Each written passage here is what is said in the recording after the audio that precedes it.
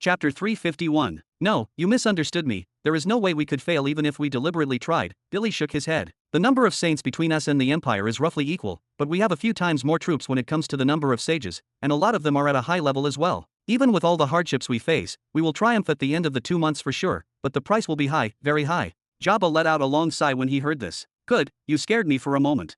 Good? What is so good about any of what you said? I am telling you, after the 2-month time frame we will be in a miserable situation even as the victors. Billy replied angrily, still looking at Jabba for a moment and then looking back at the fighting going on behind him. Boom. The good thing is that all your problems will be solved if we ignore the 2-month deadline. Let us reorganize all plans to minimize losses. That was one of my master's instructions anyway. Billy turned to Jabba and gave a stupid and uncertain look. Jabba furrowed his eyebrows and asked, what are you looking at? You say we can ignore the 2-month deadline? Do you mean we can slow down? This does not make sense. After you told me what happened on that planet Nihari and that there was no army to support him there, I thought Robin would want us to speed up for him to take over the demon army and lead them to planet Nihari to attack that northern region. That is what I thought too. After we got back to the gate in Jura City I was going to try to convince him not to do what you just said, but he went extremely quiet. He seemed remarkably calm and told us to slow down the control of the Flame Empire continent and reduce the losses, then he walked alone. Jabba raised his shoulders and spoke. Quiet? Robin was quiet? And you let him go, you stupid bastards. Billy screamed and kicked Jabba's leg. The kick was light because he was afraid to hurt himself though. Really? Are we going to discuss this again? Jabba angrily replied. You do have Master's soul imprint anyway, if you dare then go on try to contact him to find out where he is and what he is doing. Billy was silent for a few seconds, his mouth wide open, not knowing what to say. Ahem, you and Amon go and defend those who attack us from behind. I will focus on helping Soccer end the siege on the city. When we are done with them, let us meet again and see what we will do from now on. Tisk. That is what I thought. Jabba replied sarcastically and then patted Amon on the shoulder. Let us go. 5 hours later, in the tallest building inside the besieged city. Theo, they are too good for people who haven't tasted war for tens of thousands of years. Are they not supposed to be immersed in pleasures and neglect their forces? That is puzzling.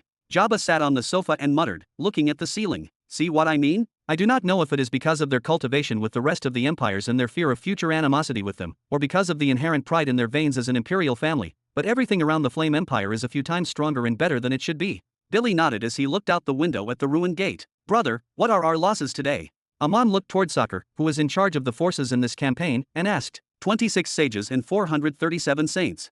Soccer replied in his usual raspy voice. There are similar numbers who are seriously injured and need a few weeks of treatment to be able to fight again, and about 300 sages and 10,000 saints need a week of rest and treatment to continue the fight. We have looked down on the forces of this planet too much, Jabba said while knitting his eyebrows. Everyone nodded except Billy. He did not really know whether to curse this fact or feel proud. As for the rest, they were thinking about what went wrong. What they have experienced in the ancestral continent gave them the impression that their stay on this planet will always be an easy ride. Their battle at the central continent was a cruel wake-up call. They came to the Flame Empire continent prepared to face a strong enemy, but even though they still got the shock of their lives facing the real thing, these guys were not cattle ready to be slaughtered. If the numbers were even, then the outcome would be unpredictable. Then Sucker continued, the good thing is that we will have destroyed all the Imperial forces within 1,000 miles around us in all directions. We may face small battles and attacks from the rear as usual, but we will not encounter another battle of this size until after 10 days of advance at least. We can catch our breath on the way. Jabba furrowed his eyebrows firmly. Another battle like this in 10 days? Damn, this should not go on. I am starting to thank fate for what happened in Nihari. If the war had started there and you had to continue at the same pace here, no one in the demon army would be left to catch up with us. And without the demon forces, we would have been crushed in the northern Nihari region. What will be the plan for the next stage? You said Robin gave us permission to ignore the deadline of 2 months. We should make the best use of it. We have to protect the rear of the army from now on. Billy rubbed his forehead for a moment and then continued. I suggest that we divide the army into 4 divisions, let us say under the command of Soccer, Jabba, and Amon, and attack the nearby cities in an orderly fashion and at the same time instead of walking straight because this gives them a chance to gather in front of us and behind us. As for moving in 4 different directions, we will extend our control over the continent in the actual sense and reduce, if not eliminate, the burden of huge battles. I suggest that we put protection teams in every city we conquer, say 500 saints and a few sages so that they secure the rear of the army and take care of and secure the prisoners and the innocent in those cities.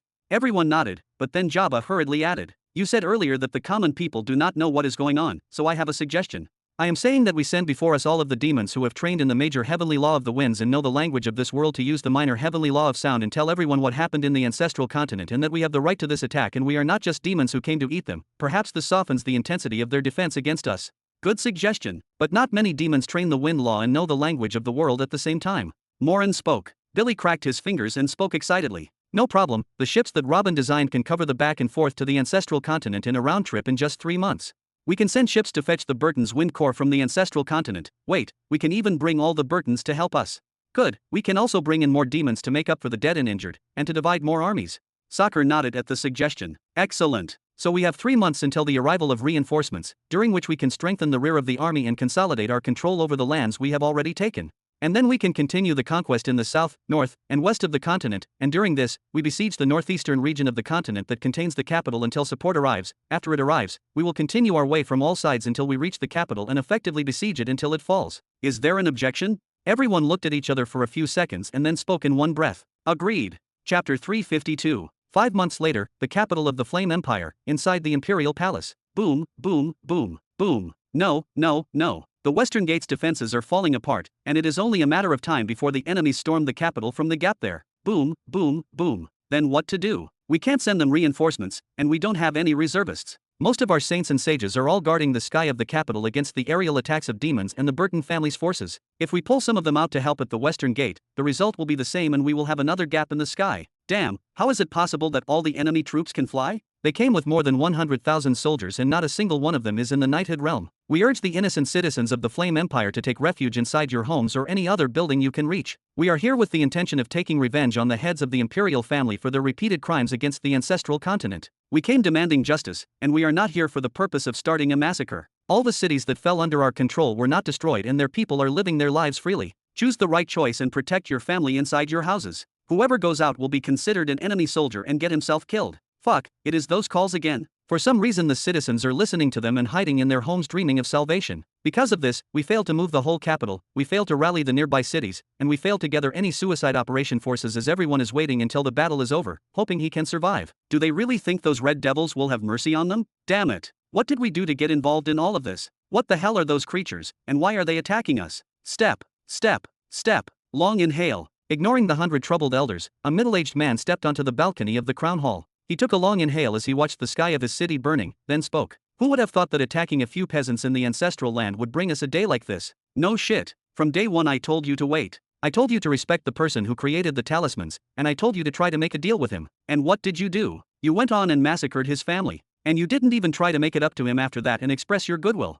I told you not to provoke him further by contracting the ambush and the prisoner exchange, but you did anyway. We lost a third of the troops in the central continent with that arrogant move of yours, troops we now desperately need. If you listened to me at every step you took, nothing of this would have happened. If you listened to me, we might have had good relations with Robin Burton and the one who was supporting him from the shadows. But what did we have? A war against an unknown race that looks like it only exists to devour each and every one of us. An old man shouted from behind the emperor, then looked beside him at an old woman and pointed at her. Instead of listening to me, you chose to listen to the snake because her words satisfy your arrogance, your majesty, and this bitch is the cause of all we are in. You. The old woman looked beside her and almost cried out in anger, but she couldn't find anything to say. So she closed her mouth again, closed her trembling hands, and looked at the ground. Old man Gu, I recommend you choose your words carefully, as this is not the time for internal conflict. The emperor was the one who replied in a harsh voice. No, let's do it now. What might an internal conflict do to us that is worse than this? Would it hasten our death and end our misery a few minutes earlier? Good. Old man Gu shouted, as he couldn't control his emotions. What was happening now had exceeded all expectations and surpassed any bad scenario she could possibly think of. Not even the old man thought it would reach such a length. Those damn 3 kings who came demanding help in decoding the fire explosion talisman said clearly that the owners are some average noble family that they themselves can destroy if they got enough of the fire explosion talismans.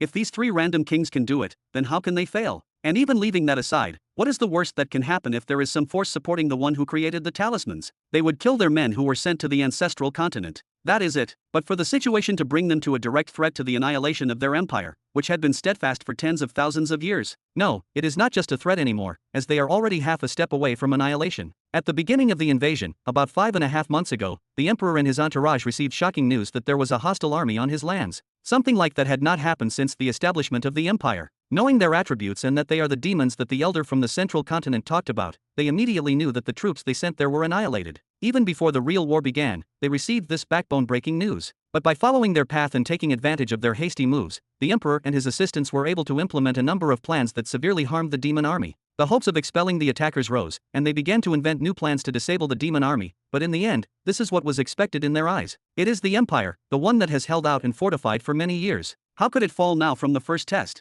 During the last 5 months, the hostile forces took a strange turn. They began to move slowly and prudently. They began to slowly take over all the cities and villages on the continent and put adequate protection in each one. Whenever an army comes out to invade a new city, it will have 1 or 2 squads behind it to provide support in case an ambush occurs. This is especially true for the legions of winged beasts called Dracos, whose numbers are estimated to be in the thousands. These winged beasts are patrolling the continent day and night, destroying and dispersing any crowds that might look dangerous. All the Empire's plans were thrown into disrepute, and they became as useless as a spear thrown against a castle wall. They had no choice but to gather huge armies of citizens and confront the enemy face to face under the pretext of defending their lands from the demons that came to devour them. However, the officers of the Wind Legion forbade them with voices that entered like arrows into the hearts of all the citizens of the Empire, pushing them to return to their homes. Only the Empire's top experts remained against the demons and the Burton family's special forces. In terms of individual strength, numbers, or weapon quality, the Empire's experts were crushed in direct confrontations. I didn't think that the Empire would be subjected to such a circumstance during my rule, but that is fate. What happened has happened,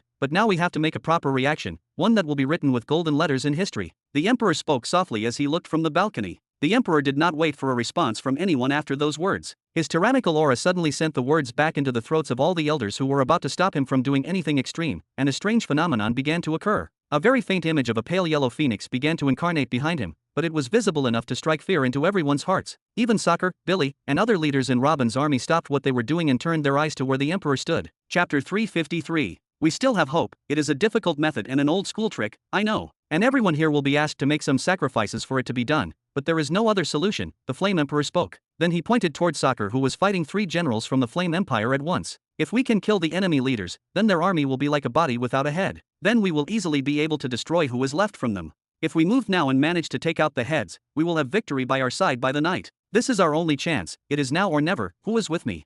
I backed your decisions from the very beginning, and these terrible times will not be any different. I am going to stand with you for the last breath. The old woman took 2 steps and said after hitting the ground with her staff, I am at your service until the end. We will show them who the men of the Flame Empire are. The Flame Emperor nodded and smiled without looking back, and then flew toward Soccer like an arrow. Let us go. For glory, for the Empire, hey. Swoosh, swoosh, swoosh, swoosh. You damned devil, do you think you can bring your filthy minions to kill my men and devour my people? Now I will defend my homeland with my own hands. Today I will send you back to the bottom of hell where you belong. The Emperor shouted out loud on his way to Soccer, before sending a ball of pale yellow flame toward him. Boom. Soccer got into the defensive position quickly before the flame ball arrived, but it was not enough. The flame ball sent him more than 100 feet backward before he could stop. As soon as Soccer raised his head again from behind his arms, he found a person with a majestic crown on his head with a flame symbol at the front. Behind that man were dozens of individuals coming toward him with killing intent evident in each one of their eyes. Immediately Soccer knew what these people were trying to do. Grr. Hiya. All the dozens of elders and generals began to fire attack after attack, trying to bring down Soccer at the fastest speed possible before they could move on to the next strongest person in the enemy camp. But it was not that easy. Boom, boom, boom. Hiding behind his high-level Dragon Realm strong body, his crimson high-quality divine armors, and backed up by his second stage wind divine tattoo, Soccer began to receive some attacks and dodge others. He did not allow them to have their way, but did he dare to break his defense to attempt an attack back at any of them? The fierce sudden attack came to a standstill. But it did not appear that way to the weaker warriors beneath them. The successful sudden attack on the strongest demon and besieging him, sensing the Flame Emperor's aura and prestige, the faint image of the pale yellow phoenix that flies above him, and more than 20 sages flying behind him trying to terminate the enemy commander. All this ignited the enthusiasm in the hearts of all the Empire's soldiers. Kill the demons. I will not let you eat my family. Ah. The battle that was already raging seemed as if someone had thrown oil over it. The soldiers of the Flame Empire started ignoring the safety precautions and attacked with everything they had. During the rushing attack they received many injuries and some of them had their limbs cut off by the demon's sharp fangs, but this did not stop their advance. The demons started to retreat step by step. The loss of life between the demons after this attack wave was not great because they had instructions to protect their lives before anything, but the lands they had gained in the siege they had tightened around the city started to expand increasingly. V-Room. Suddenly the Emperor and his sage followers felt as if the sky was descending on their heads. Some of the weaker sages among them began to fall from the sky like leaves from the intensity of pressure. What is going on? Asked the Emperor with a shout. He was almost the only one who seemed unmoved by the pressure descending above their heads. And the answer was not long in coming. She, a giant creature up to 3 meters in height, came rushing toward the Emperor, carrying a huge black warhammer. As soon as he arrived, he did not waste any time and descended with it toward the Emperor's head. Bah! Che! The Emperor raised his arm above his head and took the full blow without moving an inch. You overestimate yourself. With his other hand, the Emperor sent a ball of flame toward Jabba's exposed stomach, sending him flying backward. Roar! Brother Soccer, brother Jabba, are you okay? Humph! Finally the head of the snake is out. Jabba had barely pushed away from the Emperor before everyone could see behind him a mixture of demons and humans, all with the power of a middle sage level at least, coming from every direction. Ah! The Emperor opened his arms to both ends and a pale yellow flame ignited all over his body. The intense heat forced everyone, friend or foe, to retreat quickly, leaving the emperor alone in a circle more than 50 meters in diameter. Not only that, but right after this move, everyone was forced to stop as the giant flame ball the emperor gathered around him suddenly dissipated, moved between Jabba, Soccer, and the rest, and then gathered again but behind them. Now the emperor locked himself and his men with about 100 demons and men of the Burton family, while the rest of the reinforcements of the demon and Burton sages could not break into that flame ball to get in. Everyone, whether friends or foes, looked behind them toward the flame prison in amazement, reverence, and even some fear, not knowing what the emperor was thinking. The faint phoenix image behind the emperor seemed to grow little by little as it looked down at everyone with absolute arrogance. Then the emperor passed his gaze around at the humans of his enemies and spoke sarcastically. The Burton family. You lot allied yourselves with demons against fellow humans like you for the sake of some political grudges between us. It seemed that what I did to your family was the right thing. An evil family like you should have perished from this world a long time ago. And now, it is me with the 100 elders of my council against the 100 of you in a fair fight. No one can disturb us. I will destroy every single one of you. Some of you can try to run, but most of you are already dead. And then I will kill the next batch and then the next until we annihilate you all the way to the ancestral continent. Your 100 what? Caesar said, raising his eyebrows, and then began to look around sarcastically. He. Even the rest of the Robin family started chuckling and patting each other's shoulders. The emperor furrowed his eyebrows when he saw this. Since when are his words being ridiculed? What are you laughing at? Do you think I am not capable of doing what I say? Do you think I will not begin a massacre right now like a lion in a flock of sheep? Even 20 of you cannot bring me down. In a fair fight with even numbers, you are doomed.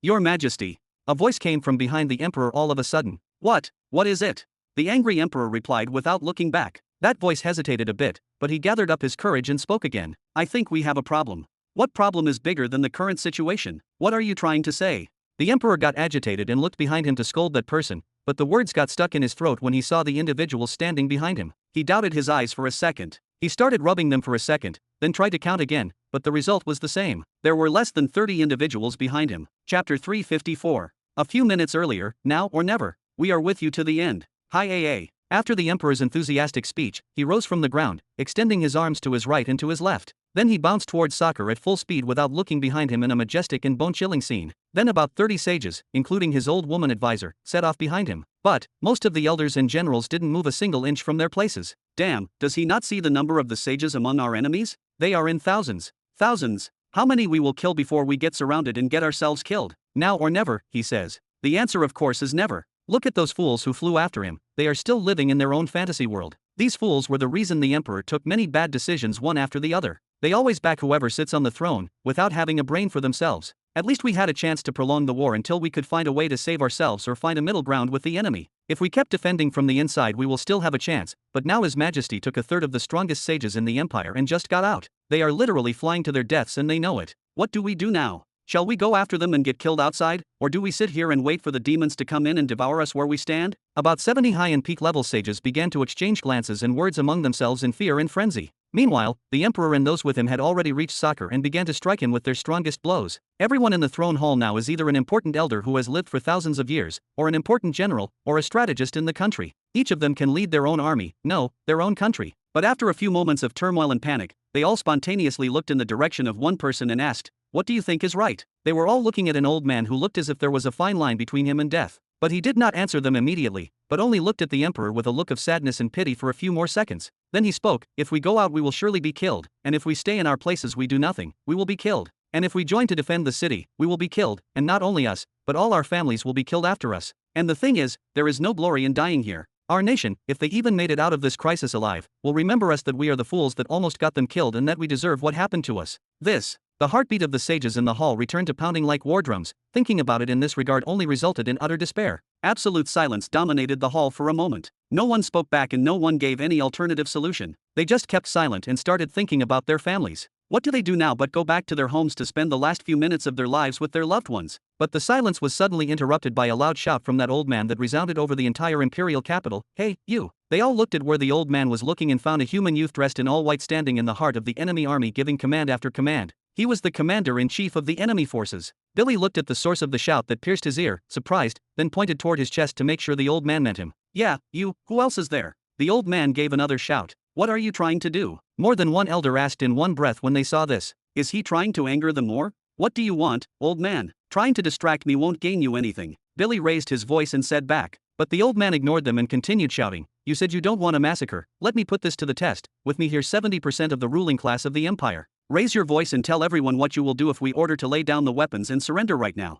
This. Even in their wildest dreams, not one of the elders expected the old man to suddenly utter those words. Even Billy furrowed his eyebrows for a few seconds upon hearing this. Anyone with simple logic will see that we will win whether you surrendered or not. Do you expect from this to treat you as a trusted ally or something? Where were you a few months ago? Surrendering now is meaningless. You will not take down this capital anytime soon if we put our all into defending it. How many of you men and demons will be dead in the process? How long will you take to control these lands after you kill us all? I don't expect to be a trusted anything, but there must be some middle ground. The old man's voice rang again. Billy didn't know if this was some kind of ploy or an honest request, but he decided to give a straight answer anyway. To implement the merciful instructions His Excellency gave us, and to save a few more lives of my men, this is what will happen if you lot surrender immediately and order your troops to lay down their weapons. Whoever among you had a hand in what happened in the ancestral continent, like he killed any Burton member by his own hands, or gave direct orders that directly resulted in killing a Burton family member, will be killed without discussion. Whoever was supporting the operation but did not direct orders or killed anyone himself, will be severely punished, going to prison, or getting tortured for an appointed time, but he will not get the death penalty.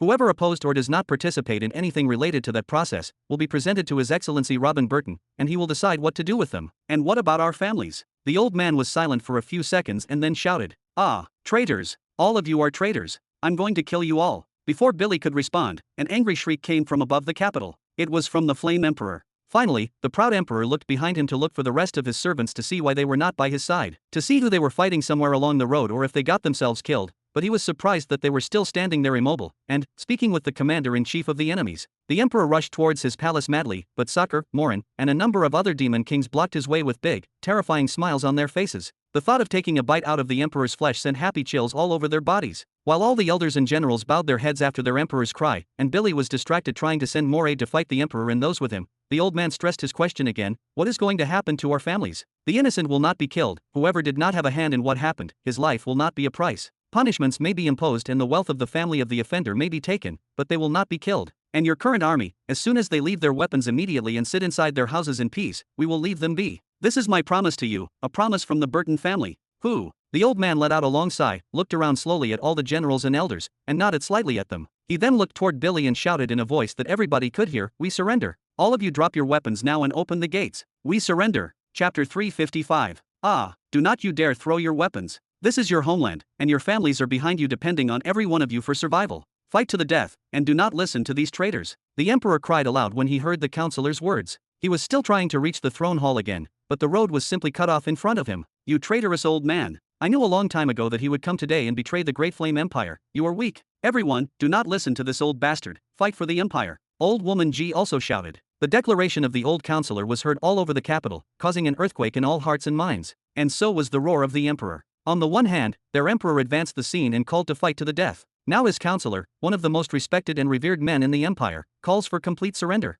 Undoubtedly, most of the soldiers wanted to lay down their weapons because they knew for sure that it was a losing war and that their death was certain. But with one look at those who were fighting them, at the demons, it made them cling to their weapons more. Who would leave his and his family's safety in the hands of these man-eating beasts? Is the option to surrender even available? 8 feet tall crimson creatures with spiral horns, without eyes, with thick and long white hair. If someone had described this image to them before, they would have said that they described the demons that will destroy the world. And here they are, destroying the world. What guarantees that these things will stop killing once they lay down their weapons? Who can guarantee that what the human general of the enemies says is true? How would they know that all other cities are run normally and that their inhabitants are not dead, or worse, eaten? Maybe it is just empty talk to end the war quickly. A storm swept the minds of all the Empire's soldiers. They did not lay down their weapons but started to retreat little by little. The land they gained while rushing after the Emperor was lost in moments. Listen to my words and lay down the weapons. A little hope is better than complete despair. Killing a demon or two before you die won't change the fact that you are dead, the old man shouted again. 6th Battalion, listen to the orders, throw your weapons, and retreat into any nearby houses. 13th Battalion, listen to the orders, throw the weapons, and retreat into any nearby houses. 9th Battalion, listen. The voices of the rest of the elders and generals in the throne hall began to rise one after the other. Their voices were not half as strong as the old man's voice, and they did not speak to the whole nation as he did. Each of them only addressed a part of the army with orders, the part that they usually command. That was the straw that broke the camel's back, as good soldiers follow orders. And the orders from their direct superiors have arrived. They no longer have to worry about listening to this or that, and it became easy for them. Battalion after battalion, wall guards behind wall guards, thousands of knights, saints, and sages laid down their weapons and quickly retreated to hide inside the homes of the citizens. Damn it! Losing more than half of the army at once, there was no longer any battle. If the other half of the Flame Empire army kept fighting alone, the demons would rally around them from the gaps left by those who retreated and kill them off with ease. It didn't take more than a minute for the other half of the Empire's army to start to retreat. Ah!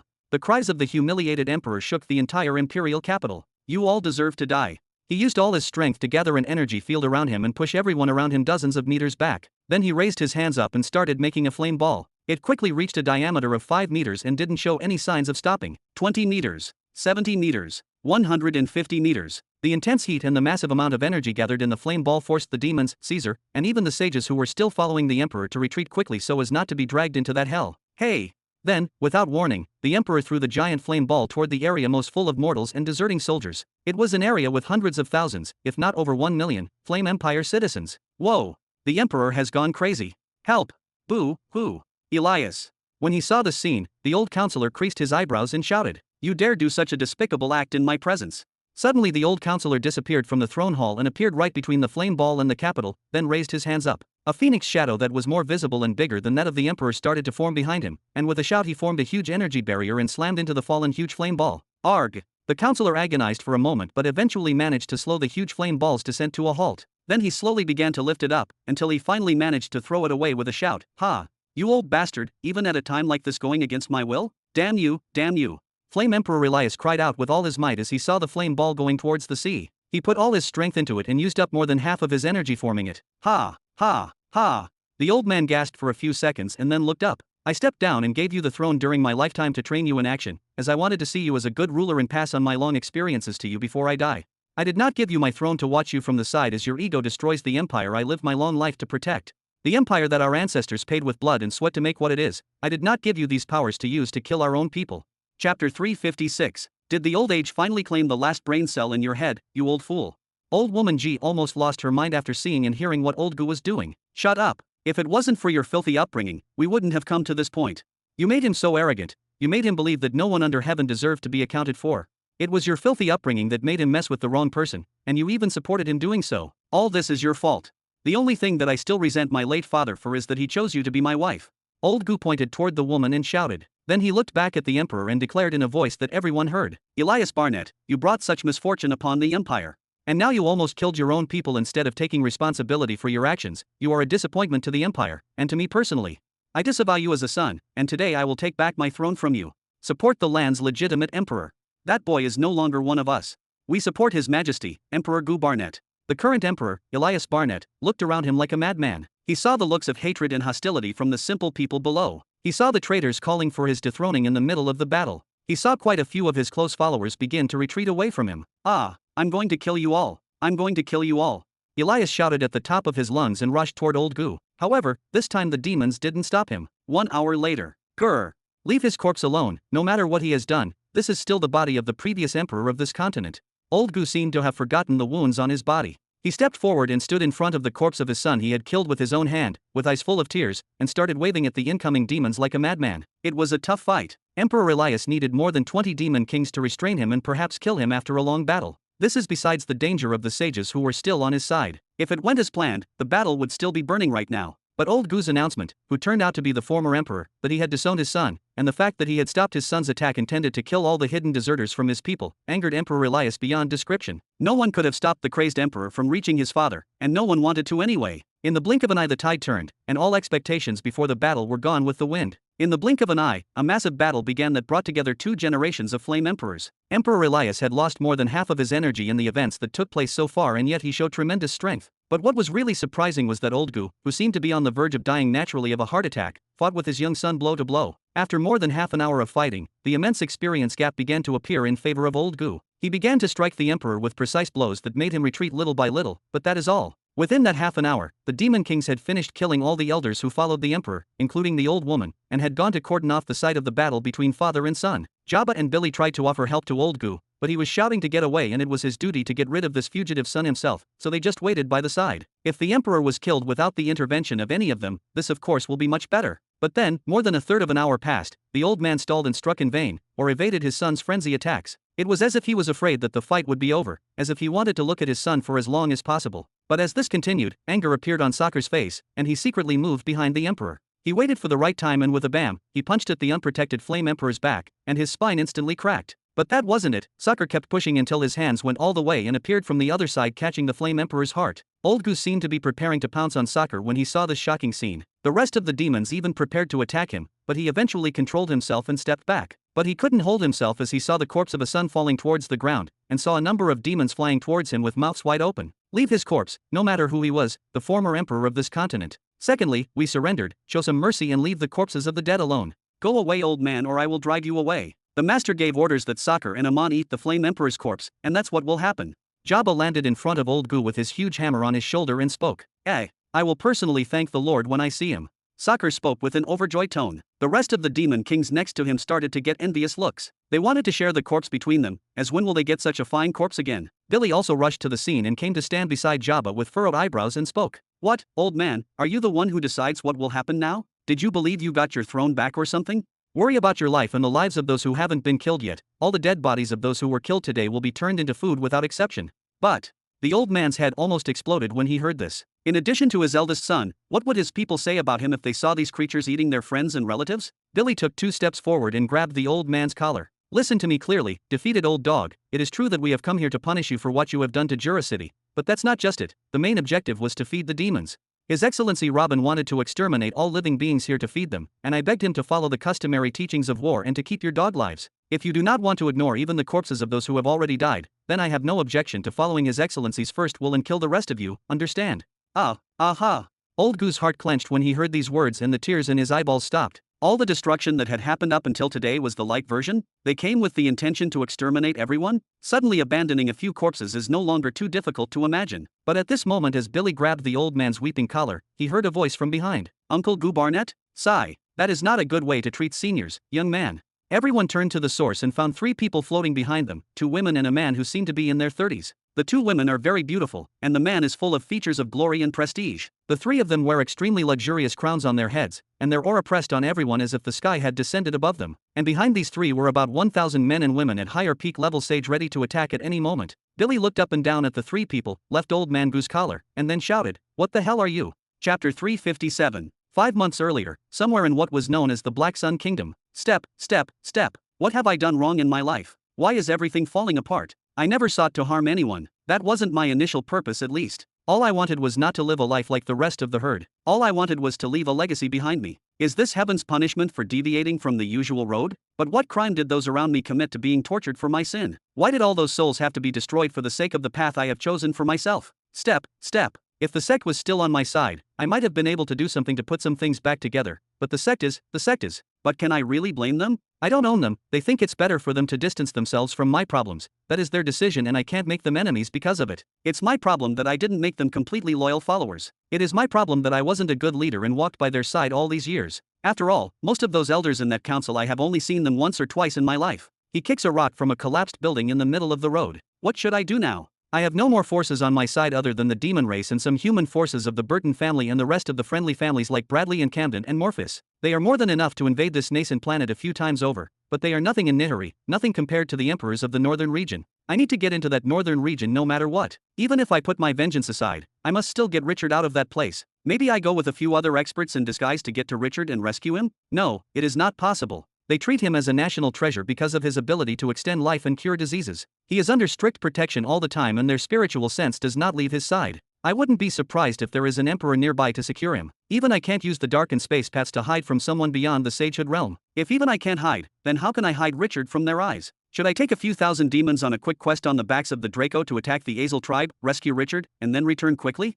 No, the Azel tribe is located on the far north of the planet, and around it are other tribes of the north in all directions. Even if I entered and exited from the lands of the Azel tribe successfully, and this is impossible, I still have to cross more of their allies' lands to reach the space portal. It is impossible for me to carry out an operation like this successfully. Even if Richard and I manage to escape somehow, all the demons who will participate in the mission will be exterminated. I will risk being hated by the demon race forever because of this. They are now fighting me but are also fighting to eat. I can't go too far and simply throw them on suicide missions. Maybe I should wait until I break through to the Emperor's realm and storm the Azel tribe alone and rescue the boy? No, it is not possible. The difference between the levels of strength is not too wide and can be compensated by the number. Even if I become the strongest emperor in the world within the next few years, I will not be able to attack a tribe containing a number of emperors and do as I please with it. I also do not know when or if I were to be able to break through to the sagehood realm anytime soon, much less the emperor's realm. The only solution I see would be to strengthen my forces enough to sweep the entire northern region with minimum losses. This is not at all far-fetched in the long term, but I must strengthen them to such a degree before the invasion arrives in the next 27 years.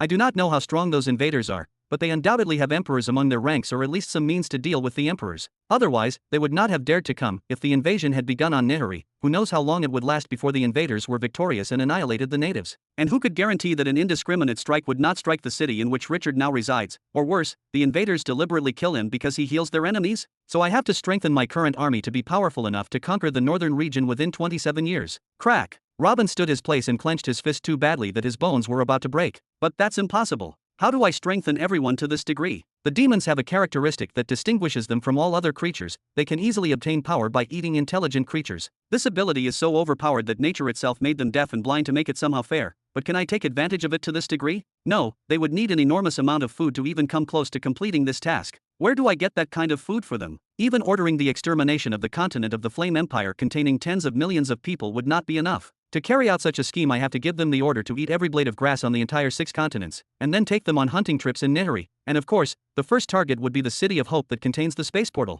Robin finally stood his place and grabbed his head tight. Arg, what do I do? Why is all this happening to me? Why does heaven force me to suffer so much? Is it now between letting my son suffer until death or sacrificing billions of innocents to save him? Why do I have to make such difficult decisions? Why me? Hey, Jesse, look here, I found breakfast for today, I'm coming, honey. During Robin's nervous breakdown, he suddenly heard a weak voice that forced him to look toward its source. The sound was not weak because its source was far away. It was a middle-aged woman not more than 20 meters away from him. The sound was weak because she herself sounded as if she was about to die. Robin lowered his hand from around his head and looked at what that woman was hugging between her 2 weak hands. It was a dead chicken, a horrible-looking and smelling chicken. Apparently it died and rotted a few days ago, yet the woman was cuddling it as if she had found a treasure. Chapter 358. Robin stopped and looked at the woman and her feeble steps as she hugged the dead, rotting chicken with her shaky arms, following her as she brought the breakfast to the other side of the street, even though the sun had set. She was only crossing the road, but the few steps took her more than 2 minutes. She kept forcibly pulling her legs as if she was pulling weights until she finally reached what looked like a corpse and sat next to her.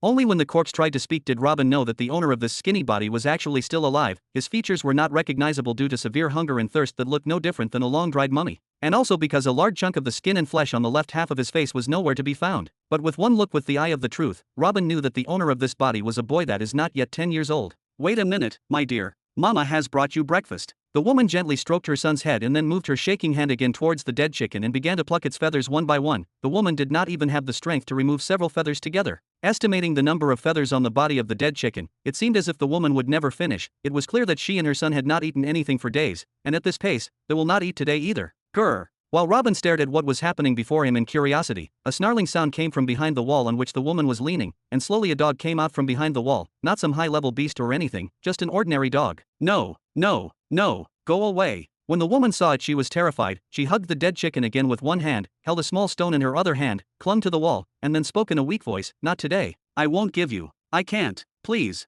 The dog looked at her for a few seconds as if he wanted to pounce on her, but at the last second, it seemed as if it understood that it would have to fight a life or death battle if it wanted to take that chicken from her hand, so the dog turned its eyes and looked towards the easier target. He looked at her son. No, no. The woman looked at the dog's eyes and then at her son, and began to mutter with great fear as if she could foresee what would happen next. Grah! The dog suddenly jumped up and grabbed the son's left arm and started pulling back. My son. The woman left the stone from her left hand and took hold of her other son's right arm and began to pull it towards her and shout, "Isn't it enough for you, what you did to my son's face? Leave him live the rest of his days in peace." Whether it is the woman or the dog, they were both extremely skinny and powerless, just bones covered in skin, and the child in the middle was too weak to shriek in pain or even to show any reaction, only his eyes partially open looking up at the sky. The whole scene was extremely tragic, to say the least. After a few seconds, when the woman knew that the dog would not walk, she looked at the dead chicken in her lap and then at her son. Then after some hesitation, she threw the chicken to her side and pulled her son towards her with both hands. The dog was happy to let go of the boy's arm and then went to the chicken, took it in its mouth, and quickly hid again behind the wall, leaving the woman embracing her son in her arms. Her face seemed to squeeze. She wanted to cry, but the depletion that hit her body refused to shed a single tear. Looking at the scene in front of him, Robin completely forgot what had been on his mind just before. He forgot about the questions that could affect the future of entire planets.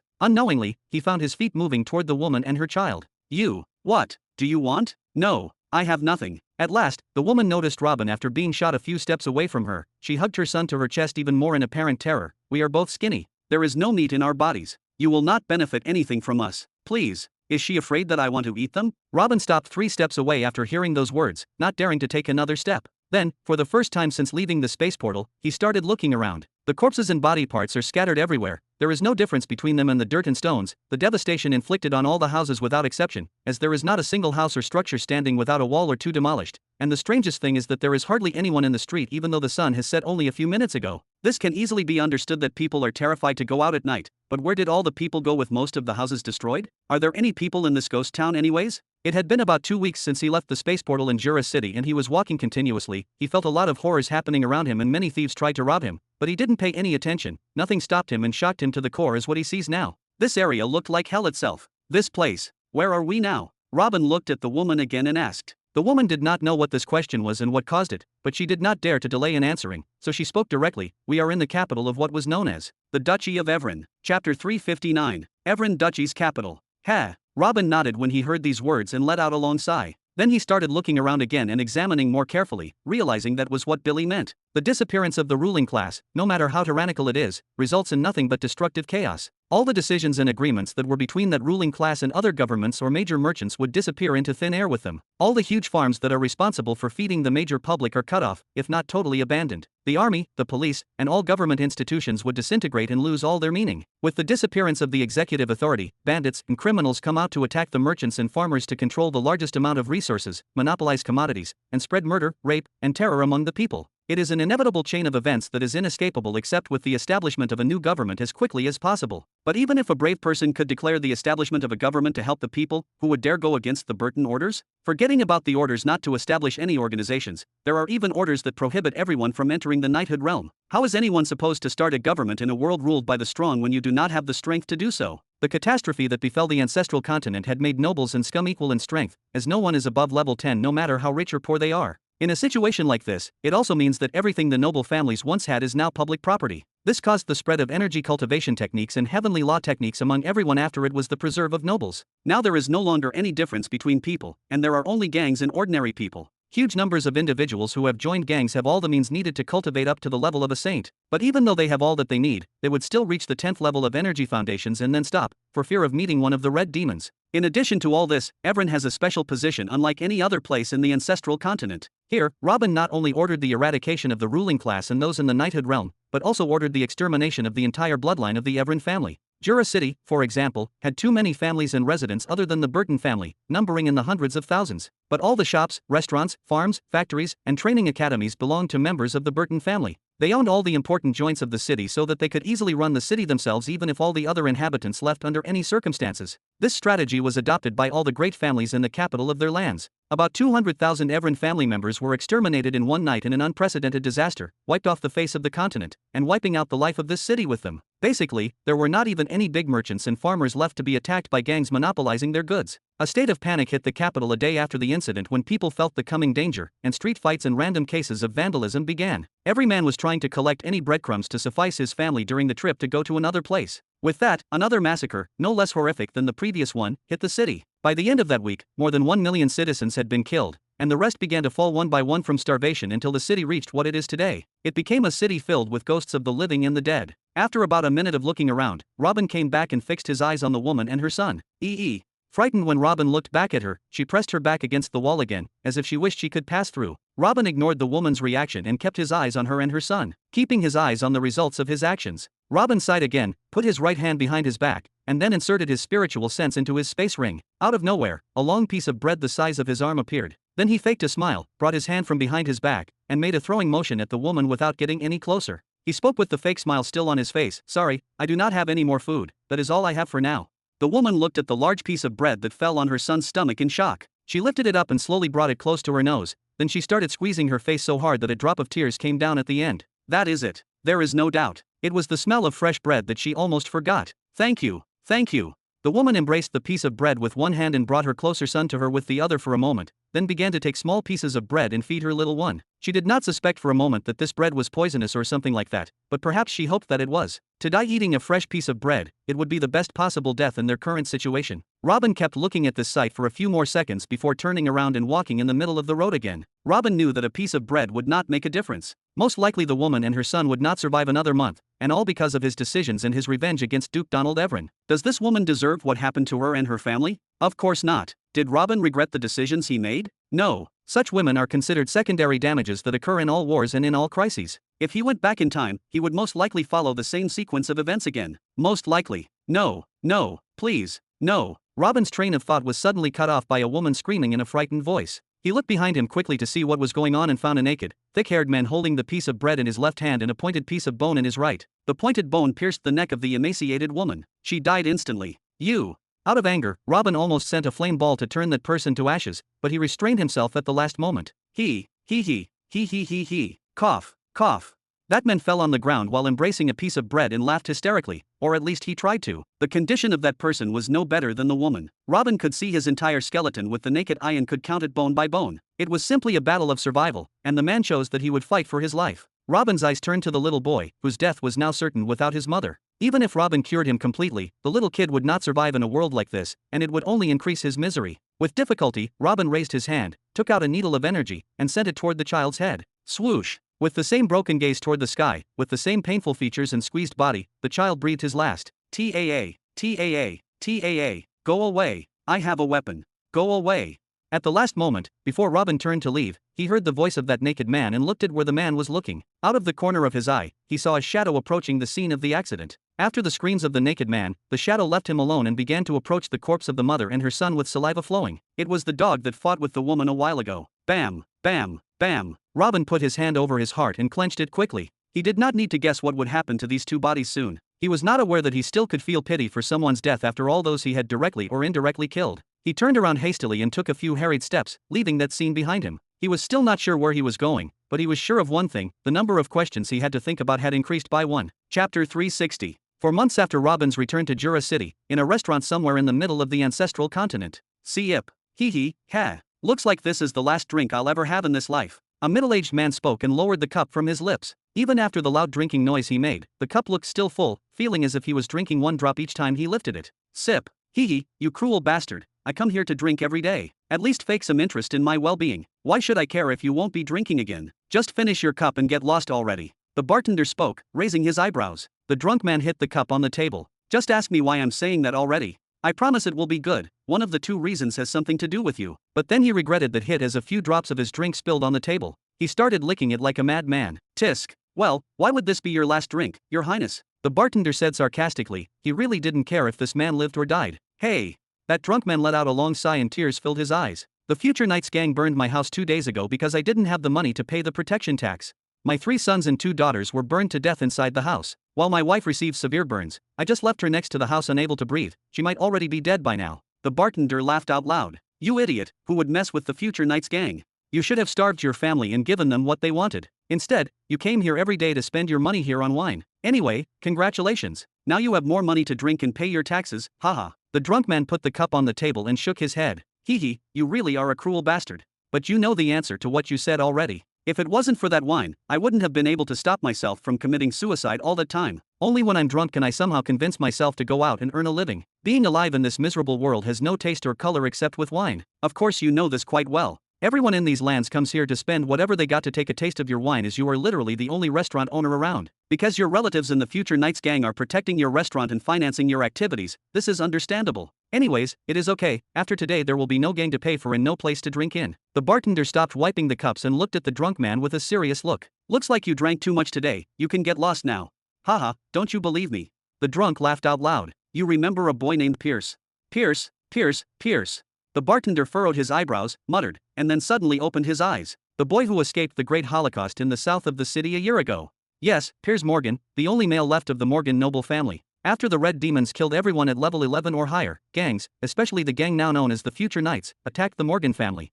They turned everyone into ashes except for the kid Pierce, who managed to escape with the help of his elders. Every single member of the Future Knights gang has been looking for him since then, I believe. I know all this. He may have died in an alley somewhere by now. Why did you mention him? The discomfort was clearly visible in the bartender's eyes. Because this morning I saw him heading towards the den of the Future Knights gang, with sparks of anger spouting from his eyes, said the drunkard, as if trying to stifle his laughter. The bartender became even more annoyed. So what? Perhaps he has had enough of life and wants someone to end his misery. I don't think so. His aura was clearly indicating that he entered the knighthood realm. Ha ha ha. The cup fell from the bartender's hand. No, impossible. There is a ban on entering the knighthood realm. You can't be that stupid, are you? Don't you remember what happened to his family in front of his eyes? Do you think he cares what happens to them after he gets his revenge? Isn't this the same reason your cousins were madly looking for him? Today is the end of the Future Knights gang, and so is your restaurant. Did you not know why I wouldn't be able to drink again? Because there will be nowhere to drink. Ha ha ha. The drunk middle-aged man started laughing hysterically. The bartender opened his eyes wide upon hearing this and took a step back. This is bad. Then he walked towards the door of a tightly closed room next to him, unlocked it, entered quickly, and closed the door behind him. That gang was indeed what kept this place running as the last restaurant still operating in the entire city. They robbed, killed, and looted in order to finance this restaurant and make it their front to sell their edible resources, and not for gold and silver coins, of course. This type of currency disappeared with the disappearance of the ruling regimes. Now everyone has returned to dealing with the exchange system. Most of those in the restaurant would go around the city and the neighboring cities to search the corpses and palaces of the nobles to find anything of value, any treasure or a good weapon. Or maybe they go hunting in the forests full of beasts, defying the danger of death, to finally exchange some meat for wine and fruits. Those who are able to do these things are considered the middle class in the modern world. As for those who are not able to travel and search and do not know the art of hunting, they are destined to starve to death in the streets.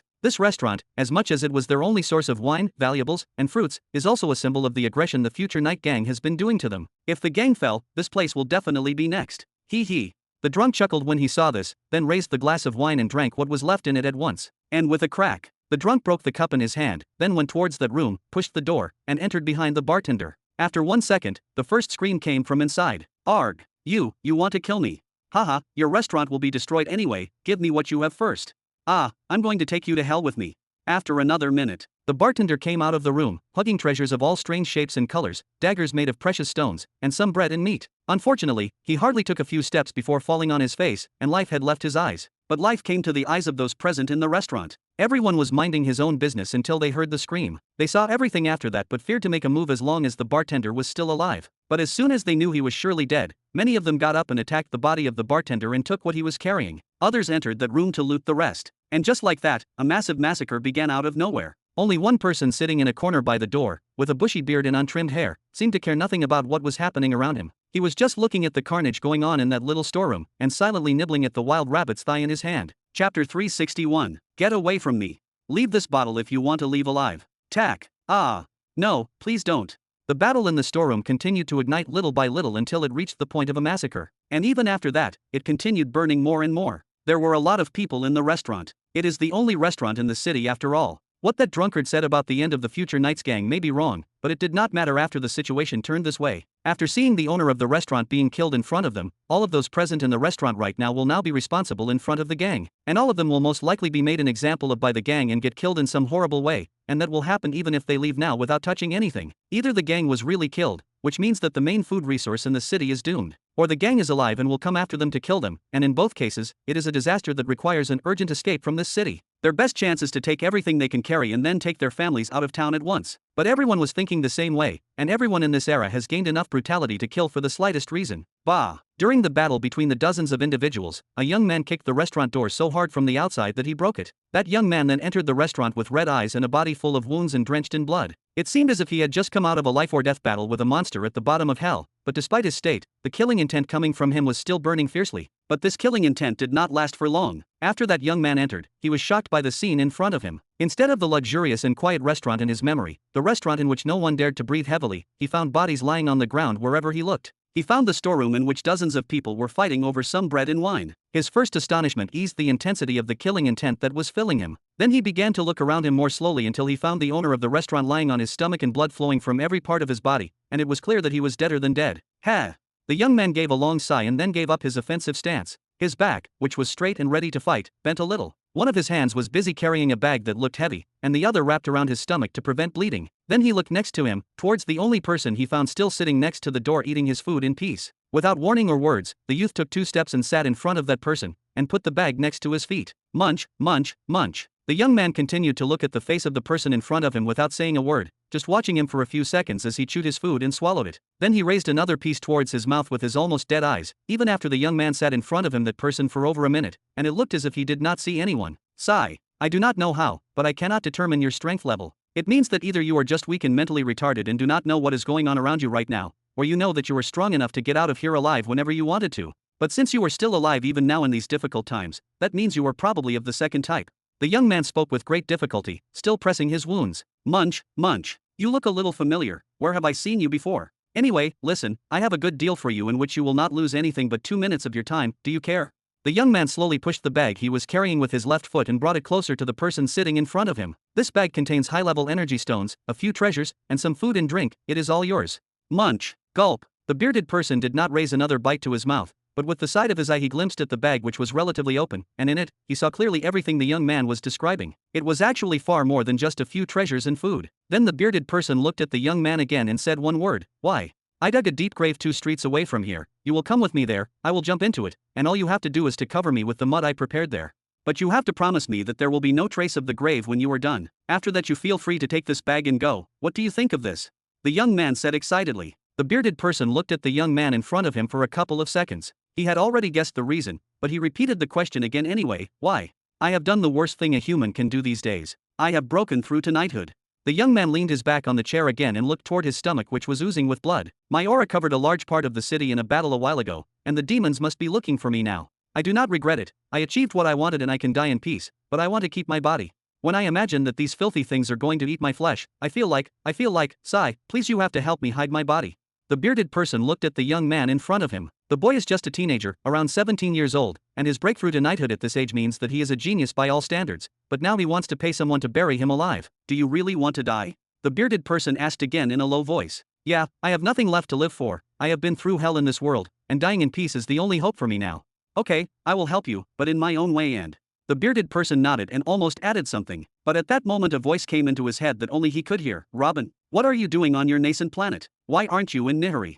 Chapter 362. Robin, what are you doing on your nascent planet? Why aren't you in Nihiri? Go and find a secure place right now, we need to talk. Robin froze when he heard those words. They were just thoughts that appeared in his head without a distinct voice or anything. Yet as soon as he heard them he knew immediately who was speaking, but he didn't know what to respond with. Or rather, he was trying so hard to restrain himself from what he wanted to say. His previous straight face, which froze for a moment, started to shiver, and his brows began to come closer to each other. Little by little, Robin's face turned from emotionless into extreme anger. He closed his mouth, which was open a moment ago as he was speaking with the young man. He started clenching his hand that was holding the rabbit's thigh, and crushed the bones in his hand into dust, and without even noticing, he allowed a dark, bloody aura to seep out. The character of the bearded person transformed from someone indifferent to the horrors of the world around him to someone who was representing the horrors of the world. The young man sitting in front of him was scared silly upon seeing this. And that aura. The young man quickly stood up and gave a deep bow and then spoke in horror. I am sorry, I didn't know I was asking an expert like yourself to do something so naive. I'm really sorry, I will take my leave. Then he quickly took a step towards the door, forgetting even his bag that he had left behind next to Robin. But at that moment Robin reached out, grabbed the young man's arm, and spoke. I told you I was going to help you, you want me to take my word back? Sit down. Keh.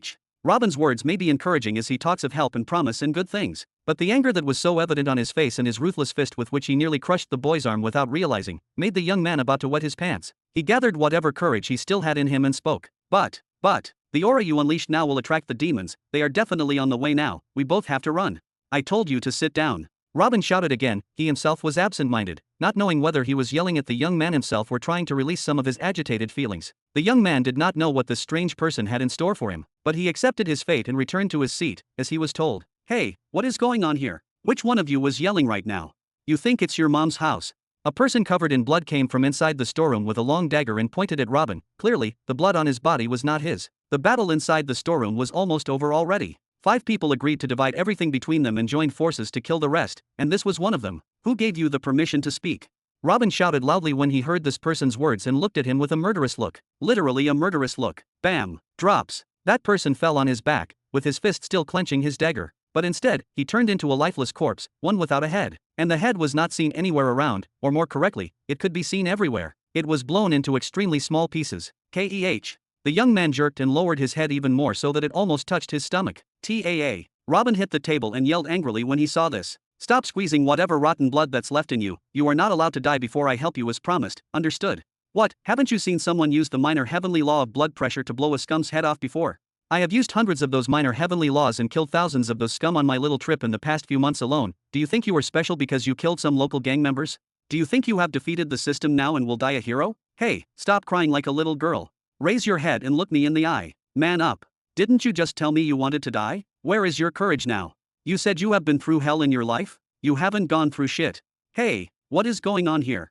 Another man came out of the storeroom with a few bottles of liquor under his armpit, but before he could finish his sentence, bam, drop. Brother Harvey, go out and find out what's going on in the dash. Bam bam bam, drop drop drop, key. The young man sitting in front of Robin still closed his eyes, but he knew very well what had just happened. That strange bearded guy killed the last 5 people in the restaurant. He killed 3 of them without even seeing them. Who would do such a thing? And what the hell is this minor heavenly law of blood pressure? The boy couldn't control his temper after that, and some urine started leaking from him. As for Robin, he didn't care about anything else. He just closed his eyes and rested his chin on both hands, then began to try to normalize his heartbeat and breathing. He anticipated this day and feared it at the same time. He couldn't have easily summoned the all-seeing God anytime he wanted by contacting the all-seeing God's soul fragment in him, but he chose not to. He had anger in him that could pile up into mountains. He really wanted to face the all-seeing God and demand an explanation of what happened. But, can a mortal question a god? So he waited for the day all-seeing God appeared by himself and deal with it then. Unfortunately, it came much faster than he expected. 5 minutes later. Bang. Hey, who dared and dash? 5 demons in the knighthood realm and 1 in the sainthood realm entered the restaurant, with angry features and bloody dark auras. Their mere presence would make all those at energy foundation levels fall on their faces in terror. But as soon as they entered they heard a voice from the side. This person is exempt from the death sentence. He can roam freely within the boundaries of this city provided that he does not bully the innocents who are not affiliated with any gangs. Also, set up a barrier around this area. No one is allowed to approach this restaurant for a distance of at least 100 feet. I don't even want to hear the sound of a mosquito, understood? Who the hell are you to talk to us like that? Their chief, the demon in the sainthood realm, took a step towards Robin with his claws ready to tear him apart. It had been more than a year since it had moved on this continent and no human had ever spoken to it like this before. Shalik Tali Yazi. Robin said it in the language of the Nihiri people this time and looked at the 6 demons with eyes that glowed bright gold. The demon's foot stopped in the air, and what landed on the ground was his knee instead. Ba, ba ba ba ba. Then the other 5 demons descended behind him. We hear and we obey, Your Excellency. Your Excellency. The young man was already feeling that he was dreaming of the 6 demons kneeling like this, but he felt like he was hit with a hammer on his head when he heard the last word they said. Then he looked at the bearded person in front of him, the one whose eyes were shining with gold, and shouted, You. It is you. You are Robin Burton. Didn't you hear His Excellency say that he wants to calm down? Thank him for giving you your life and come with us. The demon saint stood up and grabbed the young man by the back of his neck and began to drag him toward the door. But the young man did not give thanks as the demon told him, but began to shout, Damn you, Robin Burton. You are the reason my parents died. You are the reason for everything that is wrong with this world. You are the devil. You're the dev dash. And it wasn't enough until one of the demons hit him on the head that he lost consciousness and finally shut up. Then the demons withdrew, dragging the fainted boy behind them, leaving Robin to sit alone in complete silence. Inhale, exhale, long inhale. All-seeing God Big Brother, you can appear now, let's talk. Chapter 363. Swoosh. A small ball of light shot out from Robin's head, then quickly changed to form a humanoid body of light. Then the humanoid light spoke in a tone that seemed annoyed. You kept me waiting for too long. Not long enough. Robin looked into the eyes of the all-seeing God's humanoid body and spoke in a harsh tone. The all-seeing God raised an eyebrow when he heard this and began to examine Robin more closely. Even though Robin was trying to control himself as much as possible, his breathing was still out of control, his heart was beating like a war drum, sweat started running down his hair, and his eyes were wide open and fully focused. He looked like someone who was ready to risk everything. Before Robin could say another word, the all-seeing God raised his hand and quickly waved it. Robin tried to speak more than once, but no sound came out. He grabbed his own neck and tried to pump the major heavenly law of life. He tried to use the minor heavenly law of sound and other things he thought of, but it was useless. His voice was lost. With nothing he could do, he looked at the all-seeing God with an even angrier stare than the previous one. I do not know what is going on with you, but you seemed about to say something you will regret for the rest of your life, that is if you get to live after you say it. I am not your daddy, and I will not tolerate any disrespect. Stay in your boundaries and choose your words carefully, because I think highly of you. I paid hundreds of years of my cultivation to help you keep your mouth shut until you clear your head, so I advise you to use this time out wisely. The all-seeing God spoke as he was keeping an eye on Robin. Robin opened his mouth to the last of them and cried out with all his might. It was a cry that, if his voice were present, would have resounded in the whole city, but not even the fly next to him heard anything. His muffled scream lasted for more than a full minute before he turned his back to lean on the chair again, and started panting heavily. Do you feel better now? I will remove the seal on your voice, but you had better think carefully about what you are going to say next, and who you are talking to. The humanoid light said, then waved his arm again. Ha, ha, ha.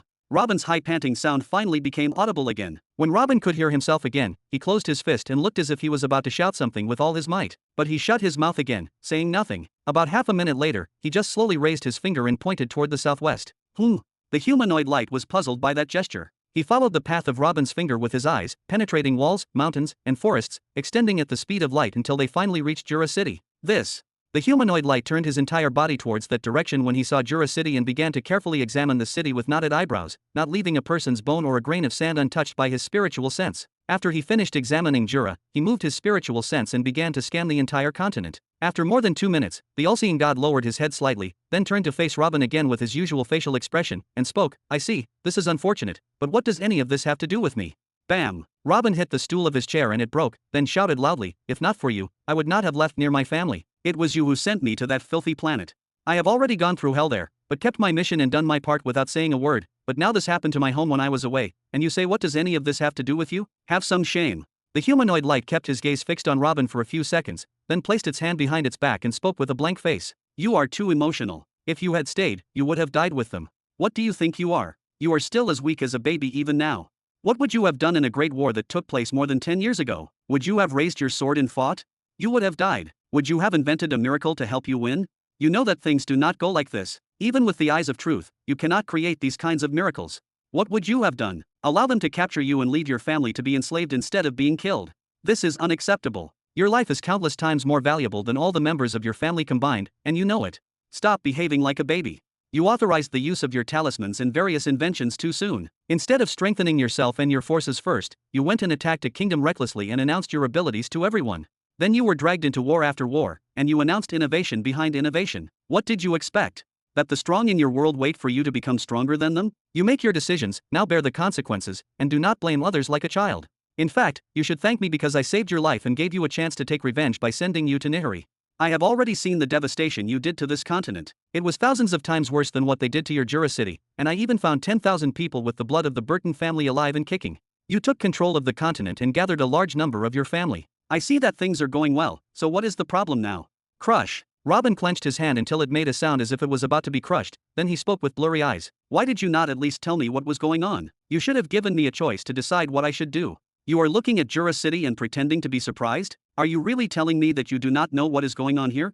Are you telling me that the all-seeing God never once bothered to see what is happening on his ally planet? Forget about that. Are you telling me that you did not sense Mila and Richard as they used the space portal to come to Nihiri? Did it not occur to you that I would like to know that my family is being killed? Has it not occurred to you that I might want to know that my wife is being eaten and my son is being tortured? If you did not know any of that, then what is the use of your damn name? Your son. The humanoid light frowned his eyebrows. Chapter 364. Yes, my son. It turns out that Mila was pregnant before I left for Nihiri. While Mila died in the most horrible way for a trivial reason, the giants let my son live to work him as a slave. When I saw him, he showed signs of severe torture on every inch of his body. And it did not appear like it was torture because he is not obedient or something like that, no. Rather, its traces and locations on his body look like traces of torture for the sake of entertainment. They torture my son for the sake of entertainment. A suffocated Robin spoke while clenching his hand tightly before raising his head and looking into the all-seeing god's humanoid light eyes. And what surprised you that I have a son? Do you say you didn't know about it? You say you didn't sense him and his mother crossing the borders of this planet and descending on Nihiri? Ha! Oh Robin. The all-seeing god sighed and shook his head. I finally understand the reason for your anger. It's a naive mistake that shouldn't have crossed your mind in the first place, and it goes down to this. You considered what I can do, but you didn't ask yourself why I would do it. What do you mean? Robin replied with a frown and looked beside him, trying to hold back his tears after remembering the sight of his son. The humanoid light spoke with his hands behind his back. It's true that I can follow the events anywhere I want and at any time I want, and I can technically keep an eye on anyone I want. I can even pay the appropriate price to the host planet and intervene to change the course of events no matter how big it is, and you are right about all of that. But the question is, why would I do this? If I should keep an eye on anyone, then it should be you, since you are on a mission that will change the course of my war against my rival. But I didn't have time for that, and I don't even know what happened with you since I gave you the coordinates. You know why? Because I'm in the middle of a damn planetary war. Have you forgotten why I asked you to go to planet Nihiri in the first place? Why do you think I'd spend my time watching your nascent planet? Why would you think I care to watch over your mortal family? What kind of arrogance made you think that I would pause the battles I'm having with someone as strong as me at the very least and stop the planetary wars my forces are currently engaged in, and then get the popcorn and go watch some insignificant planet you yourself don't exist on? Do you think I'm a babysitter? Have you forgotten who I am? Or worse, you do remember who I am but think you deserve to have me babysit for your kids? Who the hell do you think you are? Robin widened his eyes when he heard this, his brain starting to work very fast trying to find any suitable response, but in the end, nothing came to mind. Right, the person who identified himself as a god would watch over his family all the time? The person who proudly said that he was the ruler of dozens of middle-aged planets would have enough time to keep an eye on Jura City? Robin looked down while still keeping his eyes wide open, as if he was reviewing the tape of his entire thoughts, to see what other reasons he hated the all-seeing god for and wanted to confront him with, and they were many. But when he measured the logic of the all-seeing god against everything in his head, he found that he actually didn't have anything to say. Who the hell do you think you are? The all-seeing god's cold question suddenly becomes the key to everything. Who is Robin to him? Was he a partner? No. Robin has nothing worthy of this stature, no strength, no authority, no talent to stand shoulder to shoulder with the all-seeing god. Even the path of truth that makes him so special is just an old game for the all-seeing god. Thinking of him as his equal is nothing but pipe dreams. Does the all-seeing god owe him anything? On the contrary, the all-seeing god saved his life and he has not completed the task assigned to him yet, which means he still owes the all-seeing god a great debt. Is it a dependency relationship? Nope. From the first day, Robin made it clear to the all-seeing god that he would be independent and that he would return the favor to him later.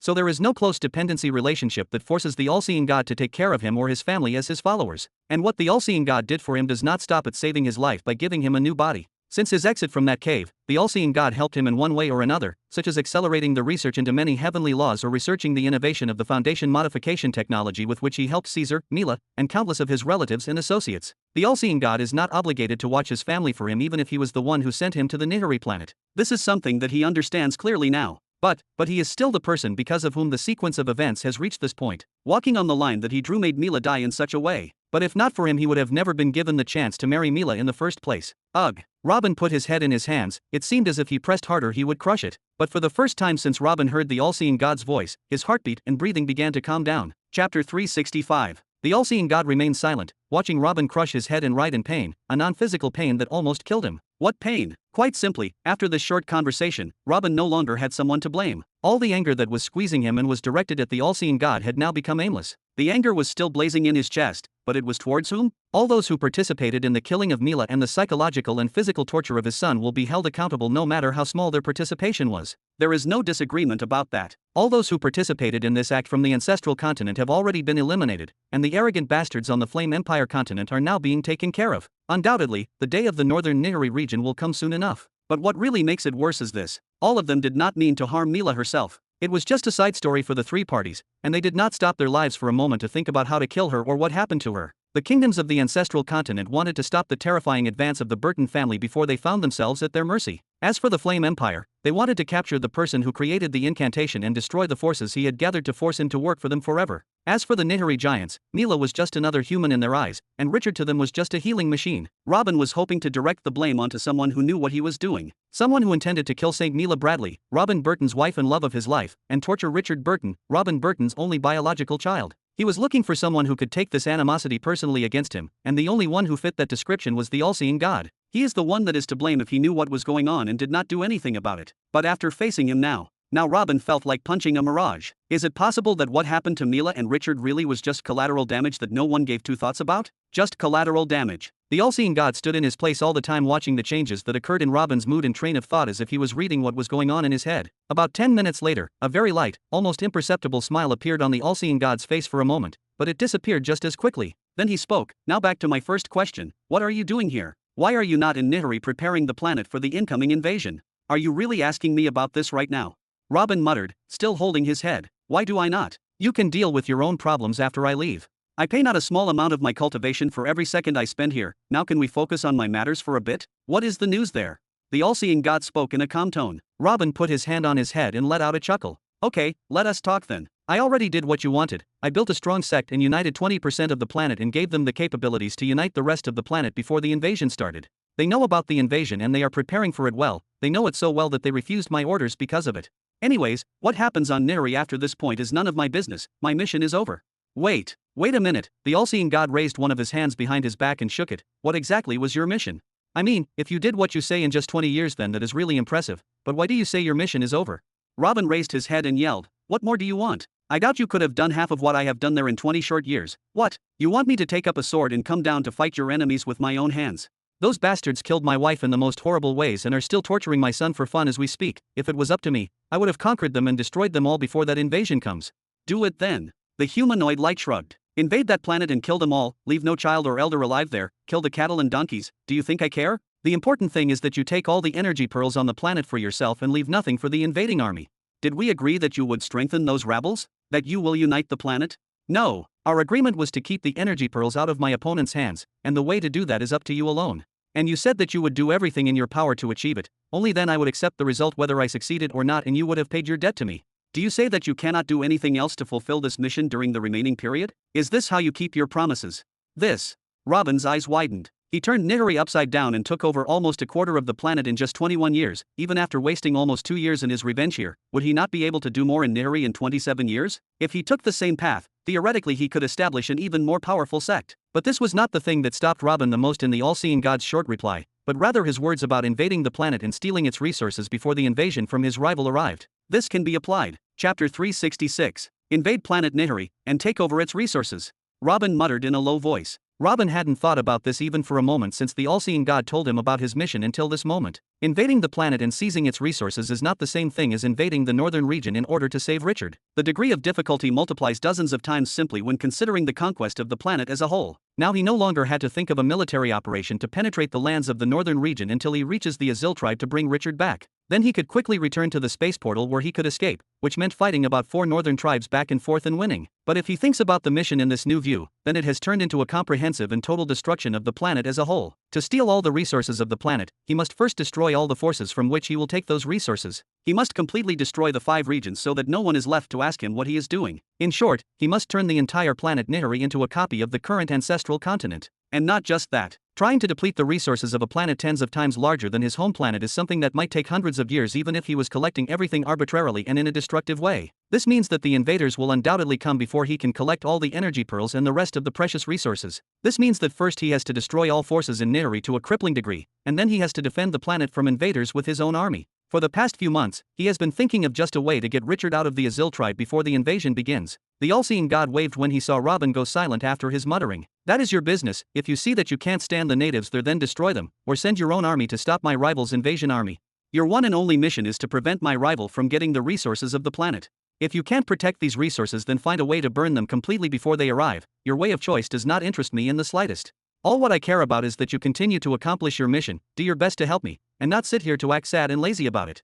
Robin slowly raised his head and stared into the all-seeing god's eyes with a furrowed eyebrow. Why are you looking at me like that? If you don't want to continue with the mission, that's fine. Ignore it and just sit here and grieve for yourself like a little whore. I'll see another way to do what I want. Do you think you are the center of the universe?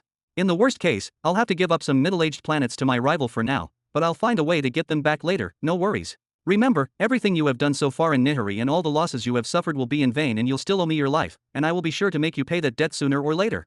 Robin looked down again and gritted his teeth until he felt them starting to crack. Everything that happened to him on planet Nihari and everything that his family has been exposed to during the last 2 decades will be in vain? If he gave up now, it will be seen as if he did nothing. Even if he ignored all of this and actually withdrew from the mission, who knew if the all-seeing god's next request would be harder or easier? Who knows if the next mission will expose him and what is left of his family to even greater dangers? And the worst, who knows how long the all-seeing god will remain this lenient with him? If he drops away now, it would cost him a few middle-aged planets. What if he refused or failed another mission? What guarantees that there will not come a day when the all-seeing god loses hope in him and decides to pay the price and take back the life he gave him? After all, the all-seeing god was someone who literally stopped the laws of the world when he rescued him in the cave that day. Would it be really that hard if he decided to kill him? Hey, why are you gritting your teeth? Don't you want to repay me your debt?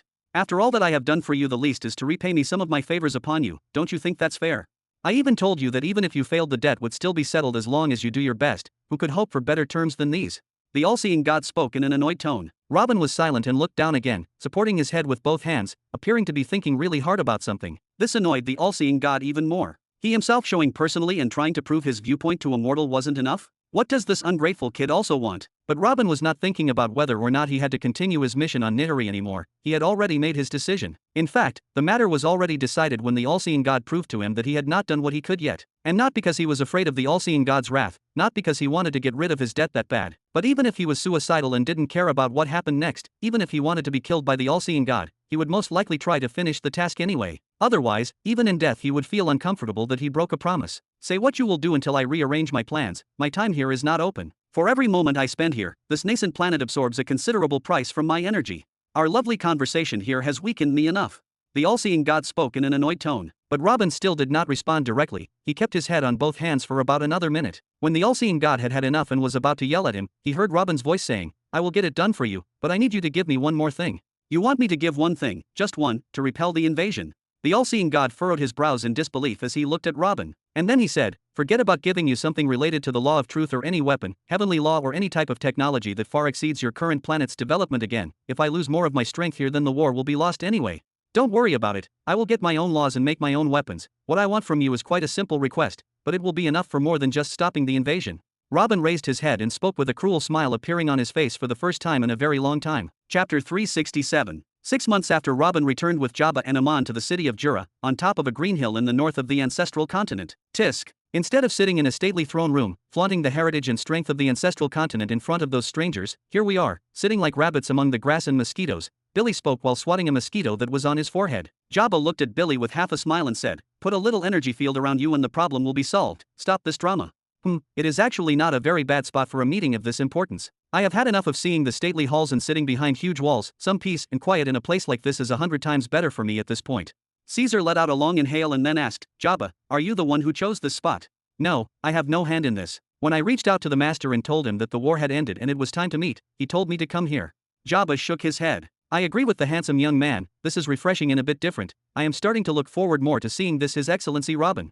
An angelic female voice suddenly interrupted the conversation. No one was bothered. All of them, except for Amon and the rest of the Demon Kings, looked towards its source with pupils like hearts. The owner of this angelic voice was a woman who seemed to be in her mid-30s. Her body was mature in the full sense of the word and full in the right places. She wore revealing green clothes that fatally showed her chest, and a crown that contained a jewel in the middle that looked like a leaf adorned her head. At the same time, her beautiful innocent voice and facial features gave those who saw and heard her the desire to protect her, even though she is undoubtedly one of the strongest, if not the strongest, of everyone present on the hill. This thorny combination of sensuality and innocence combined with her supernatural strengths made her undoubtedly one of the most dangerous individuals on the planet. Lizzie, can you focus on the situation we are in and act a little serious? We are here because we received a direct order from His Excellency to come within a year or else he will do to us what he did to the Flame Empire.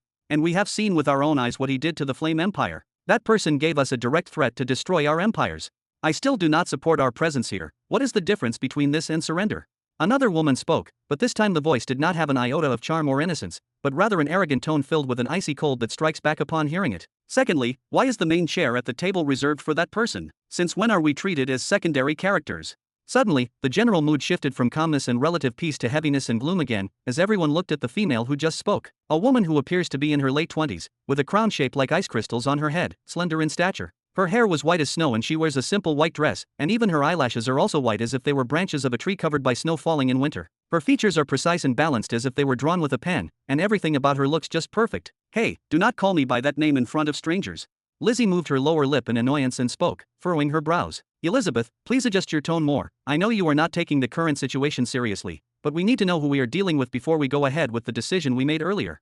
The man sitting in the middle between the two women spoke, looking at the woman in green. The man appeared to be in his early 40s. He had blonde hair covering his neck and a pointed golden crown, majestic in appearance. His body seemed normal, neither long nor short, neither skinny nor full of muscles, but one could feel a huge and calm power emanating from him. Hee, I just admire the beautiful nature around us. What is wrong with that? It might be mine soon anyway. Elizabeth gave a captivating chuckle and spoke. When Alexander found her still behaving like this, he smiled lightly and shook his head, then looked at the white-haired woman. Victoria, you know better than this. We did not come to surrender to anyone, rather it is far from this. Do not forget this point even for a moment.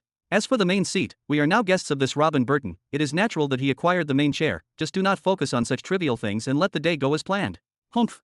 The white-haired woman huffed, then closed her eyes and looked away. This short conversation between the three individuals sent a rain of questions into the hearts and minds of Billy and the rest. Since the three of them appeared on the day of the invasion of the capital of the Flame Empire, none of Billy and the rest were at ease. The aura of the three of them that was equivalent to that of the late Flame Emperor was enough for everyone to stand ready for another intense battle, especially since the three of them had shown their willingness to intervene to protect Old Gu and the corpse of the former Emperor of the Flame Empire. And they did not come alone. Every one of the three individuals had around 300 Peak Sage Realm experts with him. That is more than 900 Peak Sage Realm experts. Just once everyone thought that another huge battle would start, Old Gu intervened at the right time and told them to worry about themselves and not intervene with the Flame Empire's personal problems. Then he personally handed over his son's body to Amon and Soccer. He was the one that prevented that day from ending with another battle, a huge battle that no one knows what would happen at the end of it. And not just that, Old Gu went even further and spoke with the three individuals to calm them down, honestly answering the three people's questions about what was happening in his lands and the reasons for everything they saw. He urged them not to make a hasty decision, and even went farther and tried to convince them to come to the ancestral continent with him to meet with Robin Burton. Then he left them and spoke to Billy and the rest and told them to treat those three with some respect. They were the three remaining emperors of this world: Wind Emperor Alexander, Water Empress Victoria, Sacred Tree Empress Elizabeth.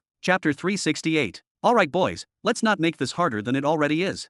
Old Gu took 2 steps towards the table and then raised both hands and waved gently. The words of the 3 emperors were between themselves, and they did not address anyone else. They were just talking. But for Billy, Caesar, and the rest, almost all of the 3 emperors' words were threats, pure and direct threats. Especially Jabba and Amon, who began to sneak their soul sense into their sound rings and send messages to the forces around the hill, telling them to prepare to start a battle at any moment. Aside from the 3 emperors who, if they helped each other, could most likely walk out of the hill alive even if a battle broke out, there were still 900 individuals at the peak of the Sage Realm who came along with them. That is apart from the other 300 generals, elders, and high-ranking officials of the Empire who came in surrendering. This means there are around 1,200 sages that are currently surrounding the Green Hill right now, and all of them are between levels 36 and 40. The 3 emperors said that they came to see who Robin is for themselves and decide what they will do next. But their words now and the readiness of the forces coming with them say otherwise. The problem is that the hosts will not accept any mockery. Robin has already declared that he may invade the rest of the empires later, so how come these people threaten them in the heart of their lands? And the thing is, they do not need to hear their threats silently. Even with the presence of the 3 half-step Emperor Realm Emperors, and the 1,200 high-level sages present, Billy and the rest still have enough confidence that they could eliminate most if a battle broke out. On top of the hill, the meeting is taking place, and around it are the sages of the 4 empires. But around them, there are tens of thousands of saint-level demons and a few thousand sage-level ones. Even if the individual strength greatly favored the Empire's forces, in an open battle, most of them would not make it out of the hill alive. If things continued like this, then a major battle may break out in an instant. Everything would be decided even before Robin steps foot on the hill. Old Gu could feel that something was building up and looked at Billy in a hurry. Don't focus too much on their words. Please understand that they are, after all, emperors, and they are not used to respecting anyone. When His Excellency Robin appears, the serious talk will begin and everyone will know where they stand. His Excellency? Humph. Water Empress Victoria looked at Old Gu with a gaze full of pride. Isn't it enough that you have been standing on your feet as a butler since we came to this disgusting place, but you are also proud to call your enemy with that kind of title? The mighty Flame Empire, tisk tisk, it seems that your defeat was worse than I thought, even a previous emperor like you lost every iota of self-respect. Old Gu looked at her with a slight smile. Now I am just a prisoner of war, how can I sit down? I have to wait for the verdict to be issued against me, and I just realized my status. Secondly, what is the problem if I call him Excellency? If I don't respect him because of the brute force he showed in the war, I will have to respect him for his innovations and for being such a unique person, one that our world has never seen before. Humph, do whatever you want. As for me, I haven't seen anything that makes me respect him, and his strength won't do him any good against the Water Empire. Empress Victoria looked away and spoke. Caesar spoke in a hostile tone, as he could not restrain himself any longer from that woman who kept speaking ill of his father. This is strange, His Excellency issued orders that you come to meet him in the ancestral continent within 1 year, and here you are now waiting for him to grace you with his arrival. Do you usually take orders from someone you do not respect? Victoria did not say a word, but suddenly waved her hand at Caesar in a cutting motion. Swoosh! Bam! Alexander, let go of my wrist. Victoria spoke in a voice enveloped in a cold killing intent. Put your hand down then, and let's hear from that Robin Burton, then do whatever you want. Until I achieve my goal of coming here, I won't let you ruin the meeting. Wind Emperor Alexander spoke with a mischievous face. If he had not raised his hand in time to block Water Empress Victoria's attack, Caesar's head would most likely have fallen off his shoulders by now. Do what you want then, what does that have to do with me? This dog disrespected me and deserves to be punished. Water Empress Victoria said again while looking at Caesar with an even more evident killing intent. Punish him if the talks fall, not now. You are not home, and you can't do what you want without consequences here. Plus, killing a high executive before a peacemaking meeting isn't very peaceful, is it? Wind Emperor Alexander spoke with a focused gaze while strengthening his grip over the Water Empress's wrist even further, as he was not taking no for an answer. I also want to hear what His Excellency had to say, hee. Sacred Tree Empress Elizabeth nodded twice. Tisk. Water Empress Victoria huffed, pulled her hand in an annoyed manner, and looked away again. Gulp. Caesar swallowed his saliva, and a few grains of cold sweat began to fall from his forehead. He realized how close he was to death. Even Billy and the rest started to sweat profusely. Everything happened so quickly that most of those present did not know what had happened until they saw Wind Emperor Alexander grabbing Water Empress Victoria's wrist and starting to speak. Jabba, Soccer, and a few other demon kings could see Water Empress Victoria's hand moving, but were unable to react before Wind Emperor Alexander grabbed her hand. If her attack had been completed, they would all have attacked Victoria at the same time. If she had not died from their sudden attack, she would have been severely injured for sure, but Caesar would have been already. After that incident, Wind Emperor Alexander closed his eyes again, Elizabeth returned to looking at nature around her, and Victoria returned to looking at the surroundings coldly and hostilely. Old Gu closed his eyes, placing both hands behind his back and looking at his feet calmly. As for Billy, Jabba, and the rest, they remained seated on their nerves, their soul senses touching their rings, ready to mobilize support and summon their weapons at any moment. No one uttered another word. All that was left of the peace in the air had vanished, leaving nothing but complete stiffness and lingering killing intent. Even the birds and small animals fled from the entire area due to the enormous pressure from all the experts. A deadly silence struck the entire hill and lasted for another hour. until a faint voice came from the direction of the main chair. Did I keep you waiting? Chapter 369. Your Excellency. Father, you are finally here. Tisk, why are you so late, Robin? And why the hell are you looking like that?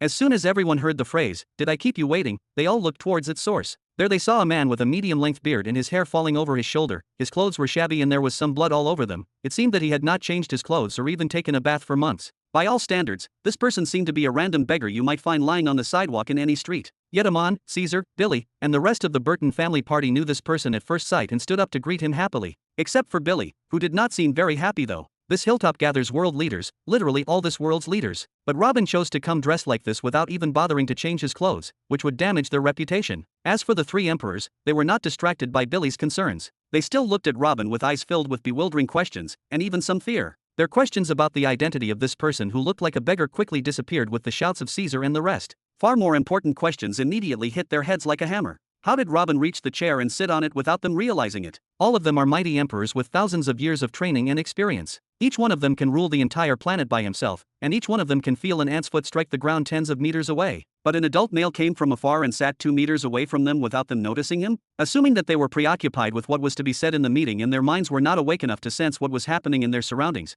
although this was impossible, then what about the 1,200 sages who surrounded the hill? Why didn't anyone stop him? Why did no one announce the arrival of a stranger? Were the 1,200 high-level sages who were assigned to guard all busy thinking about the meeting too? Impossible. But this is not what puzzled them the most. Rather, it was the fact that none of Robin's followers seemed to be surprised at all. They were all happy with his arrival and Billy was annoyed with his appearance. But no one seemed to question the way he just appeared out of nowhere, as if this was a natural thing and only to be expected from him. How is this even close to normal? How can a person walk as if he were a shadow among people much stronger than him without anyone realizing it? What if he had a dagger in his hand now and decided to stab the neck of one of the emperors? Gulp. Wind Emperor Alexander swallowed his saliva when he thought of this, but quickly pushed the idea out of his head on the pretext that the killing intent and the wind movement around the dagger would reveal Robin's whereabouts. But if such a thing really happened, and Robin did try to attack him, wouldn't he have been in a disadvantageous position from the start of the fight? Did I just feel threatened by a mere level 30 saint-level individual? Alexander shook his head slightly, trying to drive this uncomfortable thought out of his mind, but he couldn't help but take another look at Robin. With a light, satisfied smile on his face, sleepy eyes that seemed to contain the whole world inside them, and a faint aura, it is clear that its owner was holding it back as much as he can. But if you try to sense it forcibly, you will find indescribable bloodiness and suffocation. Without a doubt, he is a level 30 saint, which makes him the weakest among those present here by a large margin.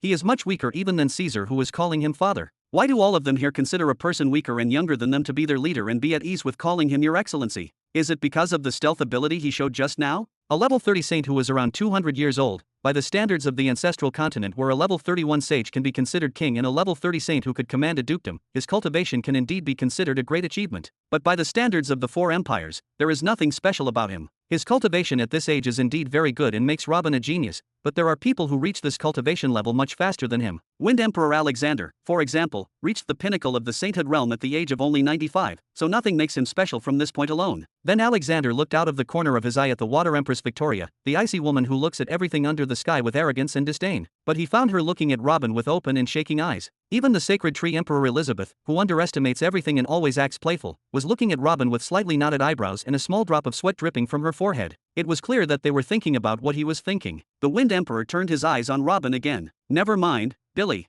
I don't think the gentleman here would mind my appearance. Robin's smile widened slightly in response to Billy's criticism, then he passed his eyes over the 3 emperors. Isn't it right, gentlemen? I don't mind myself. Sacred Tree Emperor Elizabeth spoke in her usual charming voice, then Alexander and Victoria nodded. But in the middle of the gesture, Wind Emperor Alexander and Water Empress Victoria froze. Why would they respond to their potential enemy and make him feel better about his beggar appearance? It was then that the 3 emperors realized something. The 2 sides had not exchanged any important words yet, neither a word of threat nor a surrender had been said, but they knew that Robin had already taken the initiative. Chapter 370. And why don't you sit down with them? Robin looked at one of the sages standing around the table and asked. Me. Old Gu was very surprised by the question, as there were many other sages scattered around the table. Why did Robin single him out for the question even though he had never seen him before? He was absolutely sure that nothing of his aura was leaking out, but he quickly suppressed his initial surprise and replied. How could this old man sit in such an important meeting? I'm just here to receive orders and do as commanded. Ha! If you don't deserve to sit here, then none of those 3 do either. Robin let out a sneering laugh and spoke, then looked beside him. Billy, who is this person? Billy looked at the old man and spoke bluntly. It is Gu Barnett, the emperor of the previous generation of the Flame Empire. He participated in the killing of his own son, Flame Emperor Elias Barnett, who happens to be the #1 criminal in the incident of the invasion of the ancestral continent. He also controlled the elders and generals and all joints of the empire completely and eliminated any possible resistance toward us thereafter the battle. He also put the empire's army in a state of idleness. Although his surrender came far too late, his active participation in the war contributed greatly to ending the war faster and with fewer losses. You would have annihilated any resistance, whether I intervened or not. I am nothing but a defeated old man. I did what I had to do to save some additional lives. Old Goose shook his head and replied, "Oh." Robin raised his eyebrows when he heard Billy's words. His expectation is that all the powerhouses of the Flame Emperor continent have been killed and the demons are still trying to suppress the revolts now. But there are still elders and generals, there is still an army, and even the previous generation emperor. I know what you're thinking about, and you don't need to worry about it. I know you ordered the destruction of the army and all the powerhouses in the Flame Empire, but everything is stable there. There are 5,000 demon sages with tens of thousands of saints and knights roaming the continent, so there is no fear of it getting out of our control anytime soon. I have brought you Old Goo and all the important elders and sages of the continent. You can do whatever you want with them. If you don't like it, just give the order and our guys there will take care of the rest. Robin returned to look at Old Goo for a long time, then spoke. "Give me your hand." "Ha, all right." Old Goo took a few steps and slowly extended his hand toward Robin. Robin on the other end took the old man's hand and then closed his eyes, and said, "Get rid of any spiritual defense, don't try to resist no matter what, and don't try to withdraw your hand. If I feel any amount of resistance or malicious reaction I will directly destroy your soul. I hope I was clear enough." "Heh."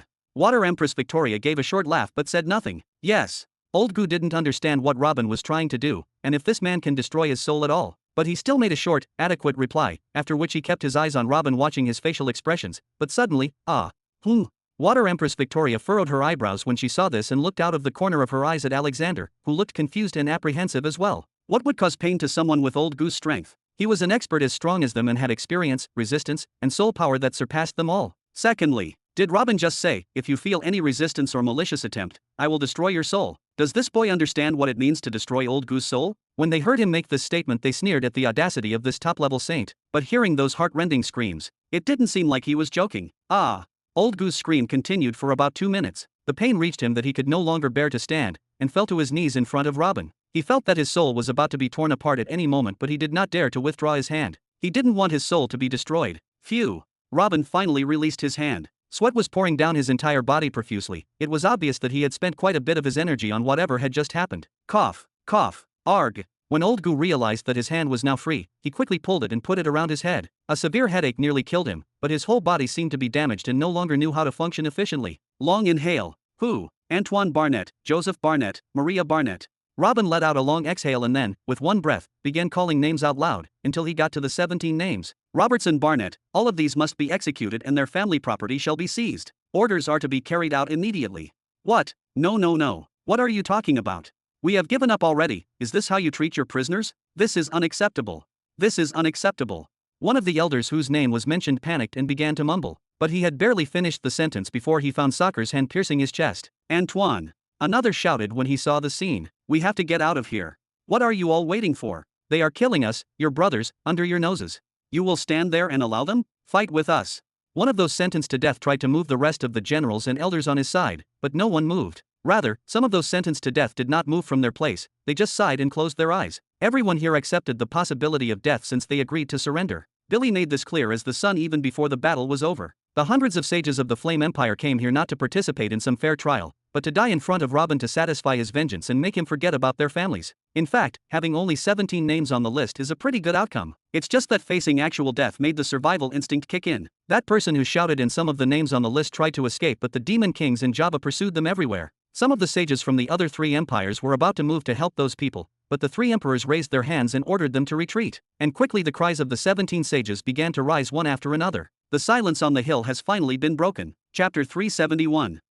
Damn you, Goo. You brought us here to be slaughtered. Arg. Ha, ha, ha. Old Goo completely ignored the screams and pleas. He was in agonizing pain. Even after Robin let his hand go for over a minute, his body was still shaking. He lost control of all the joints of his body and felt that his soul was about to collapse at any moment. But that didn't stop him from raising his head and looking at Robin as if he was seeing a monster. Those names he just called out, those people who had been sentenced to death. Most of those who backed the late Flame Emperor in all his decisions have already died in the siege around the Flame Empire capital, or in the ancestral continent. But there were a few who managed to hide well among Old Goo and his party when the city fell. Those 17. Some of them physically participated in the invasion against Jura, and some of them supported the war with their money and authority. Some of them even had nothing to do with the ancestral continent war, but they were bribed criminals and traitors that were widely known for their corruption in the Flame Empire. Every single one of them deserves the death penalty without a doubt. But how? How did Robin call them out by name? Information about some of the people among them was highly confidential and was known only to the Emperor and his advisors, his parents. A thought came to Old Goo's head that struck him like lightning. He looked at his trembling hands, then raised his head again to look at Robin, thinking, no, this can't be right. What he received in return was Robin's slight smile as he looked back at him and said, now that we have got rid of those who should be eliminated, one step ahead of the rest of you. Ha, ha, who? Old Goo tried to quickly control his breathing. Then he stood up and looked at Robin with his two broken eyes, asking, what do you want us to do? Clank. Dozens of metal plates appeared next to Reuben out of nowhere, attracting the eyes of all the sages, especially the three emperors. They watched everything in extreme shock, but tried to hold back their urge to ask about what had just happened so as to maintain a strong appearance. As for Robin, he waited until the last tablet went down and then spoke. Well, the next part is very simple. Each one of the gentlemen here will take hold of these tablets, pass your spiritual sense through them, and then swear eternal obedience to me, Robin Burton, and to my offspring after me. You will do as commanded without thought or reason. And swear to teach your family the same and plant allegiance towards me in their hearts. You must curb any attempt at rebellion that may harm anything or anyone related to me. None of you may give up any high position before you compel the person who will succeed you to take the same oath. Of course, I do not need to mention that the punishment for disobedience or any negligence in any part of the oath will be death. But the good thing is that after that you will be part of my close followers and I will treat you as I treat them. Your families will be under my protection as they are under your protection, simple right. Gulp. The survivors of the Flame Empire swallowed their saliva when they heard this. All of them without exception had heard about the innovations and strange things that their army had found on the ancestral continent. Of course, they knew what the oath tablets were, as they had tens of thousands of prisoners but couldn't get any information from them because of these oath tablets. Old Gulong looked at the metal plates. He didn't even dare to give an answer because this oath was too insulting, asking, and what happens if we refuse? He. A sarcastic laugh escaped from Robin's mouth. Then he straightened up and looked into Old Goo's eyes seriously. Let's make something clear here. At first I decided to exterminate every one of you, even your dogs and donkeys were going to be food for the demons.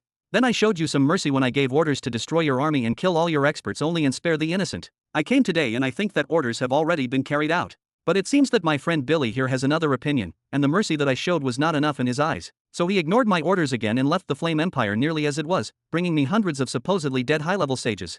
Now you are saying that you lot might refuse to say a few words? Billy quickly stood up and spoke when he found Robin talking about disobeying his orders. Robin, I didn't mean to disobey your orders, but it was Old Goo's intervention. Enough. What's done is done, and depending on them, maybe it's not that bad either.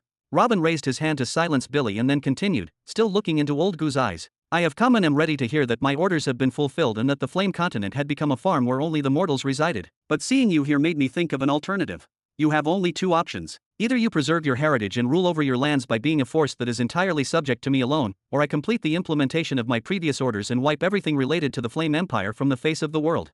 It is either this or that, choose wisely. Old Goo looked down and clenched his hands tightly. Are you really going to accept all the people of the Flame Empire as your followers because they will swear while holding a metal plate? Is that some kind of flexing a muscle or is it about showing that you are being merciful in front of us? Humph, how ridiculous. Water Empress Victoria chuckled when she heard this. She was happy that she had finally found something she could use to belittle Robin before they started negotiating. It is natural after occupying any region to destroy its fangs and claws. How can you feel at ease in your lands when there are strong individuals who can bite you in the back when you turn around? And as long as Robin succeeded in occupying the Flame Empire continent, now is the time to trim nails and break fangs. The first thing a conqueror would do is kill everyone at the level of knighthood or higher, just as Robin did when he gave the orders to attack the ancestral continent. This might be very extreme due to the number of people the decision was applied to, but it is normal in a war. The 8 kingdoms declared war against him, and the loser has to endure the consequences. It is that simple. This is, for example, what happened in the noble Camden family in the past, where all the powerhouses were killed and the rest turned into slaves. And this is also what the Flame Empire did with the families of Rufus, Bradley, and other families affiliated with Robin. None of their powerhouses were left alive except for members of the Special Forces and the Runemasters, as they were imprisoned in order to conduct tests on them. So killing all the sages who came from the Flame Empire, including Old Goo, in exchange for pardoning their offspring and only turning them into slaves is just right. Throwing them in prison for the rest of their lives is a very light sentence. And converting them into close followers by just reciting an oath on an ordinary plate of metal. They know what I'm talking about. Robin chuckled while still fixing his eyes on Old Goo. Ha, what's your decision, old man? Just agree and say them. They are just some words. You will expose him as the hypocrite he is after you say these words. Empress Victoria spoke again. Just shut the hell up if you don't know what you are talking about. Old Goo spoke with difficulty as he gritted his teeth. Then he looked behind him at the rest of the sages of the Flame Empire. You.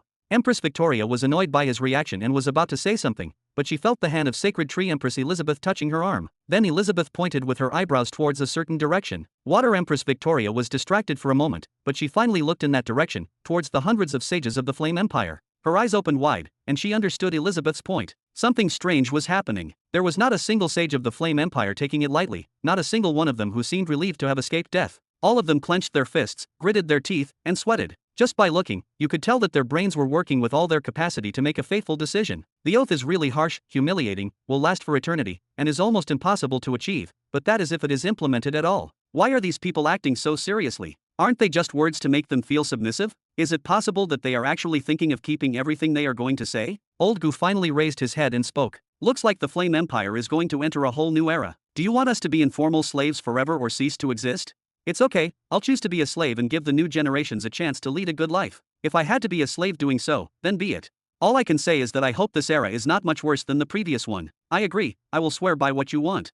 I agree too. And I'm also. And me. Chapter 372. After every one of the remaining sages of the Flame Empire agreed to the terms, Robin wasted no more time. With a light smile and a wave of his hand, the tablets began to lightly fly towards those sages. But the sages of the Flame Empire weren't quite as excited. Agreeing to swear an oath in order to save their lives was one thing, but holding the board and being ready to really say it out loud was another thing entirely. Within a few months, the Flame Empire turned from prestige, power, and absolute authority in respect to a situation where they had to choose between humiliation and eternal slavery, or death. Each one of them held the metal plate firmly in his hand as if he wanted to break it. They knew that there was no escape from saying the oath other than death, but not one of them dared to say a single word. At that moment, Water Empress Victoria spoke out. All of you, you are not forced to do this. We children of empires should not accept this treatment. And is there another solution, Your Majesty? One of the sages spoke while shaking his head. Wait until we finish the meeting and then decide whether you will stand up to fight or say those humiliating words. We are still here for you, just seek protection from me and let me see who approaches you. Water Empress Victoria raised her head and shouted. Robin raised his eyebrows slightly when he saw this and started moving the fingers of his right hand that was placed on the table. It seemed as if he was preparing to give orders to attack at any moment. Even Jabba and Amon, and the rest started to make light movements such as taking a step forward or passing their spiritual sense inside the space rings in their hands. There was no way Robin would allow the sages of the Flame Empire to take refuge behind one of the other empires even for a second. If this were to happen, it would simply have been as if his words had no weight and that Victoria's protection was more important to them than Robin's judgment. If they started negotiating with that mentality, then what's the point of the negotiations at all? If the sages of the Flame Empire accepted this offer, they would be killed, and any emperor who agrees to protect them would be attacked immediately. It was as simple as that. The eyes of the three emperors were not fixed for one moment, going back and forth between Robin and the Flame Empire sages, trying to analyze the situation and predict what would happen shortly. Even Victoria started sweating a little bit. No talks had started yet, but everyone was ready for another massacre that might start at any moment. Wind Emperor Alexander had wanted with all his heart to slap that woman on the mouth. So what did they have to do with what happened to the Flame Empire? Aren't they the ones who put themselves and put them in this situation? But during that terrible silence, Old Goo's voice was heard. I swear to follow His Excellency Robin Burton's orders and to do everything in my power to compel all who have actual power over the citizens of an empire to take a similar oath, and if I intentionally fail to implement any clause, then I deserve death. I swear to follow the orders of His Excellency Robin Burton and to. I swear to follow orders. Old Goose straightforwardly began to recite his oath, taking everyone by surprise, especially the sages of the Flame Empire who looked at the emperor who had ruled over them for thousands of years saying such insulting words as if they were nothing. But this also brought them back to their senses. If the Flame Emperor could bear such an insult, then what would stop them? So they clenched their hands, passed their spirit sense into the metal plates, and then began reciting their allegiance as well. Good, very good. Robin's light smile increased slightly and he clapped twice, then pointed towards one of the empty chairs on the table near him as he looked at Old Goo. You are one of us now, come sit down. Thank you, Your Excellency. Old Goo nodded and then went to sit where Robin pointed out. Humph. Water Empress Victoria puffed and spoke disgustedly. Even after I offered to protect you all, you still chose to humiliate yourself. It seems you were looking for a way to be a slave. Perhaps you should have considered enslaving yourself to me before the man who ripped your land apart. Sigh, you remind me of my son a lot, but we all know where he is now. Old Goo spoke and shook his head as he sat on his chair. Humph, it is you that let old age eat your head. The Water Empress Victoria slammed on the table. You think saying a few words will make this person trust you? Do you think you and the rest of your sages won't be secretly assassinated one by one after getting out of here? What a joke. He just wants to satisfy his ego by humiliating you in front of him. Hee, if you don't know what these tablets are, then please stop talking. You are embarrassing yourself. Old Goo let out a mocking laugh and spoke. You. Water Empress Victoria shouted and was about to say something, but she felt a hand poke her from the side. When she looked next to her, she saw the Sacred Tree Emperor Elizabeth looking towards Old Goo, speaking in her musical voice. Why don't you broaden our horizons and tell us what those metal tablets are then, Uncle Goo? If the person concerned wants to tell you, let him tell you, and if he wants me to tell you, ask him to give me permission first. I'm nothing but a man carrying out orders to the best I can now. Stop talking to me. Old Gu replied with hearable sadness in his voice. No matter what, his lifelong self-respect has been broken. But still, he looked up at Sacred Tree Emperor Elizabeth and added, but as an old man I advise you to don't think about those tablets for now and get to the point with the main guy. If the conversation goes well and you were smart enough, perhaps you will hold on to one of those metal tablets too and find out on your own. Everyone knew who was the main guy that Old Gu spoke about, and once again, all eyes were focused on Robin. Some of them had confused looks, some of them held hatred, some of them held many questions, and some of them even reverence, but they all have one thing in common: respect. Wind Emperor Alexander put both his hands on the table and spoke as he looked at Robin. Yes, Uncle Gu is right. I think it's time for us to take the invitee's opinion on a few matters. I'm all ears. Robin smiled and gave a short reply. Chapter 373. Why did you invite us to come here? Wind Emperor Alexander spoke directly. For the same reason you accepted the invitation, to get to know and understand each other, Robin replied with a slight smile on his face. Wind Emperor Alexander furrowed his brows. So kidnapping our sons for months and then threatening to destroy our empires if we didn't come, was that an invitation to get to understand each other? Forgive me, but that doesn't seem a little bit respectful. There were other options, you know. And you bringing 900 sages between levels 38 and 40 here, although I invited you alone, and trying to interfere in my war against the Flame Empire was a respectful act to do. Is your offer to shelter enemies of mine here in the heart of my lands considered peaceful? That woman attacking my adopted son was considered respectful.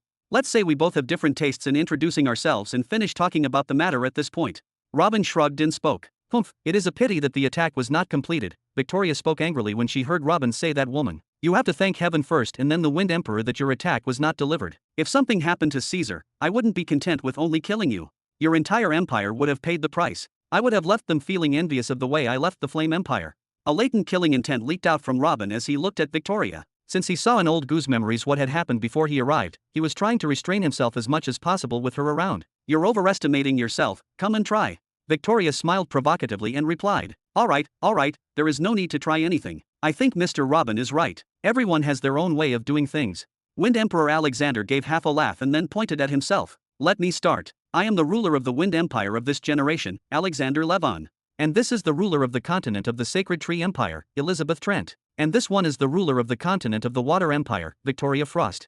As Wind Emperor Alexander introduced the two women next to him, there was a slight golden gleam in Robin's eyes as he looked at the three of them. Wind Emperor Alexander looked at Robin with confidence and respect while introducing himself. He did not show any arrogance, but he did not show any weakness either. As for Sacred Tree Empress Elizabeth, she smiled and made a light gesture that captured the hearts of everyone present, while Victoria did not even look in Robin's direction. But Robin paid no attention to it. He waited as soon as the Wind Emperor finished, then nodded with a smile. Nice to have you all here. Now let me introduce myself. I'm Robin Burton, researcher, and inventor, nothing big.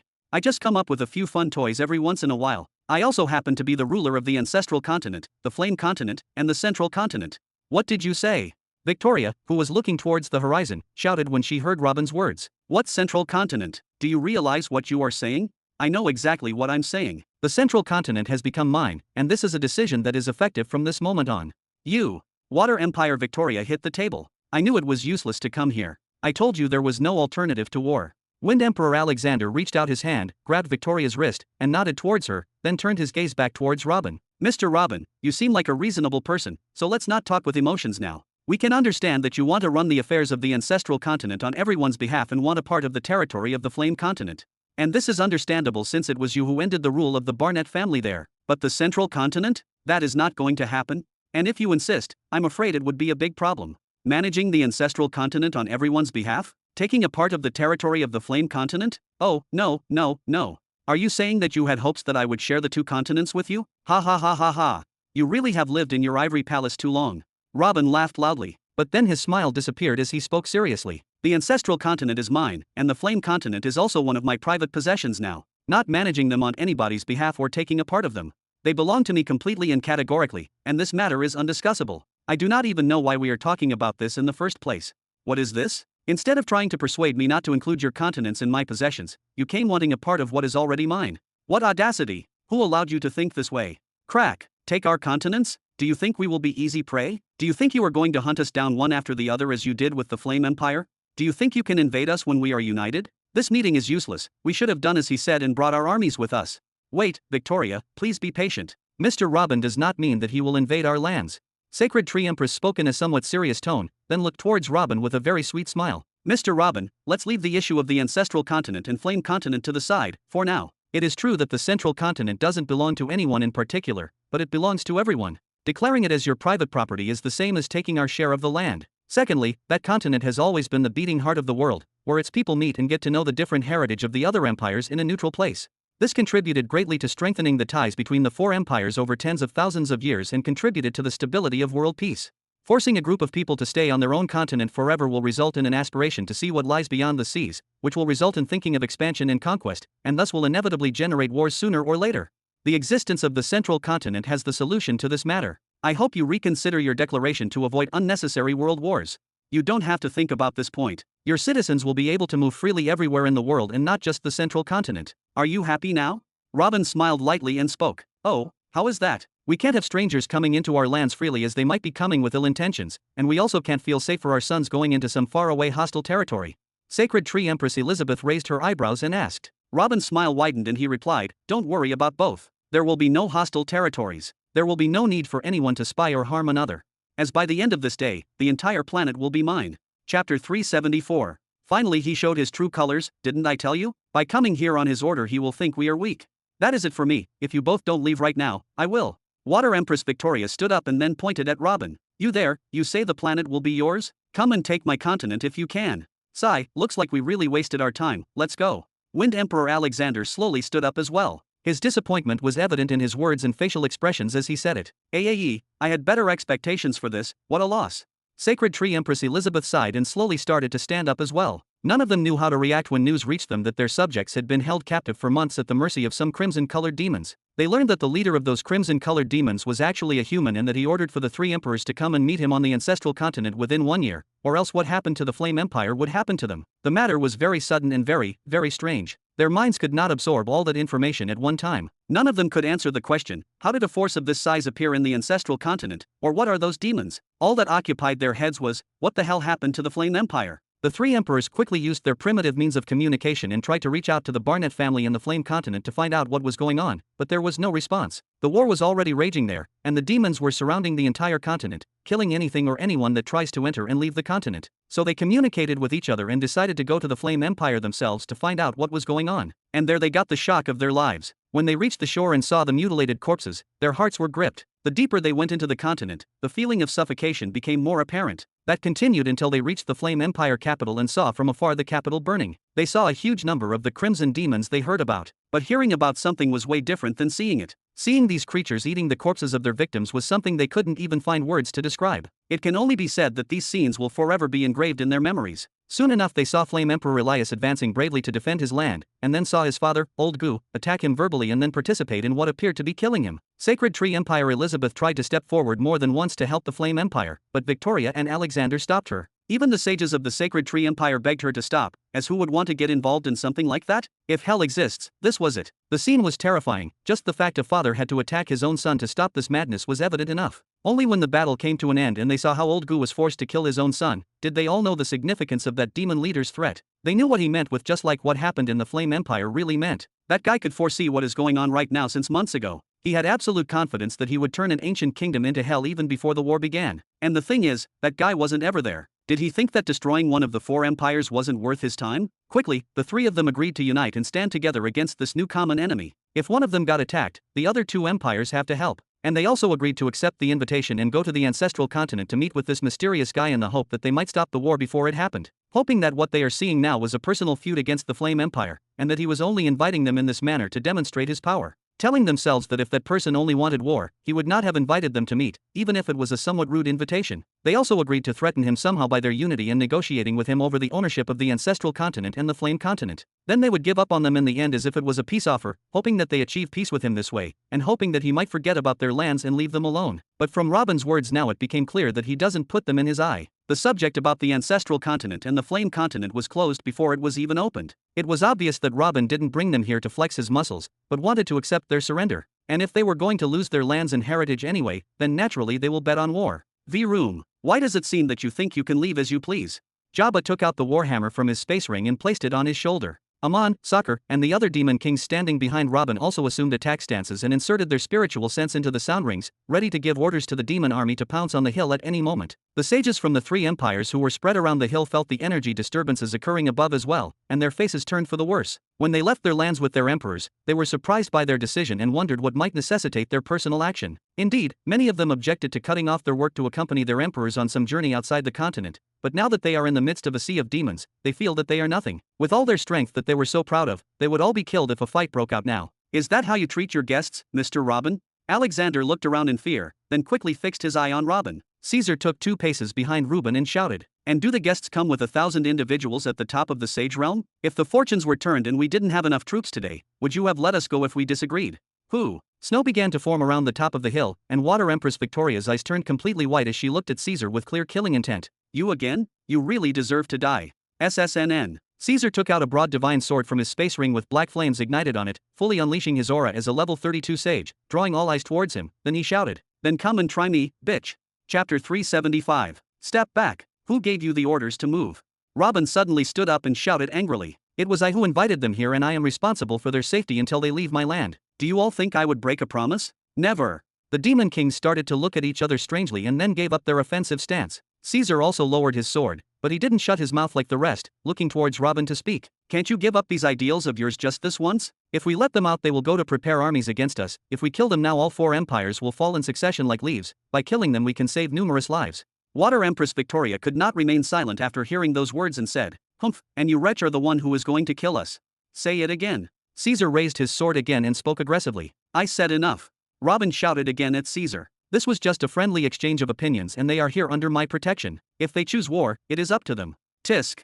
This time Caesar drew his sword into his space ring and retreated to its original position without adding another word. Wind Emperor Alexander let out a long sigh, then took 2 steps forward and poked Water Empress Victoria to undo what she was doing. He looked towards Robin, speaking, "Mr. Robin, my respect for you has greatly increased, but I think there is something wrong with it. We are not the ones who declared war, it was you." "Me? When did that happen?" Robin returned to his seat and a simple smile returned to his lips. "Actually, I have a matter that requires the largest possible number of troops, so I do not want to start a war unless absolutely necessary, but if you want it, then there is no escape."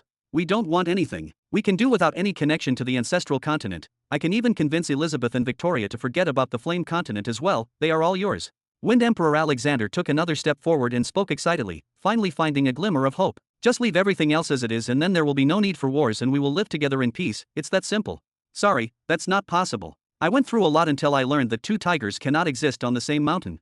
Robin shook his head and spoke. "True peace can only be achieved if there is only one ruler, and that will be me. No matter how many years it will take me to achieve this and how many souls will die until the planet unites, this will happen, and please make sure that this is me speaking about a future reality and not a threat." Crack. Wind Emperor Alexander almost cracked his fist from pressure on it. He could feel absolute confidence in Robin's words. Looking at the demon army he saw with his own eyes, he was truly capable of saying such words. Water Empress Victoria was about to say something, but Robin suddenly interrupted her. "It is true that I will be the sole ruler of the planet and that is beyond doubt, but as I said, I care about how this happens and I do not want war. On the contrary, I want you as allies. So I have a few offers you may like. I hope you will delay your departure and hear it till the end."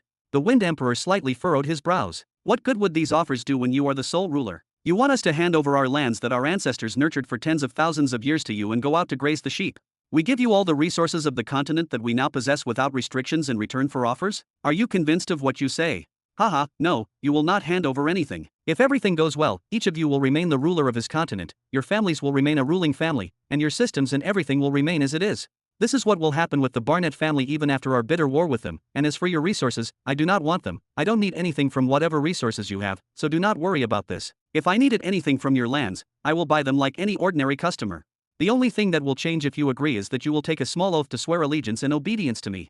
"We swear to you on what? You are dreaming." Water Empress Victoria exclaimed when she heard this. But the Sacred Tree Empress Elizabeth interrupted Robin before he could reply and spoke. "If everything will remain under our rule, and you don't need our resources, what can our loyalty benefit you? Why do you stress on this matter? What exactly will you command us to do if you don't need anything from us?" Robin nodded his head after hearing Elizabeth. I can't think of anything specific, I just want to make sure the inner peace within the planet will last forever. If you all answer to the same person then there will be nothing to worry about, I won't have another potential stab in the back. Other than that I don't really need you for anything. I guess the only thing I have commanded you to do is to defend the planet in case of an outside invasion." "To defend the planet against an external invasion? There are other worlds." Wind Emperor Alexander slightly furrowed his eyebrows upon hearing this. Even Water Empress Victoria looked startled. "What is very surprising? Don't you see the demons? Did you think we were at a fancy dress party?" Robin said, then laughed out loud. Chapter 376. All the anticipation and nervous tension that had gripped Wind Emperor Alexander's heart turned in an instant to shock upon hearing Robin's words. Water Empress Victoria and Sacred Tree Empress Elizabeth glanced at each other with eyes full of questioning and suspicion as well. What, is it so hard to believe that there are other planets around?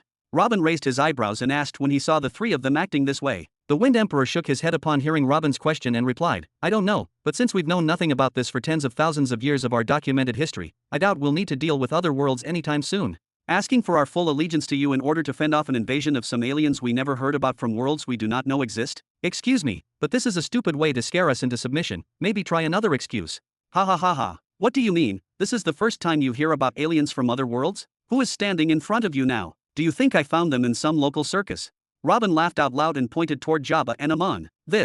Wind Emperor Alexander stared at Amon and Jabba for a few seconds. The Water and Sacred Tree Emperors also looked towards the Demon Kings with mixed feelings. Even though they had seen Jabba and the demons all the time over the past few weeks, it seemed like it was the first time seeing them. There is no doubt that the forms and powers of Jabba and the demons were unfamiliar, but it did not cross their minds even for a moment that they came from another world. What went through their heads was that perhaps Robin had found these creatures crammed underground somewhere, or perhaps they were humans like them, but they were put under some kind of artificial mutations that transformed into this form. But another world? Everything that was going through their minds about what is happening right now has faded. Everything they knew about their reality began to be re-evaluated. At that moment, Water Empress Victoria thought of something and shouted as she pointed toward Robin. You sold your soul to aliens and showed them the location of our planet in order to avenge your family.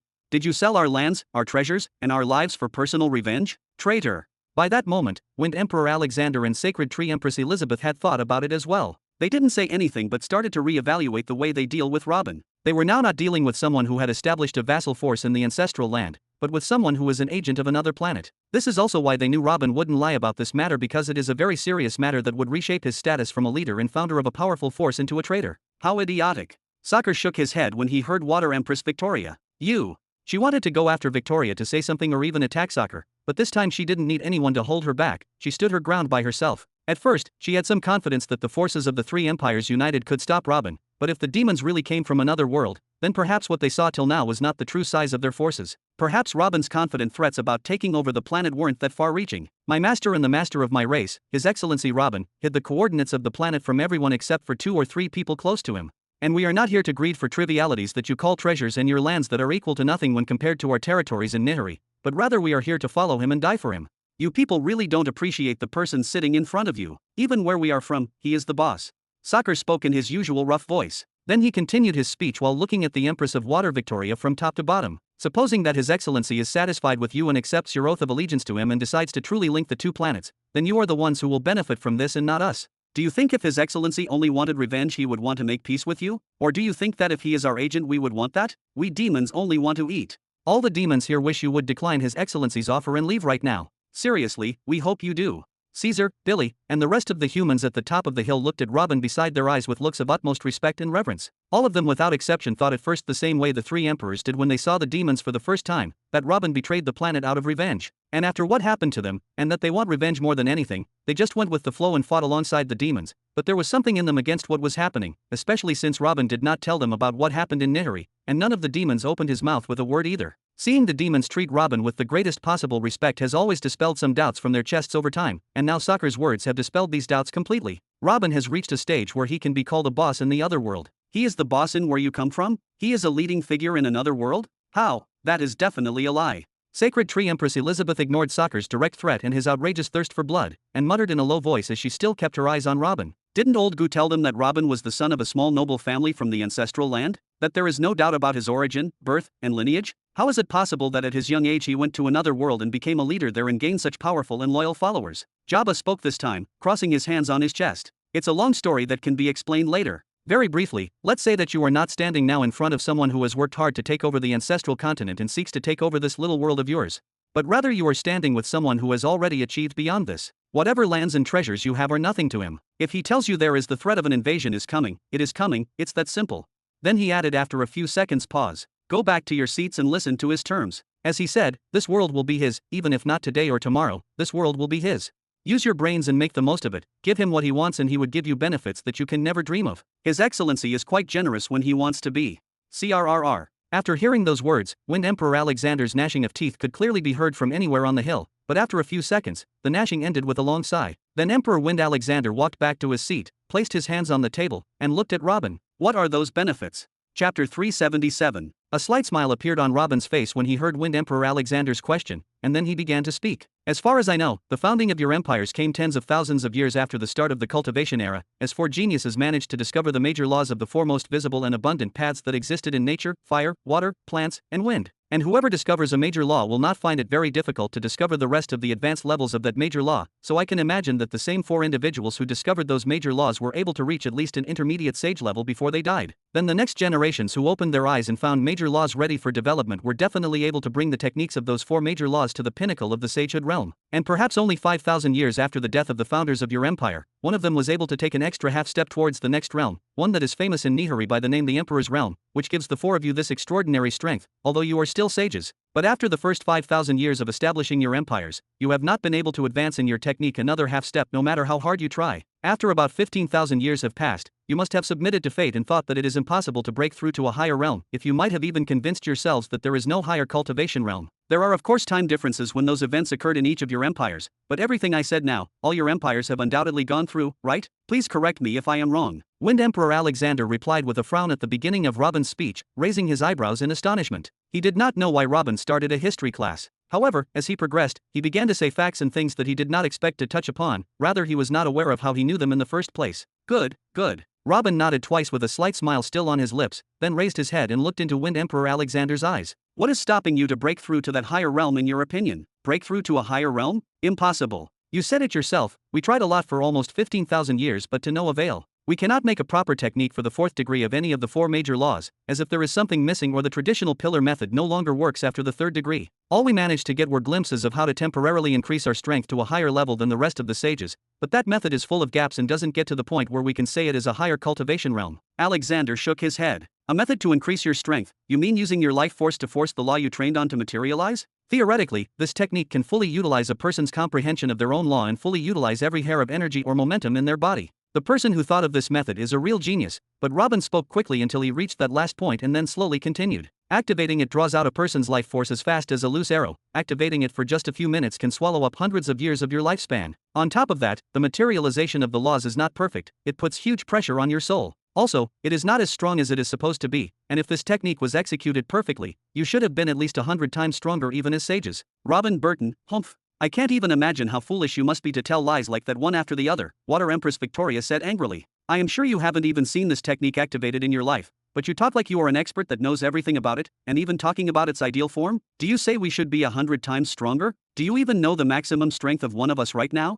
Do you know what I can do to you? Robin was unfazed by what he heard as he looked at Water Empress Victoria with that same smile. I know more than you think. Old goose memories were useful for more than identifying some criminals. Actually, I know that you are still a virgin even though you are an old 900-year-old hag. Is this the reason why you are always angry? Maybe you should lower your nose a little bit if you want to get a man. I will kill you. Water Empress Victoria angrily shouted and pulled a short dagger from behind her back. But the Sacred Tree Empress Elizabeth, who was standing next to her, quickly grabbed her arm before making any further movement. Calm down, Victoria. You are right again about the problems we are facing with that technique, but then what? We can't verify this 100-fold more power issue you are talking about. What's the point of all that you said? So far, we haven't touched on anything useful. Where are those benefits your boys were talking about? Wind Emperor Alexander ignored what was happening around him and spoke. Robin chuckled slightly as he watched Water Empress Victoria and Sacred Tree Empress Elizabeth, before turning back to look at Wind Emperor Alexander. Every word I said had a meaning, and now it's time for the important question: do you want to solve the problems of your law's materialization technique? And most importantly, do you want to break through to the Emperor's cultivation realm? Chapter 378. Are you saying you can invent these methods? And most importantly, you say you can give them to us? Wind Emperor Alexander slightly furrowed his eyebrows as he spoke. This is correct. Robin nodded. Hee hee, ha ha ha. Alexander slapped his hand on his thigh and started laughing loudly. Are you saying that you can do what our ancestors for nearly 20,000 years could not do? And you will do it for 4 different major laws as well? How many thousands of years will we have to wait before you fulfill this promise of yours? Do you want full loyalty right now in return for something you might or might not do in thousands of years to come? I thought you would provide some good argument, but it turns out I was wasting my time. A half smile appeared on Water Empress Victoria's face. With a humph, she pulled her arm from Elizabeth's, as if to say that there was no reason to attack Robin anymore after his crazy words. As for old Goo, he looked at Robin with wide open eyes and quickened breaths. If there was a single person on the back of this world who could say such a thing, it was undoubtedly Robin. Voo-oh. A ball of white flame appeared in Robin's hand. I trust everyone here has seen this flame at least once by now. Let me formally introduce it to you. This is Mr. Perfect Flame. It is the absolute model of the major fire law without any loopholes or interference with other laws. Because the Flame Empire's major fire law was muddy and full of loopholes, it was destined to never reach the fourth stage, let alone 20,000 years. Even if the Flame Emperors spent another 200,000 years, they would not reach the fourth stage before they restructured the Fire Mage's technique that they own and deliver it to a degree of purity of at least 90%. Which is no way close to the pureness of the flame that I hold in my hand now, by the way. Robin then moved his other hand and a metal tablet appeared in it, then gently threw it towards Old Goo and spoke. Old man, you will find here the perfect major heavenly law of fire technique from the first stage all the way to the third stage. The perfect major fire heavenly law. When Old Goo took the tablet, his heart began to beat like a war drum. This was the Empire's highest ambition and the foremost goal of conquering Jura City. It wasn't the talismans themselves that moved the Empire to intervene, but rather the three kings' words about pure white flames. They came for the strange inscriptions that could produce an explosion of such extreme purity, a purity that made them feel that what they had been using all those years can't be even called a flame. They did not come for the talismans, but for the white flames that those talismans produce. They came to the ancestral continent to produce a new young generation for the Empire who would use this pure flame. This was a generation that might make any discoveries in the fourth stage of the major heavenly law of fire technique. It is true that this law was still only in its second stage, and it is true that young generations will have to try to research it for thousands of years to come, but it is better than nothing, a place to start. And when they saw with their own eyes the Fire Legion using that white flame during the battles against the Burton family, they became even more convinced. This might be the key to reaching the next stage, the key to ruling the whole world. Chapter 379. You all. Water Empress Victoria's eyes opened wide when she saw the sight, and she even forgot how to breathe for a moment. Even the Sacred Tree Empress Elizabeth and Wind Emperor Alexander were looking around as if they had seen the strangest thing in their lives. They weren't even as shocked when they saw the demons for the first time. Old Goo, the Flame Emperor, fell to his knees, bowing to Robin. All the sages of the Flame Emperor fell to their knees after him. Any one of those sages could have wreaked havoc on the entire ancestral continent unchecked just 2 years ago. Actually, one of them had already done so by mobilizing the armies of the Seven Kingdoms to march under his banner in the war against the Burton family. Each and every one of those sages has self-respect and an ego as high as the sky. But they all knelt. Old Goo did not command them to do as he did, and there was no condition in the oath they took that compelled them to do something like this either. Rather, by looking at their faces, it seemed that there was no one of them annoyed by his kneeling. On the contrary, their faces and auras expressed overwhelming joy, and some of them even started to shed tears of joy. Could it be? The Wind Emperor muttered in a low voice, but the same thought struck the three emperors at the same time. The only thing that could attract such a reaction was that Old Goo and all the sages of the Flame Empire believed every word Robin said without the slightest shred of doubt. If everything said is true, then Wind Emperor Alexander thought and looked at Old Goo, who was still kneeling on the ground. The Flame Empire had barely pledged allegiance to Robin, but he had actually given them such an opportunity. A while ago, Victoria was talking about how humiliating they were, but in 1,000 years from now, the Flame Empire would have the first true expert beyond the sagehood realm. No, even if they ignored the fact that a person beyond the sagehood realm had appeared, the fact that all the experts of the Flame Empire would use those white flames meant that in just a few years they would come back from their destruction to stand on an equal footing with the rest of the empires at the very least. Who should be mocking whom now? Haha, stand up, old man, you are with me now. You have to get used to things like this. Robin chuckled and gestured to Old Goo and the rest of the sages of the Flame Empire around him to stand up. Thank you. Thank you. Old Goo stood up and went back to his seat, this time cradling the two metal plates in his arms as if he was cuddling his baby. Before he came to the ancestral continent, he was trying to guess what would happen to him and the Flame Empire. Would everyone within his sagehood realm be killed? Will he kill some and leave the rest alive? Will their offspring turn into slaves? Will any of them actually survive? It was all about the whim of someone he'd never seen, a barely 200-year-old named Robin Burton with the power to decide the fate of his empire with a word. Robin Burton, the one who has now elevated the Flame Empire with a word too. Maybe what happened so far. Maybe that war and that oath. Maybe everything wasn't all bad. V-room. Immediately and without another word being said, Robin swiped a green-colored energy into the ball of white flames that were still burning in his hand. Crack, crack, roar, cough, cough, roar. This? Everyone furrowed their brows at the same time when they saw what was happening. Even Old Goo himself was looking at Robin's hand with great curiosity. The little white ball of flame took the shape of a dragon. That dragon began to circle around Robin's hand happily and let out a gentle intermittent roar, but this was not the most eye-catching for them. It was the eyes of the little dragon. Its eyes seemed full of children's mischief and love of exploration. They seemed full of life. How is that possible? Sacred Tree Empress Elizabeth took 2 steps forward and started examining the dragon more carefully. This dragon looked like... What? Don't you see now that it reminds you of something? A certain thing that you boast about approaching the realm above sagehood? Robin asked with a wry smile. This is undoubtedly the divine decree incarnation. No, it is somehow different. The Sacred Tree Empress suddenly exclaimed, but once again muttered in a low voice. Humph, it is much weaker. Perhaps he saw the divine decree incarnation technique in Old Goo's memory and tried to imitate it with this pathetic version. Victoria spoke sharply, but curiosity was evident in her eyes.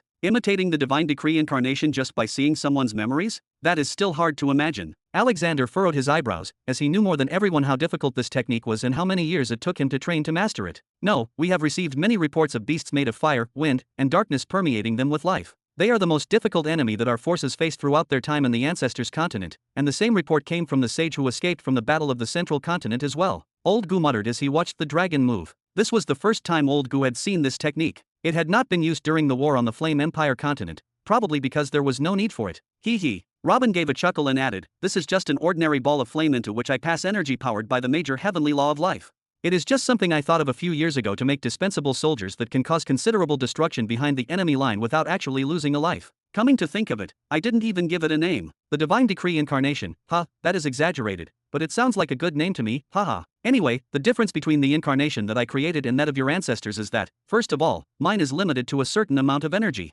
For example, this ball will still retain the amount of energy that I formed it with, and it will start to weaken over time if I do not inject more into it. Secondly, the life energy that carries out the incarnation process is relatively weak and limited energy. It can be said that it gives temporary awareness to the object based on reactions and absolute obedience to the one who formed it only. Thirdly, in my divine decree incarnation process, what comes to life is not the law, but the ball of the flame itself. Therefore, it attacks or defends and so on according to the will of the one who formed it and depending on the amount of energy available to it. As I said, it is just a way to form additional dispensable soldiers. As for yours, the amount of energy available for use is almost open, as the divine decree incarnation will withdraw your energy without permission as long as it is activated, so it will only disappear or weaken if you are defeated. Secondly, the life energy used to give it awareness is your life itself, and therefore it is very strong and extremely condensed. Therefore, the attribute of life is more visible in your embodiment. Thirdly, what is incarnated using this technique is the law, or laws, that you have spent your life studying and something you can control or force to take a specific shape. With everything being said, yours is more powerful, rather terrifying in fact. Of course, all of this is what your ancestors who took that path wanted to achieve, and I admit that it is a technique that is many times more powerful than the one I thought of. But the techniques of your laws are full of loopholes.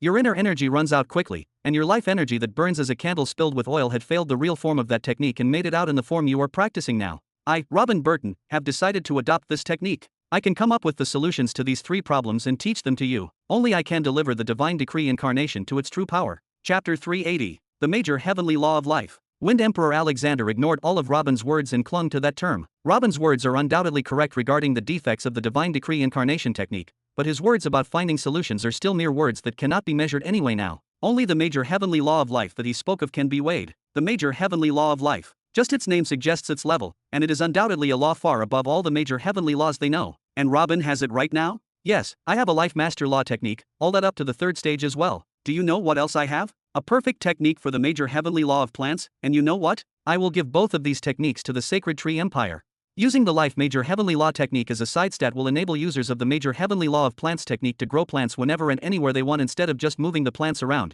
or going through the pain of trying to unearth their roots. I think this will increase your strength a bit, am I right, Miss Elizabeth? Robin smiled back, then turned his gaze towards the Sacred Tree Empress Elizabeth. Perfect technique for the Major Heavenly Law of Plants, a perfect technique for the Major Heavenly Law of Life. Elizabeth muttered in a low voice, her eyes still focused on the little dragon, but obvious changes began to appear in them. Wind Emperor Alexander looked at Elizabeth with a stern look as if to say take it easy when he saw her muttering and her eyes seeming to daydream. This will weaken her negotiating position, and theirs as well. Sacred Tree Empress Elizabeth had indeed shaken her head slightly to regain her clarity of mind. She knew what Alexander meant by his look. There is no free dinner in this world. Robin's offer was related to the Sacred Tree Empress declaring absolute loyalty to him. But is that too bad? Elizabeth thought to herself. Once they declared their allegiance, they would have the chance to break through to the realm above the Saged realm, a chance for something that they long thought was impossible. And they would even receive more major law techniques as well, techniques of laws that are even higher in existence than the ones they are proud about. He said that he would not order them to do anything but confront the invasions coming from other worlds, if there were one. And this actually makes sense.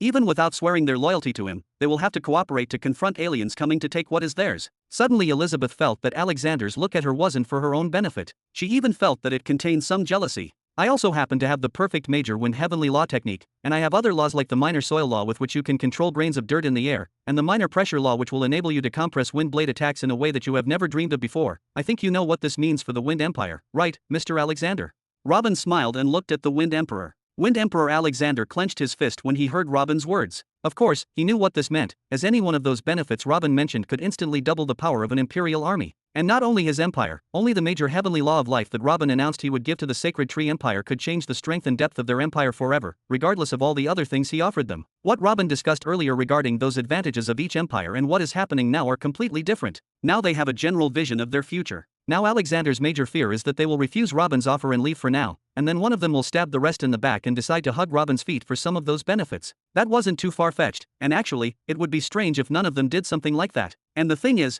the first to do it will be the ultimate winner. After about a minute, Alexander regained a bit of his clarity, gritted his teeth, and then asked, this great generosity in exchange for an oath similar to what the sages of the Flame Empire took, right? True. Robin nodded while chuckling. Everything I created or will create comes to you free after saying a few words. Isn't that a good deal? Can't we make a peace treaty and agree to cooperate only in the event of an outside invasion? Alexander asked again. No, I will not make such a treaty with you to be broken sooner or later. This planet shall enjoy true and everlasting peace, even if it means shedding some blood now. Robin shook his head and replied, bloodshed? Is that what you want to do if we reject your offer now? We either submit everything our ancestors worked for or you attack us? Isn't there a middle ground we can come up with? Alexander asked again quickly. He appeared to be really at the end of his rope. Robin's smile grew larger and he shook his head again. No, as I said, the planet will be mine and this is a done deal. By the end of this day, I will simply declare that all continents are mine whether we agreed on terms or not. Whoever rejects my rule is a rebel who deserves death, and war will be declared on him until he is killed. Do not think that you can wait until the last moment and then submit as the Flame Empire did. I wasted a lot of time and effort with you today, and this will not be without a price. Believe me, I will not be merciful against you if you choose to rebel against my rule. When you are defeated, I will not accept your loyalty. I don't need you now and I certainly will not need your loyalty in the future, and I only speak to you now out of mercy. But if you choose to rebel, then nothing awaits you but death. You will declare that we are rebels who deserve death because we want to defend our lands that were found and ruled by our ancestors for more than 20,000 years? I have never heard something so shameless before. Victoria suddenly shouted when she heard those words. Robin shrugged. The world changes, and nothing stays as it is forever. That is a cosmic law, so change with it or simply die, as with or without you, I will be done. It won't be us who die. Humph, as I predicted, today failed miserably, and we should have started the war right away. Let's go. Victoria spoke with the tip of her nose and then began to take steps towards the ships anchored on the shore. But her feet were caught in the air when she heard Elizabeth's charming voice coming from behind. Give me one of those metal tablets. Chapter 381. What was that? Victoria turned slowly when she heard Elizabeth's voice, her features, and tone of great shock. And when she found Elizabeth extending her hand towards Robin waiting to receive something from him, she quickly confirmed what she suspected and cried out loudly, Elizabeth, are you mad? Do you want to be his slave? Elizabeth picked up the metal tablet Robin had thrown at her, looked deeply at it for a few moments without a sound, then responded with a weak voice, His Excellency said that he would retain us as the rulers of our continents and that he would buy our resources if he wanted something from them. He technically offered us great benefits in return for achieving eternal peace on the planet. Wouldn't that be good for us, too? To move freely on all continents and not worry about wars. That's good enough for me. His Excellency. Nonsense, you are trying to convince yourself with that bullshit because you think you will win the war if it breaks out. Think, Elizabeth, if we help each other out there's a good chance we will win. Victoria took a few steps towards Elizabeth and shouted, and there is a greater chance that we will not be victorious and our families will be annihilated. You have seen the army of demons in action, you have seen how terrifying they can be. Even if we win somehow now, we will lose huge numbers of our family members and our lands will be burned. I do not want my lands to get burned. Elizabeth spoke slowly and then inserted her spiritual sense into the metal tablet. I swear to be completely loyal to His Excellency Robin Burton and not to harm his interests and... Elizabeth. Wind Emperor Alexander raised his hand as if he wanted to say something, but no sound came out of his mouth. He turned to look at the ground again. You bitch. We three promised to stand on one front and defend each other, and you just sold us out the first chance you get. Traitor. Water Empress Victoria pointed her forefinger at Elizabeth and yelled in a voice tinged with panic. She knew what Elizabeth's submission now meant. And if I violate any of these terms, I deserve to die. Oh, I feel something in my soul. Something like a lock. This tablet is really not normal and these are not just words. I feel like I might actually die if I violate anything. No wonder the flame sages took it seriously. Elizabeth flipped the board left and right in astonishment, completely ignoring Victoria. You. Victoria felt extremely offended by this disregard and some ice began to gather around her palm, killing intent clearly starting to seep out. Swoosh. Suddenly there was a shadow between Victoria and Elizabeth. That person looked deep into Victoria's eyes with a look that seemed normal but had a lot of power and menace behind it, and spoke, Put your hand down. Now. It was old Goo. No one knew when he moved and when he stood in front of Victoria, everything happened so fast. Even Elizabeth looked at Victoria with a slight smile but a defiant eye. Victoria moved her eyes between old Goo and Elizabeth angrily, but also with some visible fear. That's what she was most afraid of. That's why she tried to get them out of there many times since the meeting started. The balance of power has been broken. When they arrived at the ancestral continent they were the four unrivaled emperors. What could possibly go wrong? Even if a battle broke out at the top of the hill and war was declared, she fully believed that the four of them could wreak havoc in Robin's army or even kill Robin himself before escaping safely. Even if all the other 1,200 top-level sages got killed, it would be worth it. That would actually be the best possible outcome, and she did try to instigate this scenario a few times now. She wasn't just throwing tantrums, she meant and planned for everything she did. But she missed up on one thing. She didn't know what her enemy had in his arsenal, nor how her allies were thinking. She didn't accept that old Gu would swear allegiance from the very start, but she thought he was afraid for his people in the Flame Continent and didn't think about it too much. There were still 3 emperors against Robin and a broken Flame Empire. There is still a chance. But now it went down to 2 against 2. Forget about Robin Burton and his Crimson Demons. The Sacred Tree Empire and the Flame Empire have become real allies, working under the orders of the same person. Even without Robin's interference, there is still the danger of the Sacred Tree and Flame Empires. Finally, the silence at this moment was broken by Elizabeth. Treason? You speak as if we have been allies since time immemorial, my dear. Only 3 years ago my intelligence department told me of a network of spies on my land from the Water Empire whose main mission is to destabilize my lands and make the citizens hate me. How can I betray those who never considered me as an ally? I can explain, Victoria muttered in a low voice as she lowered her hand, trying to think of an excuse. There was no reason to deny something like this could be easily proven. She just didn't know that the network of spies there had been exposed. No need to explain. I have a network of spies in your land and in the land of the wind and the flame as well. Why do you think North Torrent's rebellion happened 10 years ago? He. Elizabeth raised her seductive shoulders and giggled. Victoria did not know what to say. It is clear that he did not ask her to say a word either. Elizabeth's words were clear. They were not allies in the first place. If one of the 4 empires weakened, the rest would have attacked it, and this is an indisputable fact, and the apparent peace of all is only a state of temporary dormancy because all empires are almost equal to each other in strength. Even the central continent, the real reason for its existence, which only a few at the top know, is that their children get used to the techniques of the rest of the empires in the event of a war. It is a miniature war arena and not a place for getting to know each other, as they say. Haha, good, come sit down, you are one of us now. Robin clapped and laughed loudly, then pointed to Elizabeth towards one of the chairs near him. Thank you, Your Excellency. Elizabeth nodded with a smile and sat where Robin pointed. Here are a few simple welcome gifts for you and your people, and more to come, Robin spoke, and with a wave of his hand a few items appeared in front of Elizabeth, a few metal plates, a scepter-type divine weapon, a space ring, a sound ring. These things are. Elizabeth muttered, still captivated by the scepter's beauty and unique aura, evidently far more powerful than her current weapon. The perfect major heavenly law of plant technique, the perfect major heavenly law of life, a few minor heavenly law techniques that are related to the planet path, and other small auxiliary techniques such as thoughts conveying technique, soul strengthening, and soul replenishing technique, and so on. My adopted daughter Zara will teach you and introduce you to everything you need to know, don't worry. Robin spoke with a big smile. Today was really very satisfying. Even if the other 2 leave, he will be happy. Ah, thank you. Elizabeth opened her eyes wide and gave a small shriek of happiness. Her beautiful figure and voice made everyone smile slightly, even the goblins. Croak! The sound of breaking one of the Water Empress Victoria's fingers echoed over the entire hill. She herself didn't know whether she had broken it because of her own disregard or because of the welcome gifts that Robin had given Elizabeth so simply. Then she spoke in a voice filled with anger, Alexander, let's go. But she was met with silence for a few moments, before she heard that same damnable phrase again, forget it. Give me one of those tablets too. Chapter 382. I swear to be completely loyal to His Excellency Robin Burton and not to harm his interests and, Wind Emperor Alexander's voice reverberated up the hill like thunder in everyone's ears, especially the sages of the Wind Empire that were scattered around the hill, as they weren't quite sure what they felt. Just now, they had heard the Sacred Tree Empress Elizabeth take such a humiliating oath and begin to treat the sages of the Sacred Tree Empire as enemies and traitors. They were looking at them up and down like trash. Now, in the blink of an eye, they are on their side again, but in the other camp. The atmosphere shifted several times from hostile to succumbing to shock, but not a single sage of the Wind Empire could lie and say that they didn't feel much more at ease hearing their emperor's oath.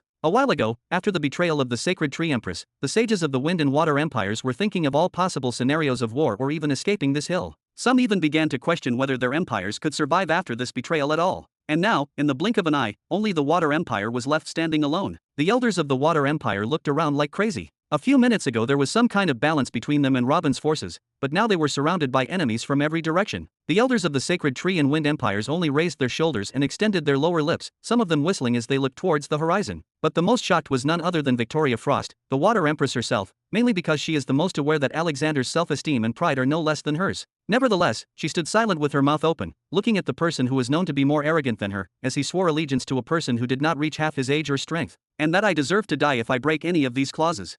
Alexander finished reciting the oath while he was sweating. Every word spoken now felt heavier than all the mountains in the world. Every letter he uttered came out with difficulty that exceeded every moment he spent cultivating in his entire life. Nevertheless, he completed it to the end. Then he raised his head again and spoke to Robin with his usual proud countenance. Is that good enough?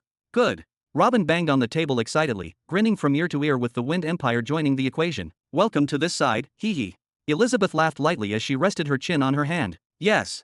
Alexander nodded, but he didn't know why. His head was still preoccupied with thinking about the heavy, humiliating words he had said. He is the absolute genius of the Wind Continent, someone who had reached the pinnacle of his strength before he completed his 4th century and was chosen among the hundreds of sons of the previous emperor to learn the divine decree incarnation technique. Although he had never experienced it before, he had complete confidence that he could win a fight to the death against all the other emperors. Even among all the Wind Emperors in history, his star would still shine. But today, hold on, here is a small welcome gift.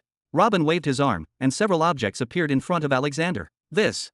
Alexander's eyes finally regained some light, but he ignored all the metal plates that appeared in front of him and the 2 strangely shaped rings and focused his eyes on a gray bow. Robin smiled when he saw this, and said, "This is a divine bow that has been made with materials closely related to the space heavenly law. Although the amount of those materials in the bow is almost negligible, it still gives properties of the space path to any arrow launched." Properties, space path.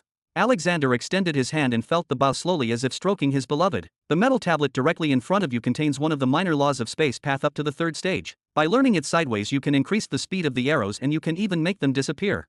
That one contains the perfect technique for the wind's major heavenly law up to the 3rd stage, and that there contains the minor heavenly law of condensation, which will make wind blades more lethal and easier to forge. After about 2 more minutes Robin finished introducing everything in front of Alexander, and added, "I will assign my adopted son Peon to teach you how to use these techniques. He is well versed in wind law too. I guess you can help each other, haha."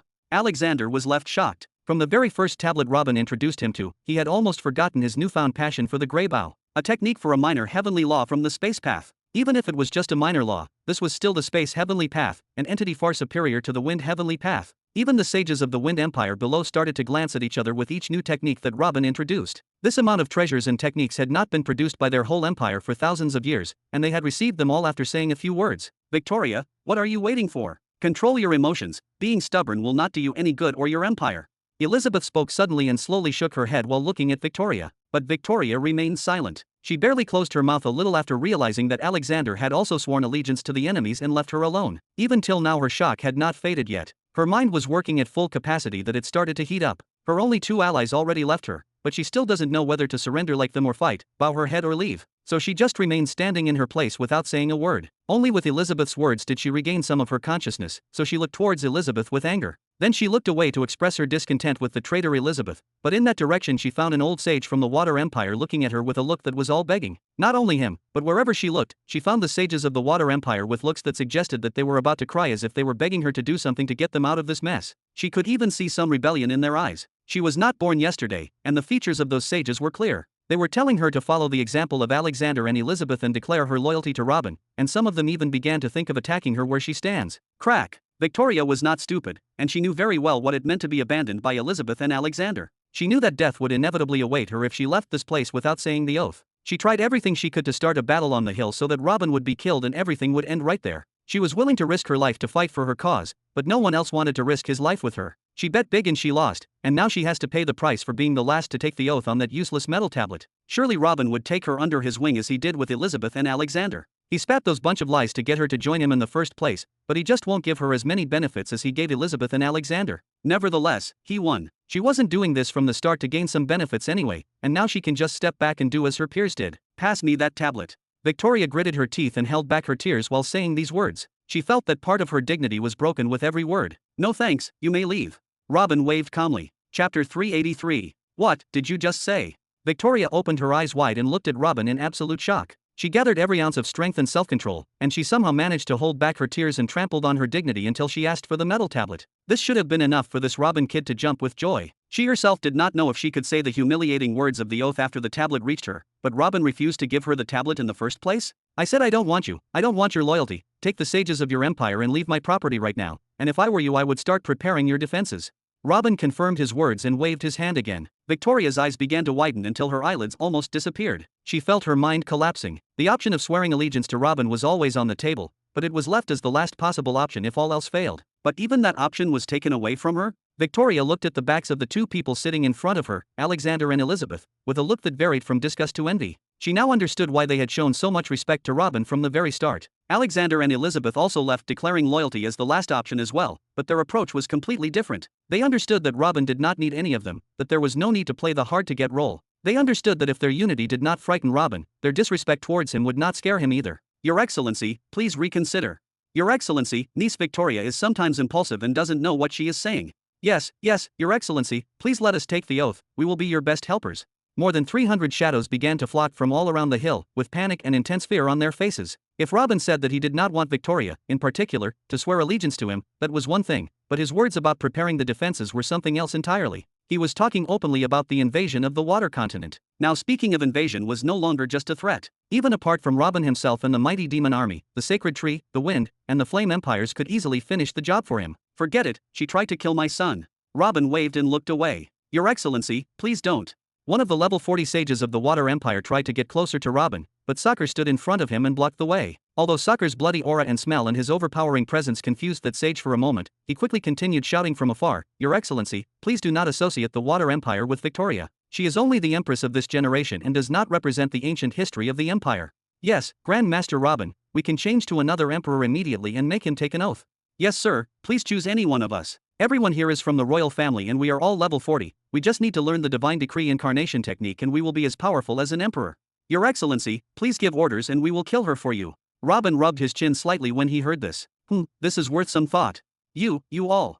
Victoria did not comprehend what was happening around her. All of these were her uncles or grandfathers, and some of them were even her direct older brothers, but none of them uttered a word in her favor. None of them had spoken to her a word of advice or consultation since they climbed the hill. All their words were directed at Robin, and all their words were about overthrowing or killing her. Did they not know that she was doing all this for them? She wanted every head in the water continent to be held up high, and she wanted to sacrifice herself here and kill Robin to give her subjects a better, free future. She decided that even if she had to obey Robin, she would have to be the last, sacrificing a lot of benefits and knowing that she would never be close to Robin like the rest. Why? So that the people of the water continent may live with their heads held high and have the excuse that others sold them first. But now, these sages talked a lot before they arrived on the ancestral continent about what she was supposed to do and that their empress should stand firm and never kneel. But now they choose her as a scapegoat? But she paused after she shouted you and looked down at the ground below. She made up her mind and there is no benefit in regret now. If her death is the price for the empire's survival, then so be it. Your Excellency, Victoria has always been like this. She acts first and then thinks about what happened. Her actions and sayings today against Your Excellency and your honorable adopted son were nothing personal, but rather her natural character. Please reconsider your decision and pardon her and the Water Empire. Elizabeth lowered her head slightly and spoke in her usual sweet voice. Elizabeth. Victoria raised her head slightly and looked at Elizabeth's back with tearful eyes, not believing that the first person to defend her would be her rival, the one she spent most of her time and energy dealing with for centuries. Alexander also let out a long sigh and spoke, I endorse this, Your Excellency. A sage from the Water Empire could indeed increase his strength quickly if he obtained the divine decree incarnation technique. But he wouldn't have Victoria's talent in using that technique, nor would he have her youthful age. And if you want someone to cross the sagehood barrier quickly, you need Victoria.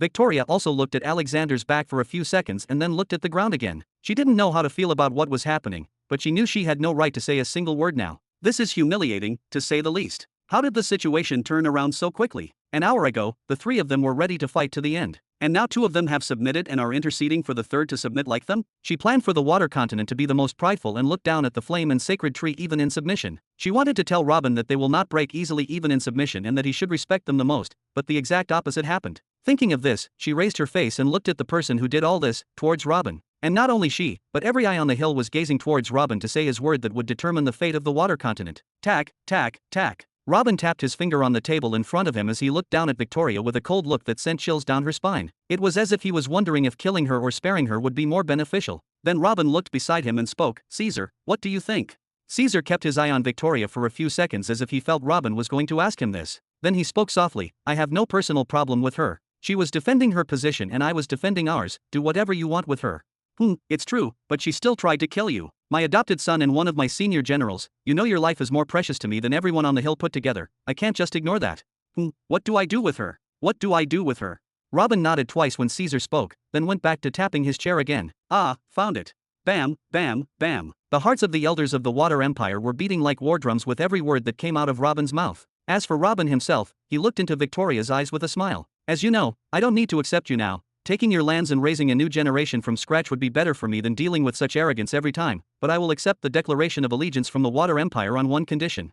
Your oath will be different from that of the rest of the empires. Your ruler Victoria must add a new clause in the oath, she will have to take Caesar's opinion on anything she does starting from today.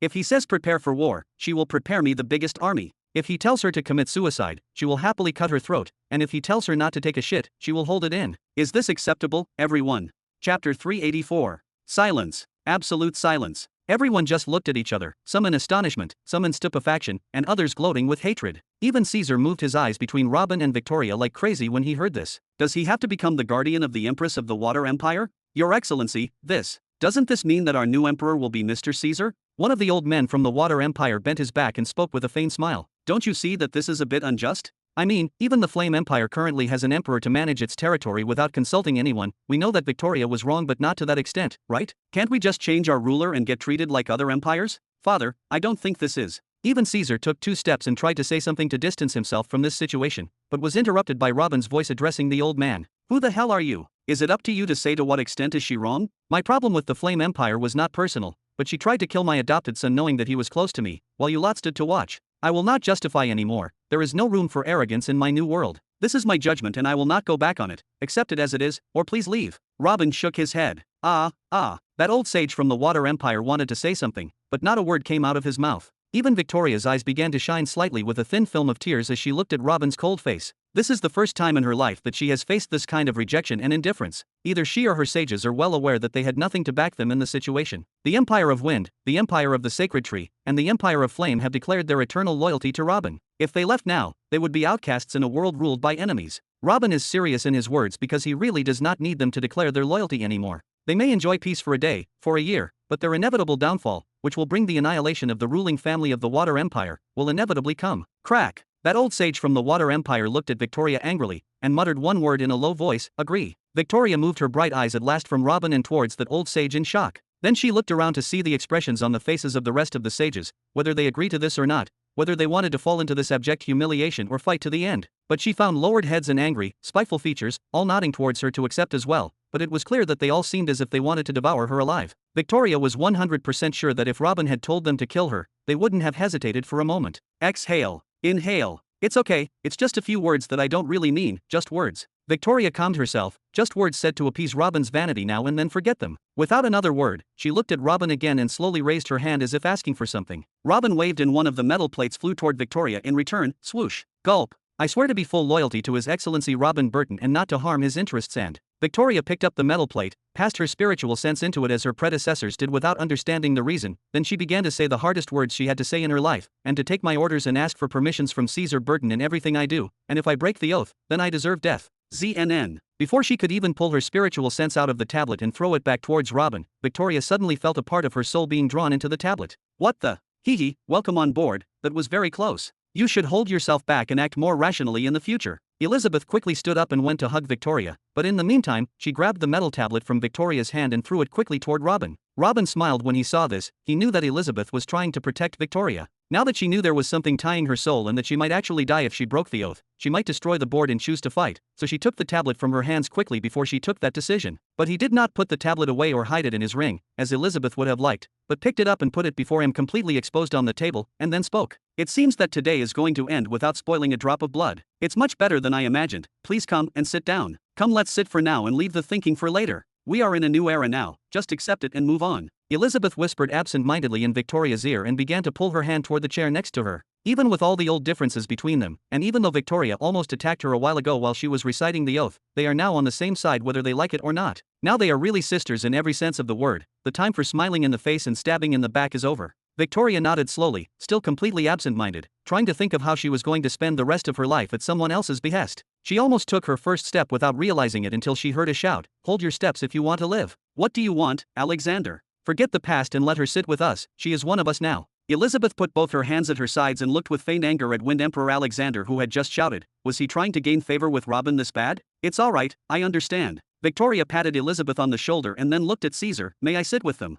Yeah, you can, I guess. Caesar scratched his head and replied awkwardly. Thank you. Victoria nodded and then continued with Elizabeth towards her old chair amidst the astonishment of everyone, even Elizabeth herself. The oath includes even asking for such a silly thing? Robin chuckled when he saw this and took out a few plates from his void ring as well. They fell in front of Victoria. Even though I was planning to leave the Water Empire without any benefits, I quickly found how silly this is. Now that you are my loyal subordinates, your remaining weak is my weakness too, so take these. This is the perfect technique for the major heavenly law of water. Now you have it up to the third stage, the foundation modification technique, and the minor condensation heavenly law technique that will enable you to transform water into its 3 states without much effort. I believe before you were using up most of your energy to convert water vapor into ice, right? Well, that's over now, and this is a technique for Truth be told, even Victoria herself didn't think she would receive anything from Robin. She just opened her eyes wide as techniques were thrown in front of her one after another. Even the rest of the sages from the Water Empire couldn't believe what was happening, especially when Robin mentioned the minor condensation heavenly law. This law alone, if used sideways, will multiply the strength of their army many times over.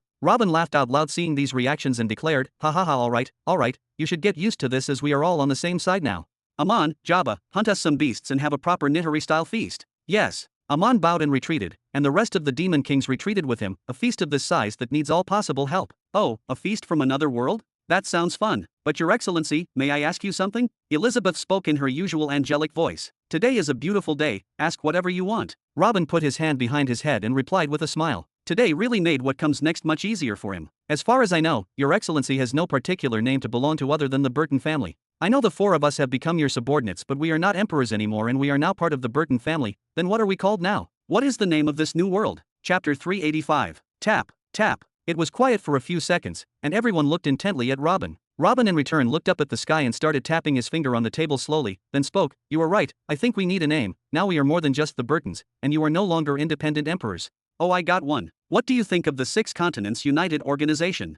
Elizabeth spoke quickly. Alexander shook his head. This world has always had four major heavenly laws that represent the four major elements in nature, and now, His Excellency, has come and corrected them for us, so I suggest naming our union the Four Elements Empire. Ahem. If you allow this old man, today the whole world is united under one banner. Why do we need a name now? There is no outside party that will need to know our name to deal with us, so I think it is better to find a name for the world first and leave the name of this union aside. Old Goo spoke in a weak voice. Alexander and Elizabeth slowly nodded when they heard Old Goo's words and seemed to agree. Even Victoria, who was still sitting in her place embarrassed, seemed to agree with him as well. Names exist to differentiate between different people and powers. If there is only one person or power, there is simply no need for him to have a name anymore. There is no other person who will call him by it or talk about it. Finding a name for the world is much more appropriate now knowing that there are other worlds out there. But they were surprised by Robin shaking his head. This is not true. I do not plan to stop on this planet.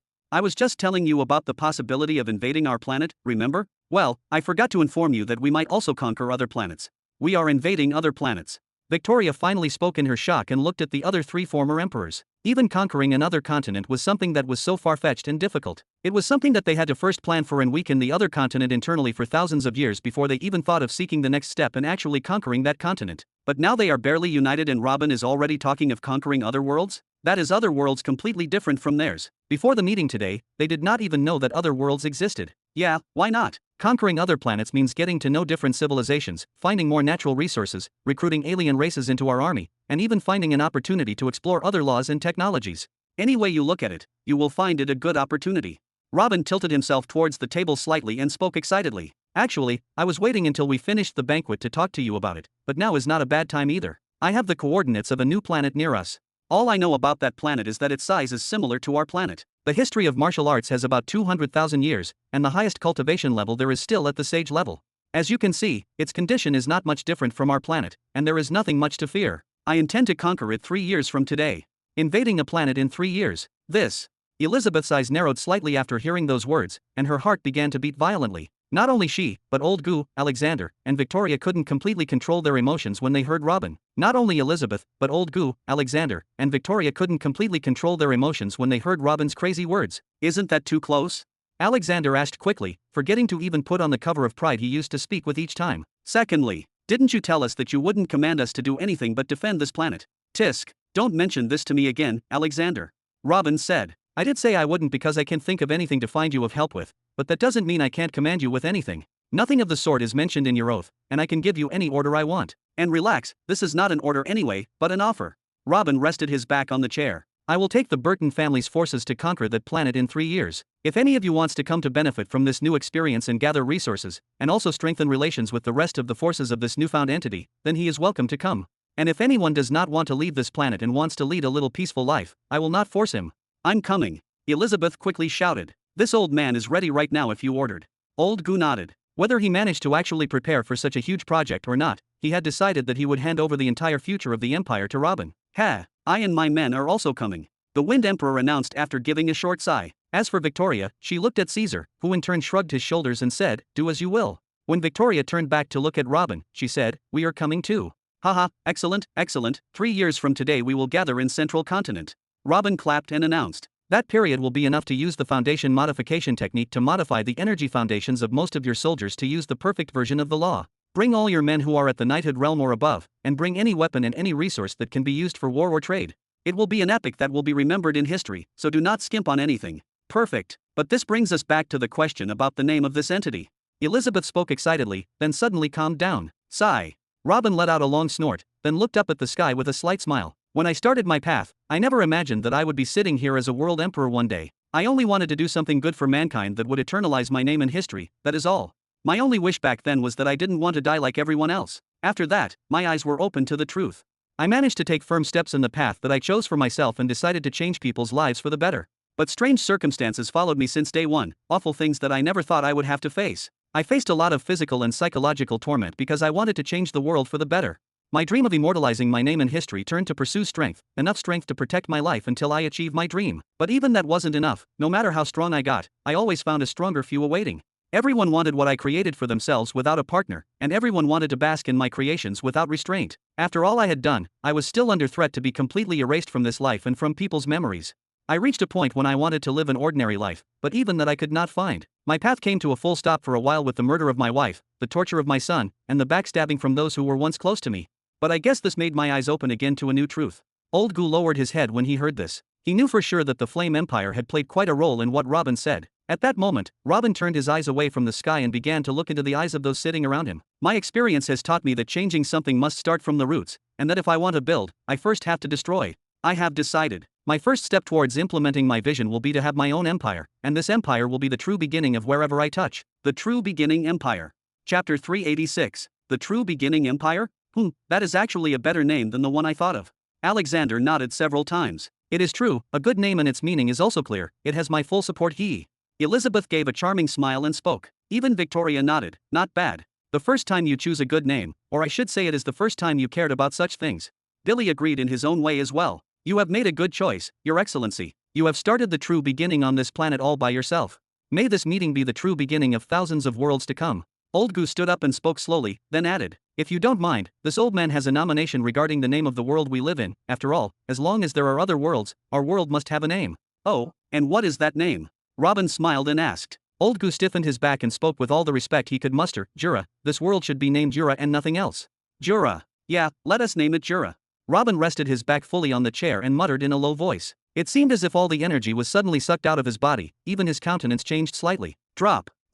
A good name, a good name. Billy spoke with difficulty trying to maintain his normal tone, but tears were slowly falling from the side of his eyes anyways. After Robin's orders the day he revisited Jura, it was surrounded by high walls and became a heavily guarded zone by the forces of the Burton family. The entire city was sealed off and no one was allowed to enter or leave. It was doomed to turn into a forgotten cemetery, a place looked upon from afar with respect and longing. But now with Robin's approval, it seems that Jura's name and tale are destined to live on for a very long time. After agreeing to the world's name, everyone spent about an hour deliberating on what would happen during the coming period and how to benefit from all the things that Robin could offer. During that hour they knew that those metal tablets and what was in them were just the outer shell of a much deeper entity. Especially after seeing the energy stones and energy pearls that Robin brought with him from Nihari, just the aura of one of those energy pearls knocked out every ounce of pride from their hearts. Even Elizabeth blamed Robin that he should have shown those pearls from the beginning and maybe the conversations would have resumed easier. Then there is also the issue of who can benefit from what is inside those metal tablets and those mythical energy stones. Just a few hours ago they only had their 4 major heavenly laws and they kept them as a monopoly of the imperial family alone. No servant family can dream of having a glimpse of them. Other than that, the divine decree incarnation technique was the monopoly of the ruling emperor. But now everything changed. Their new emperor, Robin, already has a technique that is quite similar to the divine decree incarnation technique,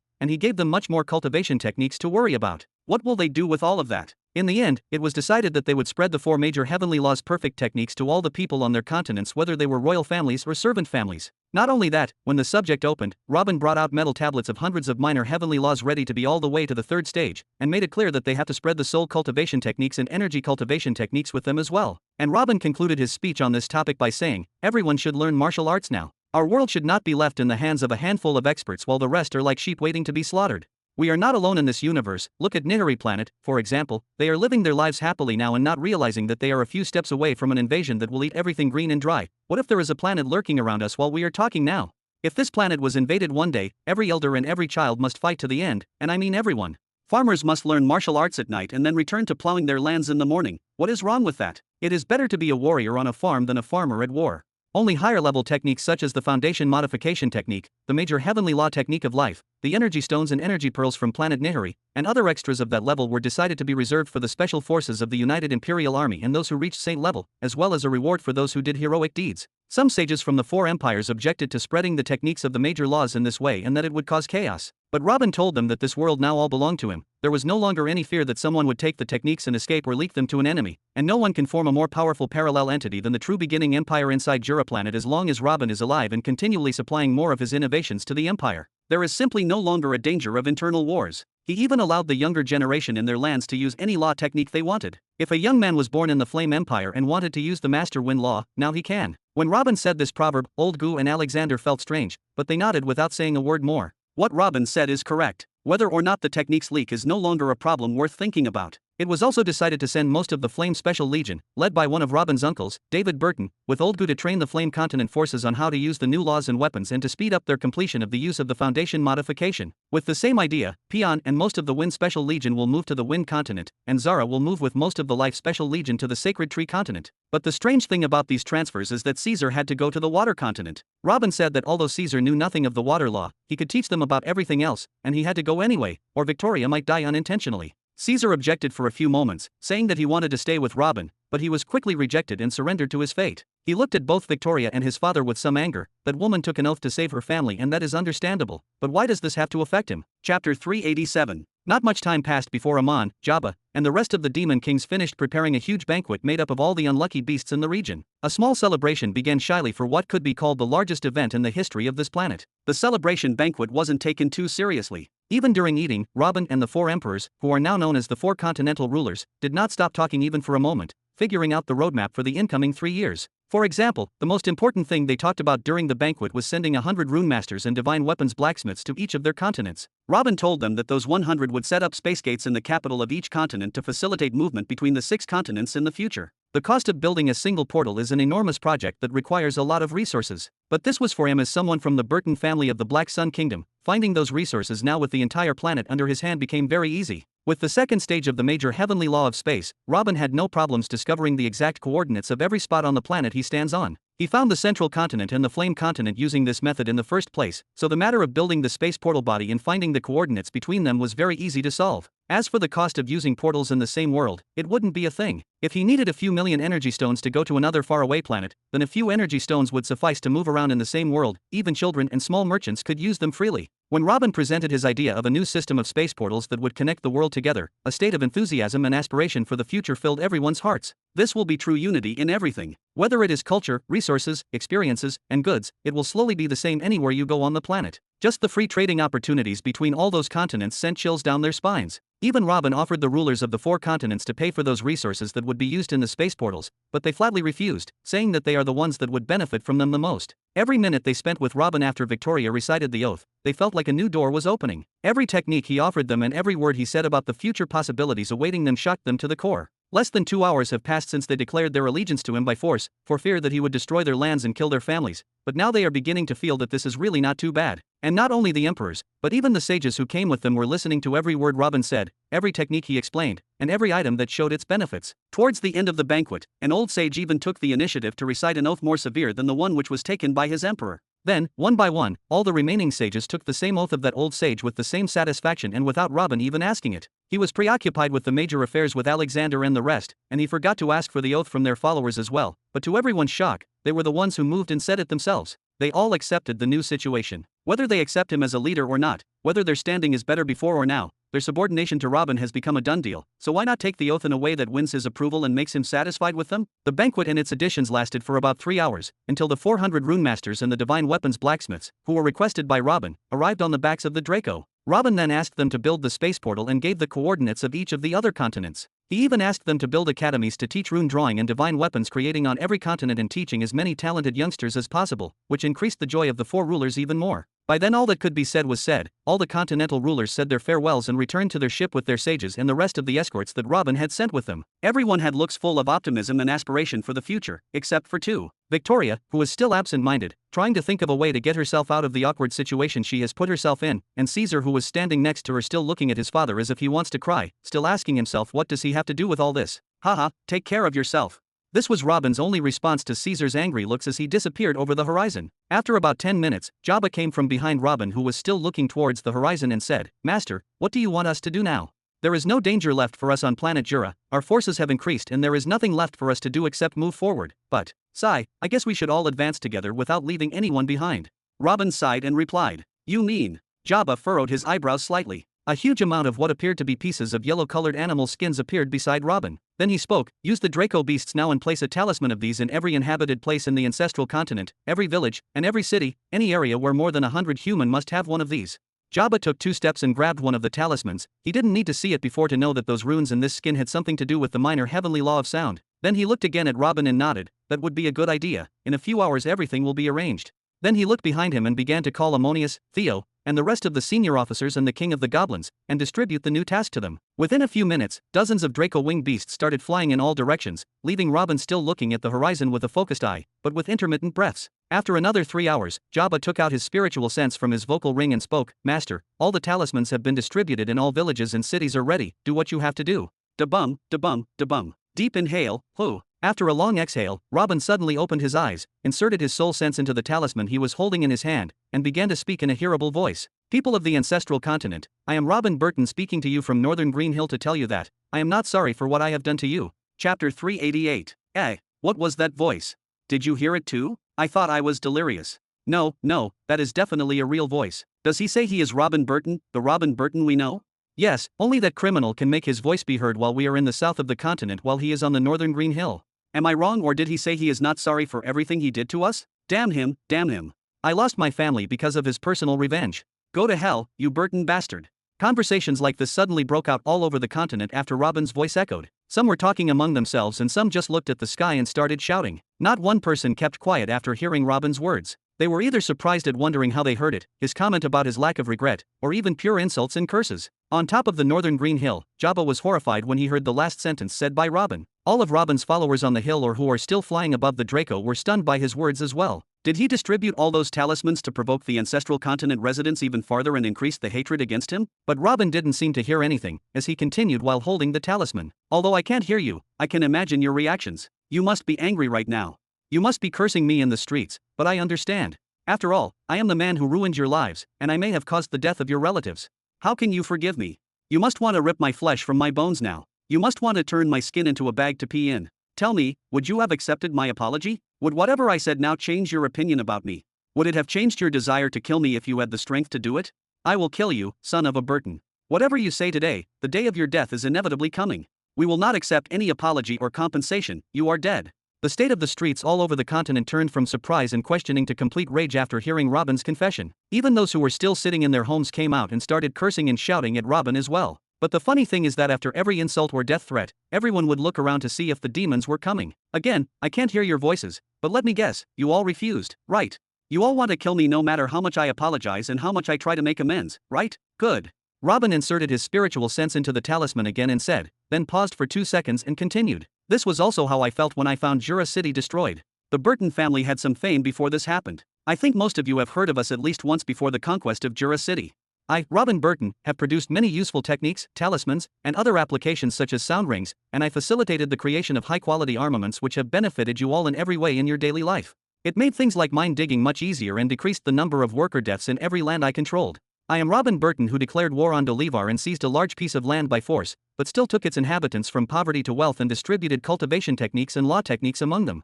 I am Robin Burton, who spent my money to eliminate the phenomenon of hunger in all lands belonging to the Duchy of Burton. I am Robin Burton, who was seeking to change this world. And who did all this? The armies of the 8 kingdoms. The children of my continent whom I used to work day and night to serve them.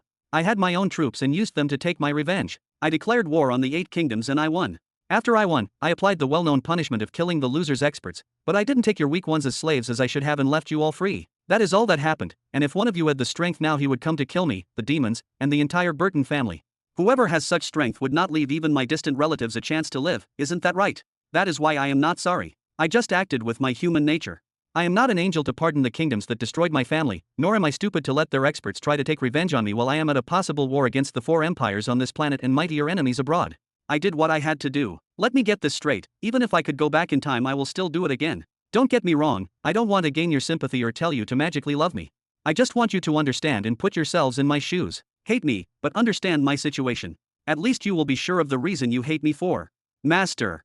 Jabba didn't take his eyes off Robin's back for a moment. He could feel his breathing turbulent and his heart racing at every word. He didn't know if it was anger or anxiety, but he knew one thing: everything Robin said was coming out of the depths of his heart. A young man sitting on top of one of the buildings clenched his fist so much that it started to make cracking sounds, but he didn't say a word. The gang that killed his family is dead now. How? He went and cultivated until he got stronger, then got back to his hometown and killed them all. There was no need to ask an apology, nor did he have mercy on one of them. He just started a random massacre until none of them were left breathing, so he definitely understands what Robin is saying. The problem is that Robin was the biggest factor in the killing of his family, as he was the one that started all this mess. But it was also he who saved his life when he had already started looking for someone to bury him alive. The boy, Piers, raised both his hands and put them around his head, no longer knowing how to view the man who had saved him against his will in that little tavern. A cold-hearted devil, or a man that did what he has to do. Chapter 389. People of the ancestral continent, I, Robin Burton, will not apologize for taking my revenge. Whether you think it is too much or not, it is done. I do not regret destroying your government or killing your family members, but I do regret leaving you halfway without giving you an alternative. I thought that I was doing you a favor by not subjecting you to slavery and letting you do whatever you want, but the chaos that came after that has damaged you more than my revenge did. It is not too late to fix that mistake of mine, whoever. Robin raised his head and continued his speech with a confident voice. Starting today, Billy Burton will begin his ministry as ruler of the ancestral continent. He will divide the ancestral continent into provinces, and each will be ruled by one of the Burton family's sons. He will supervise the reopening of factories and the plowing of agricultural lands again. Within 1 year from now, you will have your new full-time government. You will no longer be under some Orange Sun Kingdom or the Rotten Water Kingdom. You will all be under the same rule of the true beginning empire, just like the people of the Flame Continent and the people of the Sacred Tree, Wind, and Water continents. There will be no more wars, no more suffering, just eternal peace under one empire that rules the entire world. Billy opened his eyes at the last of them and looked at the few saints from the Burton family around him. He asked in a low voice, I am going to do all that. Everyone, listen to my words carefully. Do not think that you will be inferior subjects, second-class citizens, or slaves. In every area where the law is restored, I will spread all the cultivation techniques and law techniques for free, up to the second stage. I will normalize the usage of talismans and divine weapons. Whoever wants one will have one. I will spread the cultivation academies and research centers, and build you more advanced factories. I will make you all, my citizens, equal without distinction of noble or commoner. That kind of discrimination is over. I will provide you with what your ancestors could not provide, an opportunity to choose your own future. Everyone in my world will have the same opportunities from birth. What you will become in the future will only depend on your choices. But I will also compel everyone who wants the third stage of any law to swear allegiance to me. Sorry to ruin your fantasies, but I will not raise dogs to bite me in the ass at the first chance. People of the ancestral continent, help the Burton family to restore the law and exterminate the bandits as soon as possible. Do not stand in the way of the development of your continent and do not stand in the way of the future of your children. Leave what you feel about me aside and choose your future. He who helps us to spread the law in the ancestral continent again will only help himself. He who is blinded by hatred and wants to go against me no matter what, it is okay. I understand your hatred, but do not blame my forces for killing you. I will not go to ask for forgiveness for this and that. I have said what I have and made my judgment. No more words need to be said. Do what you have to do. At that moment, Robin withdrew his soul sense from the talisman in his hand and let out a long sigh. Then he stood and looked behind him at Billy. I have made myself clear to them and cleared my conscience by these arrangements. The rest I will leave to you. I do not know what their reaction is now or to what extent my words have affected them. They might be raging even more now, who knows? Just be careful in your dealings with them. Move the demon army as you wish, but you must restore order on the continent, and physical and food security must be restored as soon as possible. Use Theo and the Dark Legion as well. They will be your strongest weapon at this stage. But remember that you must surrender the entire demon army to me 3 years from now, after which you must rely on the troops from the Burton family or the police you hire from the ancestral continent. Are we clear? Yes, yes. This is the best order you have given me since I knew you. Billy shouted with a burst of loud laughter. Regret was eating his heart for the state the continent had reached. Holding the reins of affairs in it and trying his best to restore it to be better than before might ease his conscience somewhat. He would also finally be able to get rid of those demons that were colonizing the continent like locusts. They are a really good weapon in Robin's hands and loyal followers and all, but they are not the kind of people you can live with on friendly terms. Those damn demons make excuses to hunt down civilians and eat them, so getting rid of them in 3 years would be like killing 2 birds with 1 stone. Theo, no empire uses darkness or anything close to it. You are still one of a kind, my little friend, and I will keep you that way. The law of darkness will remain at your sole disposal. After you have finished helping Billy, I want you to open an academy to teach darkness to whoever wants to. But they should be loyal to me first and to you second, and none to third, understood? Yes, Theo will make you an army of darkness. Theo bent slightly and spoke, his tongue no longer as slurred as before. Robin smiled and then looked at Jabba. We have about 3,500 rune masters and divine weapon blacksmiths left from those who came with us from Nihari to build the ships, right? Yes, there are also quite a few of those who were held captives at the Flame Empire. Jabba nodded with furrowed eyebrows, trying to anticipate what would be asked of him. Robin nodded. Good, I want 2 huge space portals. Choose a good, comfortable, and spacious spot to set up the first portal and pave broad avenues to and from it. Divide wide yards and storehouses around it so as to receive the incoming armies and future merchants. As for the second gate, it must be out of sight, but it must be in a wide place as well. I believe the inner region of any major forest in the central continent would do the trick. Jabba's frown increased. The first portal's use and reason are clear, but that second one, after they finish, they should build this pyramid. Robin took out a metal plate from his ring and handed it to Jabba. This is a blueprint of how it will be built and the runes that will be on it. It is an edifice that is several times larger than the pyramid in the city of Jura. Whoever among the people of the ancestral continent wants to reach sagehood will have to swear an oath on that pyramid. It would be better to build it in the Imperial City. Which Imperial City? Jabba was surprised and asked. What? I would not be an emperor without an Imperial City, right? Robin approached Jabba and patted him on the elbow, then took out another sheet of metal. This blueprint contains runes for defensive arrays that fit an entire city. Choose a good spot in the central continent and then have the rune masters lay the foundations, then hire a few thousand masons to finish the rest. This should be done as soon as possible, too. It seems to me that you hate your rune masters and divine weaponsmiths a lot. Jabba chuckled and gently shook his head. That was really too much for them. Haha, just tell them that I will reward them properly later. Robin laughed and walked beside Jabba. Where are you going? Jabba looked behind him at Robin's back, which was shrinking with every step he took, and shouted. With a slight smile, Robin replied, I will go for a walk until you are done. Chapter 390. After 2 days of sailing, Caesar sent a request to Jabba to send him a number of Draco beasts so that he could reach the water continent faster, because he wanted to speed up the implementation of his father's orders. According to him, Jabba knew that Caesar wanted to escape from the narrow space of the ship and the suffocating atmosphere that was imposed on him. But he had no choice but to listen to this simple request of Robin's adopted son and send the Dracos in his direction. If they can reach their destination faster, why not the rest? Jabba liked the idea and sent some Dracos towards Elizabeth, Alexander, and Gu as well. The decision to ride these beasts was not easy for any of the previous emperors and their collaborators, but eventually they decided to do it and accept Jabba's gift, because in the end, saving a few months before preparing to invade the next planet would be in their favor. That is why the 4 emperors and their closest aides were able to reach their continents during the same week of the declaration. Caesar's selfish request turned into a great help for everyone. The week after the Great Green Hill Declaration. This is what the event was known for, the event that changed everything on planet Jura. More than 1 billion humans living on the surface of the planet did not know what was happening on top of that small hill near that unknown shore in the forgotten ancestral continent.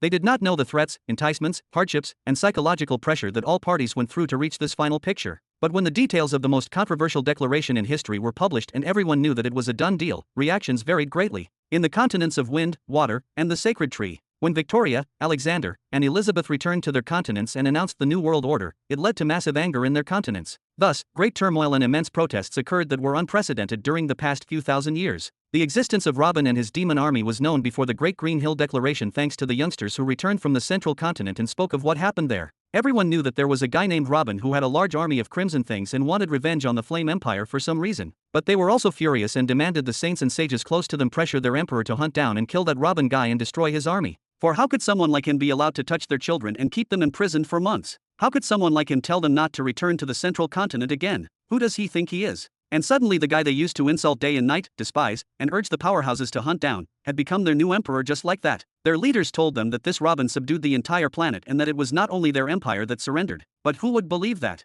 How can a person subjugate the entire planet without a fierce world war? There wasn't even a bar fight. And how can they be sure of this in the first place, when traveling to the central continent has been prohibited for months? It is clear that they like to try to contain their anger. Weren't they always told that they were the chosen elite in the bloodline of emperors? And that those who live in the ancestral continent were all rabble useless for anything other than farming and catching fish? Now it had been announced that they had become affiliated with someone from the ancestral continent. Unacceptable. The protests that struck the 3 empires were aimed at empowering the opposition parties to seize power from the current emperor and nullify that humiliating decision. Of course, in a ruling family, there are always a few opposing individuals who want to seize power. This would be their chance, as all the people were with them and begging them to take over. But they were surprised that all the high-level sages agreed with the Great Green Hill Declaration. All the level 40 sages who headed the various opposing parties, the ones who would become emperors immediately if they listened to the people, strongly supported the Great Green Hill Declaration as if their lives depended on it. Well, their lives literally depended on it, though not everyone knew that yet. When the people finally found that there was no hope of changing the situation, the protests subsided, and they no longer had anything to help them. They just lowered their heads, crying in the streets from the severity of the insult they felt. They were occupied without a drop of blood being spilled.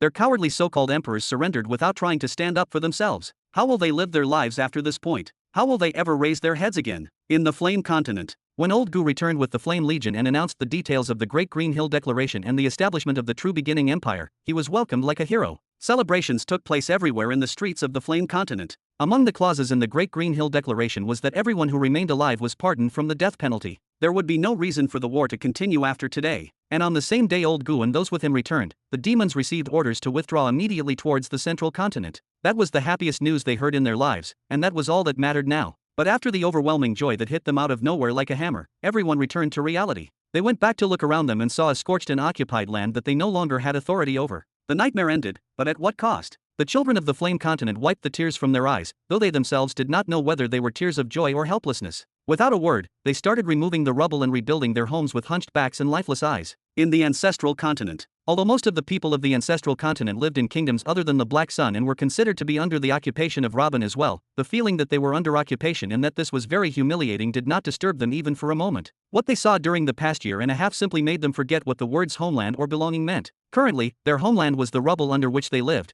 and their belonging was to the members of their families who were still alive, that is, if they still existed. Their hatred for Robin was not an iota less than the people of the rest of the continents. For most of them, Robin was the reason they would stay alive, and they fed on the idea that someday they would watch him die. Robin knew this very well, yet his speech that resonated throughout the Ancestral Continent did not consider anyone's feelings, did not inspire anyone, and certainly did not make them hate him any less. But it was more than enough to deliver the message Robin wanted: hate me all you want, but respect me. This, combined with the fact that they were all certain that the only person who could restore safety to the continent was Robin, made it possible for them to accept Billy and the Burtons, who had already started taking over the streets. It wasn't all easy for Billy though. There was still a lot of hostility and resistance, but they did not represent 10% of the population of the continent who wanted to regain a sense of security even for 1 minute before death, and this resistance did not make a big difference. Billy and the demons killed or imprisoned anyone who resisted the implementation of the new system and continued with the plan to tighten security and restore the government on the continent. The week after the Great Green Hill Declaration, the whole planet ignited in different ways. But the week that followed was nothing short of amazement and shock. Chapter 391.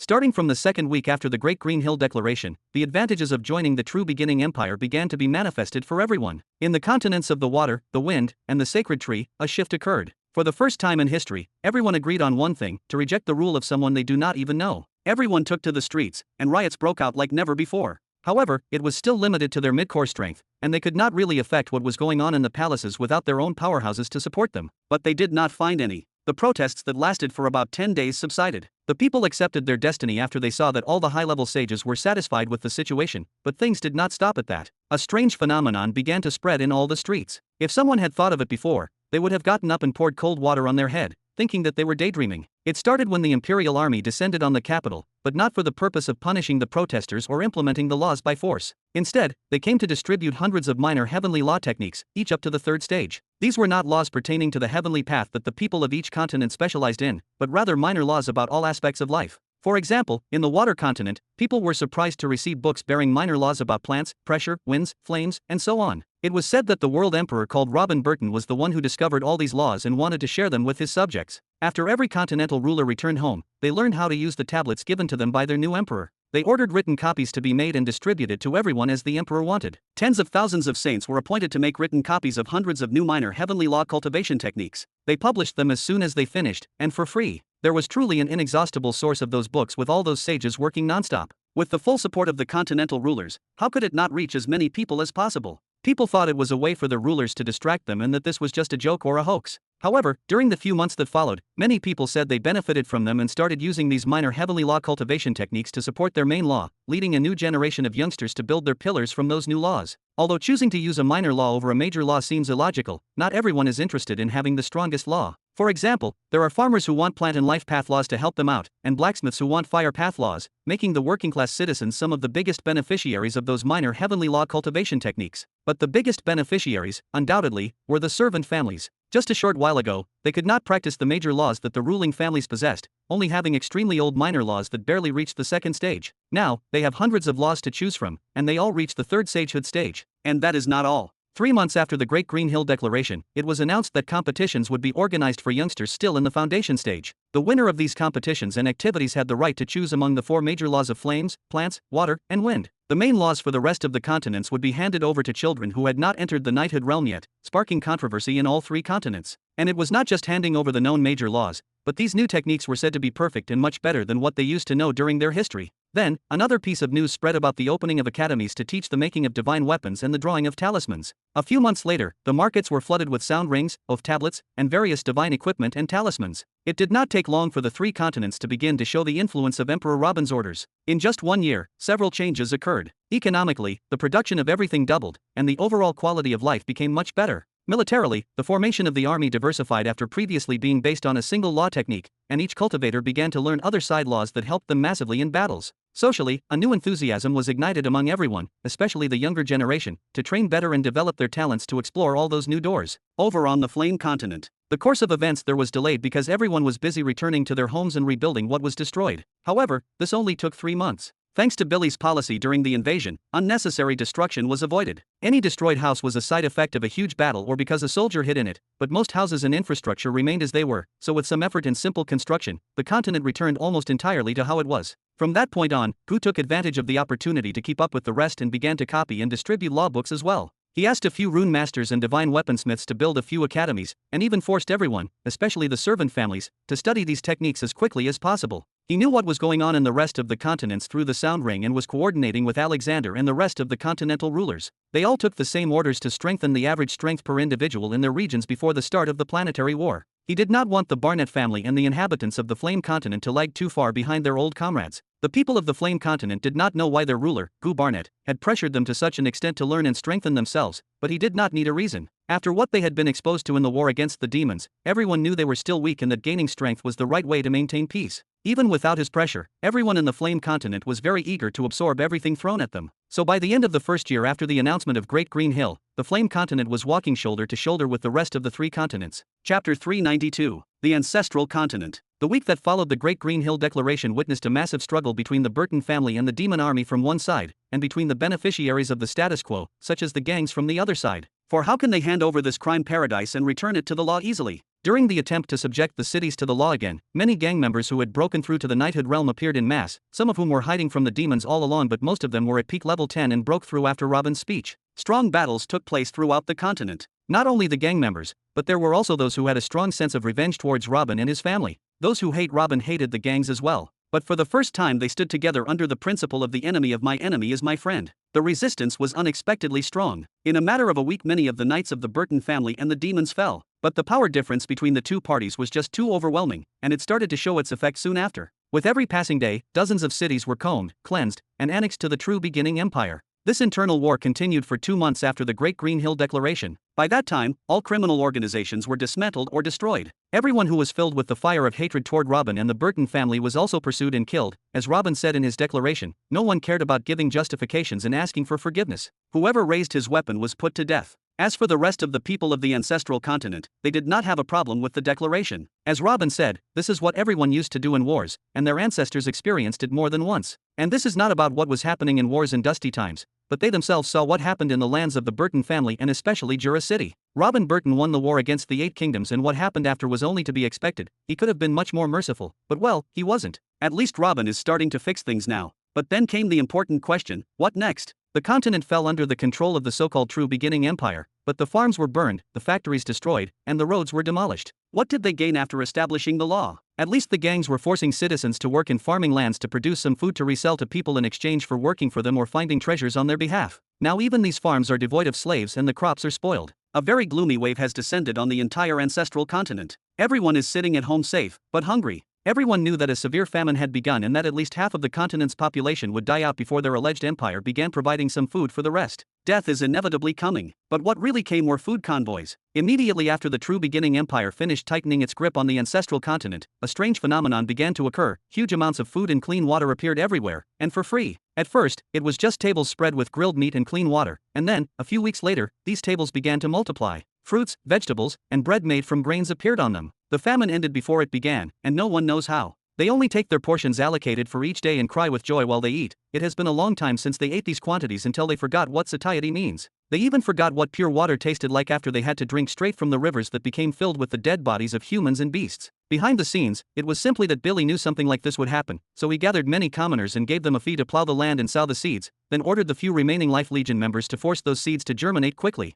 And while germinating those seeds, repairing roads, and making stores for food, Billy ordered the demons to hunt down the beasts and fill the deficit in food until the grains and fruits reach people. As for pure water, it was easiest. There were many demons who were practicing the major heavenly law of water. For months after the Great Green Hill Declaration, after ensuring the safety of lives and stomachs, Billy began dividing the ancestral continent into regions headed by one of the elders of the Burton family. Each elder was given battalions of demons and a few members of the Life Legion to help him manage his new position. 6 months after the Great Green Hill Declaration, all agricultural lands, factories, and shops returned to work. Properties and lands whose owners died were distributed among the poor to start a new life. Everything returned to what it was before the war began. The difference is that there are no longer any borders anywhere on the continent. It is really still divided, but only administratively, to facilitate taking care of people's interests. But now anyone can migrate to any place on the continent without anyone asking him where you are going. And there is something that stunned Billy when he heard of it, something he thought would be quite the opposite. The general average cultivation level in the continent has skyrocketed and become much higher than before. In the past, it was only the noble families who possessed the heavenly laws techniques and energy cultivation techniques and could access knighthood. The commoners were mostly working with forced labor in the lands and factories, and they had no means to cultivate even the energy foundation realm. And no desire either. With no heavenly laws techniques, what will they do with cultivating to the 10th level?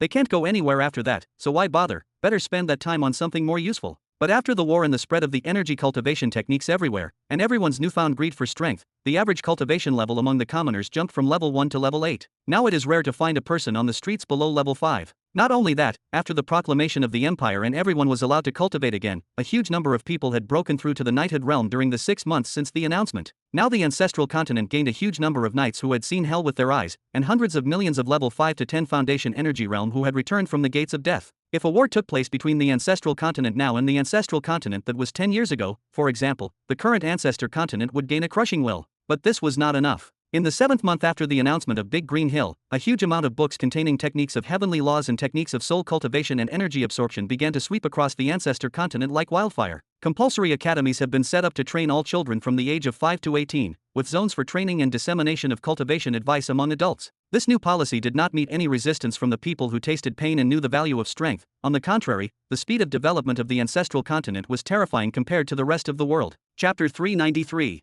2 years after the Great Green Hill Declaration, the exploration frenzy that struck the 5 inhabited continents did not subside for a moment. Every day was like a gift box full of surprises for the inhabitants of Jura world. The number of techniques and talismans and their applications invaded every corner of the 5 continents so quickly that even after 2 years people still could not digest everything. After all, the books of heavenly law techniques that spread across the 5 continents alone numbered hundreds. And this exploration frenzy was accompanied by another kind of madness, strength gaining. Since it was announced that everyone now has access to most of the cultivation techniques and minor heavenly laws techniques, everything changed. They could even access higher heavenly laws, techniques, and equipment in the future by making military achievements for the army of the true beginning empire, with training resources available to everyone just like food and water. There was no reason for them not to take energy cultivation seriously. The commoners and the servant families made the best use of the opportunity and compensated for thousands of years of oppression and marginalization, knowing it was finally their chance to have a voice in this world. The noble families wanted to maintain their advantage over the commoners by increasing their power even more. After seeing the rate at which the commoners were gaining strength, they knew that if they slacked off now the tables would turn, and their historical claim over their lands and position would not be worth anything.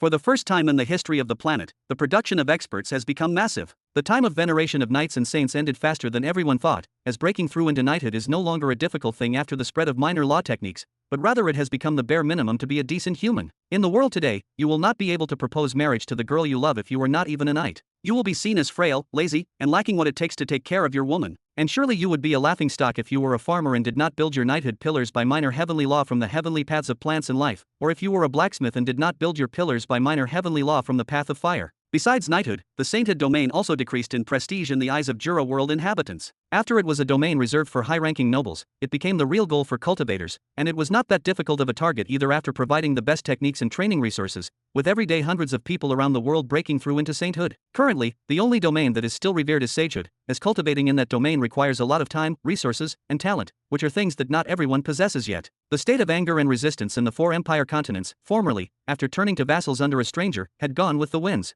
Although they were prevented from leaving their continents recently, and communication was cut off between the peoples of the 4 continents so they could not know what was happening in the outside world, it did not matter anymore. It was no longer important to them whether or not the whole world had been united under the so-called new emperor. On the contrary, the inhabitants of the world now, including the ancestral continent, wish that the news is not true and that these techniques and benefits are for them only. Who cares if the rest of the world will laugh at them for being under occupation? If the occupation was so wonderful, then let them remain occupied forever. At the end of the second year after the announcement of the Great Green Hill Declaration, something else happened that shook the Jura world again. It was announced that the space portals on the 5 continents can now be activated. It was said in the announcement that when using that portal, you only have to pay 5 energy stones, and you will be sent to any other continent on the planet except for the central continent. The new announcement fell like thunder in everyone's ears. Just until recently, they would send their most precious and talented youth to meet with their equals in the central continent. But that was it. No continent would accept intruders from a place that is considered a rival or even an enemy, so even the sages and talented youths could not go anywhere other than the central continent and the ancestral continent. Even if it is possible to go to any other place in the world, ocean sailing is very dangerous because of the presence of all those sea beasts, requiring the presence of several sages on each ship to have a chance to reach its destination safely. The cost of hiring many sages for a sea trip that requires months of wasted time and facing death every day was mind-blowing, and therefore the travel of ordinary people was considered an impossibility even if all the continents coexisted in true peace. The dream of travel was in everyone's mind, but it never went beyond being a dream. Until today's announcement at least. It was a thing out of everyone's imagination, but the strange thing is that no one said that it might be a lie. With all the crazy things happening every day, nothing is out of reach for their new empire. The inhabitants of the 5 continents gathered around their space portals and waited for them to be activated. They eagerly wanted to experience that wondrous innovation. And most importantly, they wanted to go to other continents and brag to the people there about all those treasures and wonders that happened to them in the last 2 years. The people of other continents must be surprised when they see us. This is what the people of the world thought as they stood in front of the space portals. Had it not been for their leaders stressing that their visits to other sides should be polite and peaceful, many would have prepared to conquer those other continents and annex them to the true beginning empire. Some of them even prepared men and weapons in secret to take control of some lands on the other continents and gain the approval of their new mysterious emperor. It is our duty to civilize those peasants, everyone said about everyone else. That day was a disappointment but also a moment of realization for many. Whenever one passes through the gate, he sees in front of him a huge crowd of people looking at him from the other side. In a few moments the 5 continents exchanged thousands of visitors, and all of them were shocked by the reality at the same moment. Their rulers have been truthful all along. The whole world possesses the same techniques that they possess and defines itself as part of the true beginning empire. 2 full years after the announcement of the Big Green Hill, the inhabitants of the planet Jura made sure that they are indeed under the same rule. Chapter 394. The week after the opening of the space portals, the people of the 5 continents felt almost the same. Some of them felt frustrated at facing the people of the rest of the continents as a conquered nation who lost their will. Some of them felt excited that they would be able to show off the new abilities that they and their friends had obtained. Extremely few people actually believed that the entire world had united under the same banner. But this was destroyed seconds after the space portals were opened and the young adventurers began rushing like locusts from every side. Although at first, they did not see anything in front of them except an empty ark, and whoever entered it disappeared. They did not actually know if he went to another continent or not, but this did not frighten many as they kept rushing to the other side of the space portals. In a few hours, hundreds of thousands of youngsters and those seeking adventure moved through the gates. In the beginning, the inhabitants of the 4 imperial continents directed toward the other imperial continents. They wanted to see what was happening in the entities that they had always considered on an equal footing with them. They wanted to see their culture, techniques, and equipment and compare it to theirs. Very rarely did anyone intend to go to the ancestral continent to the extent that the space portal in the ancestral continent was working almost only in one direction. All of them wanted to get out of the ancestral continent to explore, but no one would enter it. But this only lasted for a few days, until the inhabitants of the 4 imperial continents were sure that they were indeed united. Whenever one of the adventurers takes out a sound ring, he finds the natives have one of them. If they take out a divine weapon, they would find an adventurer from another continent carrying a similar one. As for the topic of discussion, it was almost the same everywhere at this moment. Did you also fall under the rule of Emperor Robin Burton? What is going on in your homeland? Do you also have this and that? All the shame that some of them felt had disappeared, and all the enthusiasm that the rest felt was gone. It was replaced by a feeling of another kind: we should know more about the world emperor. In the second week after opening the space portal to public use, a mass emigration took place toward the ancestral continent. One day, the inhabitants of the ancestral continent woke up from their sleep and found people wearing different clothes and speaking in different dialects. They were asking them things that were supposed to be general knowledge on the ancestral continent, like who is Robin Burton? How was his upbringing? What are the features of his character? What happened that gave him the power to take over the world? The inhabitants of the ancestral continent did not know how to feel about this. Do they glorify the person who made them taste humiliation and suffering for nearly 2 years, or do they insult one of their own who subjugated the whole world under his rule? In the end, most of them decided to tell the truth and let those adventurers judge for themselves. And the truth was more than enough. For the people of the ancestral continent who tasted torment at the hands of Robin, he is a criminal. Although he now made their lives much better than before, this will not bring back those who were killed at his hands. But as for the citizens of the other 4 continents who have not seen this horror with their own eyes, everything that was said about him was legendary. Even his revenge on the ancestral continent was not excessive. In fact, it can be said that he was very merciful after hearing what happened to his family in Jura City. The city of Jura has now become the #1 shrine on the planet. All travelers from all over the world headed to that place where it all began, observing it from afar with looks of full respect and amazement. After all, it was from this small town that the one and only World Emperor emerged. 3 months after the opening of the space portals, the world exploration frenzy began to subside gradually. The miraculous space connection between the 5 continents turned into a normal thing now. However, the real benefits of that connection have only begun to reveal themselves, as trade flourished on a daily basis as never before. It began with small merchants tying some culturally related goods, like clothes and novel books, on their backs and traveling to other continents to sell them. Then these kinds of merchants found a place in each continent to group and sell their goods there. But this was not enough for the big whales, as only selling clothes and stories of the local culture won't last for long, so they had to think of something to make this trade last for as long as possible. They need something that no other can produce as they do. And as such, every continent began to look at what it owned more than other continents, and they began to pave the way to make the most of that thing by nurturing it more and then selling it. For example, the sacred tree continent slowly began to turn into the food basket of the world. This was because of the existence of all those people who specialize in the laws of plants, and the fertile land caused by the interest in plants throughout the tens of thousands of years of the rule of the Trent family. The Flame continent began to specialize in the manufacture of high-level weapons and divine weapons mainly. It gradually surpassed the rest in the number of factories and workshops and the number of the younger generation members who wanted to take part in the troublesome craft. Half of the troubles in the craft were non-existent to them as they already got used to being around the hot flames. The water continent cared more about capturing energy stones from the depths of the sea. It became the main supplier of ordinary energy stones in the world and the main resource for meat as well because of the inexhaustible amount of sea beasts. While the Wind continent tended to specialize in supporting the rune masters and providing all the resources needed for the inks that are used in the runes and the leather and metals on which they are engraved. As for the Ancestral continent, whose people were still busy rebuilding their destroyed cities and raising a new generation of experts after all their experts were killed in the war, they had neither the time nor the energy to take advantage of this specialization frenzy. They had nothing they could provide better than the rest of the deeply rooted continents either. But fortunately for them, they are the birthplace of the World Emperor. The Ancestral continent slowly turned into the most crowded place on the planet and the most prosperous also after it was chosen to be the World Trade Center. Chapter 395. 2 years and 11 months after the Great Green Hill Declaration, the Ancestral continent, in front of the Shadow Swords organization headquarters. Hustle, hustle. Stand in one line, whoever gets out of line will be banned from joining the entrance exams for 20 years. A person dressed in black walked out from the balcony of the headquarters and shouted loudly.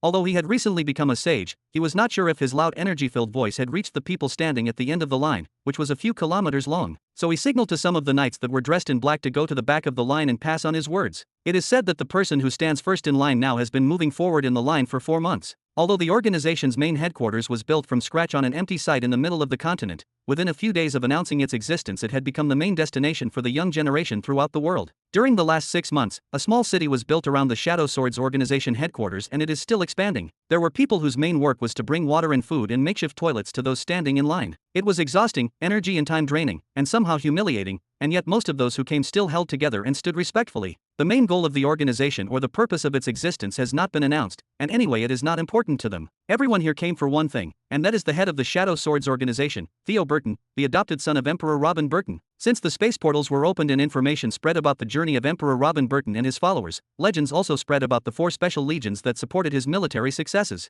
and the extent of the damage that these small legions caused against the Flame Empire, and that for a full 10 years, the Flame Empire was unable to eliminate them completely. And what increased the legends about them is that these 4 special legions are headed by the adopted sons of the Emperor. If excluding Emperor Robin's deceased wife and his son, whom he declared he was still alive but said he was being tortured somewhere, then those 4 are undoubtedly the closest to the Emperor. Very soon an obsession spread far and wide to join the 4 special legions, especially so among the younger generation. How can they not when they can immediately obtain high status, prestige, and respect, and be closer to the Emperor of their world? However, they were quickly shocked that the Fire, Wind, and Life legions had been temporarily disbanded and were currently being merged with the armies of the Flame, Wind, and Divine Tree empires, and it was not announced when they would be revived. But that dream was not completely killed. Only 5 months after the opening of the space portals, the Shadow Swords organization appeared. Being established on the ruins of the Darkness Special Legion and headed by Theo Burton personally, and still having many of the heroes of the Legion who followed the Emperor and united the world by his side, it was something impossible to resist. There was no need to say more. Large numbers of youngsters flocked from all over the world. No one knew what that organization was or what they had to do to join, or what duties they would have to do after joining. They just stood in line waiting for their turn to meet their heroes when their turn comes. Brother, what brings you here? I heard the test inside is very difficult. Don't try to dissuade me to give you my turn. I know I will probably be rejected, but I have to see His Highness Theo just once, then I will accept whatever the outcome. Idiot, don't you know that the major heavenly law of darkness is one of the very few laws that His Majesty Robin hasn't distributed to everyone? His Highness Theo definitely keeps it for himself and his followers, and the fact that it hasn't been leaked yet even though the Shadow Swords organization has accepted many new members means that whoever is accepted will be taking an oath of some kind. Currently, the Shadow Swords organization are the most mysterious and insignificant in the world, and you say you are here only to see His Highness? What idiocy! As for me, I must be one of them. Tisk. One is an idiot and the other is a stupid teenager. You think you'll be special as a member of Shadow Swords when there are thousands more who use the major heavenly law of darkness. I'm from the Flame Continent and I used the Foundation modification technique to obtain the White Fire. I wonder what will happen after receiving the major heavenly law of darkness from His Highness Theo and combining it with my cultivation using the Foundation modification technique. Ah, I can stand here for another 100 years to achieve this goal. Ha, do you think you are a genius? You just want to imitate His Highness Caesar. The two looked behind them and spoke in one breath. Then one of them continued, anyone can adjust their cultivation thanks to His Majesty's legendary Foundation modification technique, but what then? You will be stuck at that level forever. You think you are brilliantly smart like His Majesty to make up your own law cultivation technique? You are daydreaming. As the discussion raged between the three, an angry voice came from behind them, damn, I can't stay here forever. I am the 93rd son of the Frost Imperial family, how can I be treated as a commoner? Make way for me. What the hell did you say? Which family are you from? There is only one Imperial family now, His Majesty Robin Burton's family. You are no different from us now, you dumb bastard. Take back your words or I will tell one of the Shadow Swords on you. The 93rd son did not know that his words, which he said in a moment of anger, would attract the attention of all who heard him. It seemed that life stopped for a moment before the looks turned towards him to anger, then some killing intent began to leak out against him. Gulp. Sorry. On a hotel balcony overlooking the Shadow Swords organization headquarters. Haha, it will take a long time for the world's population to get used to the new order. Robin laughed out loud as he took a sip from the cup in his hand. A very handsome, long-haired young man spoke behind Robin at a feeble pace. Yes, but there is a great improvement compared to the situation 11 months ago. Everyone knows that they are yours now, they just need to be reminded every now and then. Knock, knock. Come in. Robin raised his eyebrows slightly when he heard the knock on the door and spoke. Squeak. The door opened slowly and a man entered with his back. Then he turned around and showed Billy's face with a big cake in his hand and a candle in the middle of it. Then he said with a smile, finally I found you. Chapter 396. Oh, Mr. Continental Ruler is personally here? To whom do I owe this visit? Robin chuckled when he heard Billy's voice, and spoke, still not turning to the door. Ahahaha. So funny. Wasn't it you who sent a shadow sword to summon me? Billy took a few steps up to the balcony, placed the cake on the small table in front of Robin, and smiled. This is your first official appearance since the Great Green Hill Declaration. Where have you been all this time? Touring the ancestral continent previously made me realize that sitting in a meditation position behind fortified walls is nothing compared to seeing the world, meditating on its stories, and seeing the truth behind it. Robin said, looking toward the horizon. Oh. Billy sat down in an empty chair that had been prepared for him next to Robin. Are you really just meditating on stories and truths? I don't think you are that bored. Your aura seems much deeper than the last time I saw you, even though you were already at the pinnacle of the sainthood realm. Hoi, you didn't break through to the sagehood realm yet, are you? Haha, you have a keen eye, your new position seems to have given you special powers. Haha. Robin laughed loudly and then shook his head, but alas no, I haven't broken through to the sagehood realm yet, there is still an obstacle in front of me blocking the way. How do I explain it to you? It feels like I'm blind in a very spacious hall and trying to find the way out. It's true that I'm moving forward but I don't know in which direction I walk. I don't know whether to walk towards the door or I will just end up running into another wall. Ha! Reaching the 4th level of the Master Law of Truth might take a lot more time than I expected. I guess I should be worried too since the hopes of planet Jura rest on your shoulders, especially when it comes to exploring techniques and laws. But I'm not worried in the slightest. Billy scratched his hair and spoke, if there's only one blind man who can take the right path and make it to the door with certainty, it's you. It's only a matter of time. Hee, thanks for the morale boost, I guess I needed this. Robin chuckled again, then pointed at the cake. So, do you want to tell me what that is? Ha, don't you really know? Are you saying you randomly summoned me today? Billy opened his eyes wide and said surprised. Just a day like any other, what's special about it? Robin raised his eyebrows and asked, then looked at Theo, do you know anything about what he's saying? Today is the 14th of the 8th month, it's your birthday, father. Theo smiled and replied, ha, the days became the same since I left the Burtons and went to the cave that day. Wait, how do you both know that? Robin mumbled slightly, then raised his head and asked Theo again. This has become general information on the entire planet since the opening of the space portals. The questions of the people about their new emperor made many search after your origins. Information like this has long been found out and published. In fact, there are celebrations all over the world now, and an official holiday has been declared in the Sacred Tree Continent on the occasion of your birthday. Theo replied. Haha, what a useless holiday. I don't even know how old I am. Robin laughed out loud. Do you want to know? A big smile appeared on Billy's face as he jokingly asked. Actually no I don't. Robin shrugged. Billy furrowed his brows and continued, I'll tell you anyway, and this is not a secret, anyone can find out by digging a bit into the historical records. You are now exactly 187 years old. 187 years? That sounds like a lot, and much fewer than I expected too. Robin leaned his back on the chair and spoke in a low voice, all those events I have gone through. I feel like they could fill thousands of years of anyone's lifetime, but looking back, I feel like I just entered that cave yesterday. Life is really something extremely profound. Billy raised his eyebrows slightly. This was not the reaction he expected when he brought the cake and came to celebrate with him. How did the celebration turn into a meditation on the origins of life? Cough cough. I think this number is unfair honestly. You are no doubt born 187 years ago but your body is much younger. I think you are in your 50s now? Billy wanted to return the dialogue to Joy again, so he opened a topic aside while cutting the cake. Haha, I think you are right. After the all-seeing God's sudden intervention that day, he reverted me back to the age of 12. If we count based on this number, then my physical age is only 53. Well, that sounds better. It is better to publish this number. The other one makes me feel too old. Robin laughed out loud and took a piece of the cake from Billy's hand, and passing another one to Theo next to him. Piffed, you look old? In whose eyes? Everyone I saw when he heard your true age for the first time was opening his mouth wide as if he wanted to swallow me. Don't forget the world emperors before you whom everyone calls the young and the hope, their ages range from 800 and 1100. Compared to them, you are a baby. Billy spit the cookie out of his mouth and yelled, ha ha ha ha, baby? Is this how people see me? Robin laughed out loud and took a pat on his thigh. Billy put his hand on his chest and spoke confidently, of course, you think I'd joke about something like that? Hurry up and finish your cake and I'll get you some milk. Ha ha ha ha. Theo gave a satisfied smile as he saw his adoptive father laughing like this. He even saw a few tears starting to fall from the side of Robin's eyes. When was the last time he saw him laughing like this? Rather, did he ever see him laugh like this before? But this is also normal since he saw him in the slave market that day and he is always planning something or facing someone. Today he is just chilling while standing on the absolute top of the planet. What else could he worry about? Perhaps this is the real face of his father when worries leave him.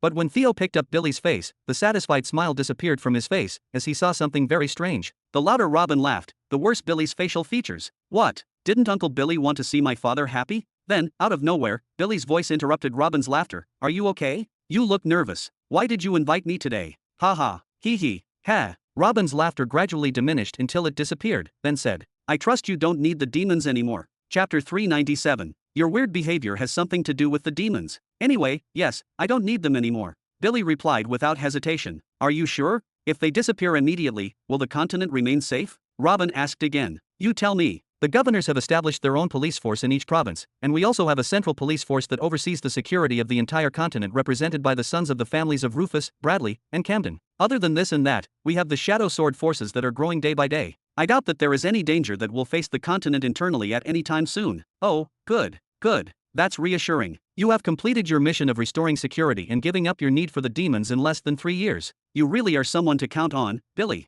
Robin muttered in a low voice and placed the piece of cake on the table in front of him again, then he continued, I now want you to make an official announcement to send all the demons to the central continent.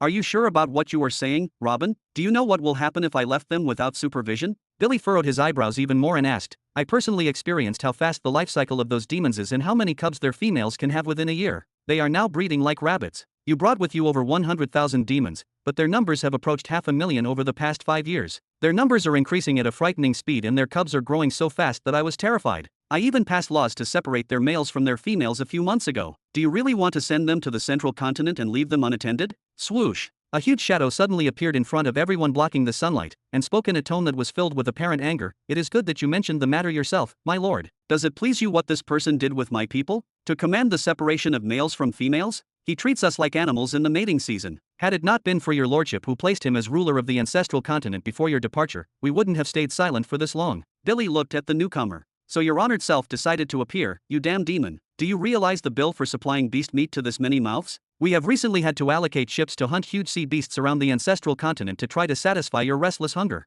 It's like you damn things are always in a famine. And what is more problematic is that the beast meat doesn't even satisfy your hunger, but you have a constant thirst for human flesh. Who knows how many innocent people you have hunted down over the past few years? All the demon kings are supervising the control of our new cubs and teaching them not to hunt humans on planet Jura. Where do you get that we are killing humans from? We struggle to control ourselves for His Excellency's sake and you are here defaming us. Don't speak without evidence. The newcomer got heated up and raised his voice at Billy and then looked at Robin. Sire, we followed you with our hearts and souls because you saved us from those who kill our little cubs. Now this person does not want us to touch each other in the first place. How are you going to give us justice? All right. Calm down, Amon, and you, too, Billy. I realize that you both had problems and both of you see it from your own point of view. The race of demons is indeed a big problem for any ecosystem and the reason for that is that they are not a natural race. I heard that they were cursed or something like that. I will look into it later when I have time. And anyway, you don't need to worry. We won't need to think about it again. When Robin saw the argument get heated, he raised his hands and smiled, then he added, Amon, I was just talking to Billy about migrating all the demons to the central continent. Choose a good spot there and allocate it to you, and live as you wish. What about our food? Amon was silent for a few seconds, then asked in a low voice. Aha. When he heard this, Billy started laughing hysterically. Ever since he heard Robin say live as you wish, he knew this was going to be a problem. The demons are man-eating beasts. They can eat beasts and ordinary animals as well, but it wouldn't satisfy their hunger, and they need huge amounts of that meatless meat every day. The demons couldn't have survived the past few years without human flesh if not for the Navy fleets roaming all the seas looking for food for them. If they didn't have that help in providing their food, they will die out, or of course, go back to hunting humans. Also, if they were left unattended and allowed to produce naturally, then within 1 century they would eat every green and dry land on the entire planet. Amon got angry when he heard Billy's laugh and was ready to have another round of shouting at him, but he didn't know what to say. Shut up, both of you. I told you there will be no need for that. Robin moved his hands again to separate them and then looked at Amon. Just do as I say and we'll talk later about your food. Yes. Amon bowed a little and replied. He did not know what solution Robin would propose, but as long as he said he would take care of the matter, then it was a done deal. Robin nodded at him slowly with a forced smile and then looked at the ground for a few seconds, before raising his head again and looking at Billy. Oh, by the way, how's the invasion preparations? We'll be moving in about a month. Billy didn't reply directly. He kept looking into Robin's eyes with knotted eyebrows for a few seconds without saying a word, but when Robin met him silently and with his light smile, he sighed and replied, "Don't wait for anything special from the ancestral continent. The ancestral continent has developed a lot in the past 3 years and there are millions of knights now, but not a single saint has emerged from them yet, and they all still hate your guts, so I don't think they are ready to fight for you yet. In general, there is no significant force on the ancestor continent other than the forces of the Burton family, which is represented by about 20,000 saints, and they are all ready to move at any time. As for the preparations on the other 4 continents, they are in full swing. Almost every day, 1 or 2 battalions are sent toward the central continent. Currently, there are more than 2 million soldiers in a camp around your imperial capital, and their numbers are still increasing day by day. At this rate, it will not be long before the army reaches 4 million. Don't worry, you will have a decent army before the deadline. Chapter 398. An army of 3 million soldiers, ha! Robin mumbled and slowly rubbed his chin. I distributed all the energy pearls I brought from Nihari at the Green Hill meeting. I think they were about 5 million or so. Is there enough energy pearls left to transport that many individuals? Those 5 million did not remain in our pockets. They contributed to the upbringing of a huge number of knights and saints, and I doubt that even a quarter of that number remained. Secondly, how much does transportation cost per person to that planet anyway? Billy furrowed his eyebrows and asked. I don't know. The all-seeing God did not tell me this detail, and I forgot to ask him. And I think I wouldn't have asked even if I remembered. Both of us were too angry to prolong the conversation further. Anyway, it depends on the distance between us and that place, but precaution is a must. We can't risk having a problem with the space portal during the transportation process, Amon. Robin raised his eyes and looked at the goblin standing beside him. Yes, Your Excellency. Amon took a step closer and asked. I want you to start a business with the Nihari Union sect, sell them talismans from the new designs I gave to the factories, and sell them at the highest possible price. I want you to save at least 10 million energy coins within the next month at any cost. This. Amon was stunned when he heard the number. This amount of pearls could shake the foundations of any large tribe in the Nihari world. Do you think they would agree? I gave them the entire eastern region. If they cannot provide this small quantity of pearls within a month, then they are not worth all my hard work.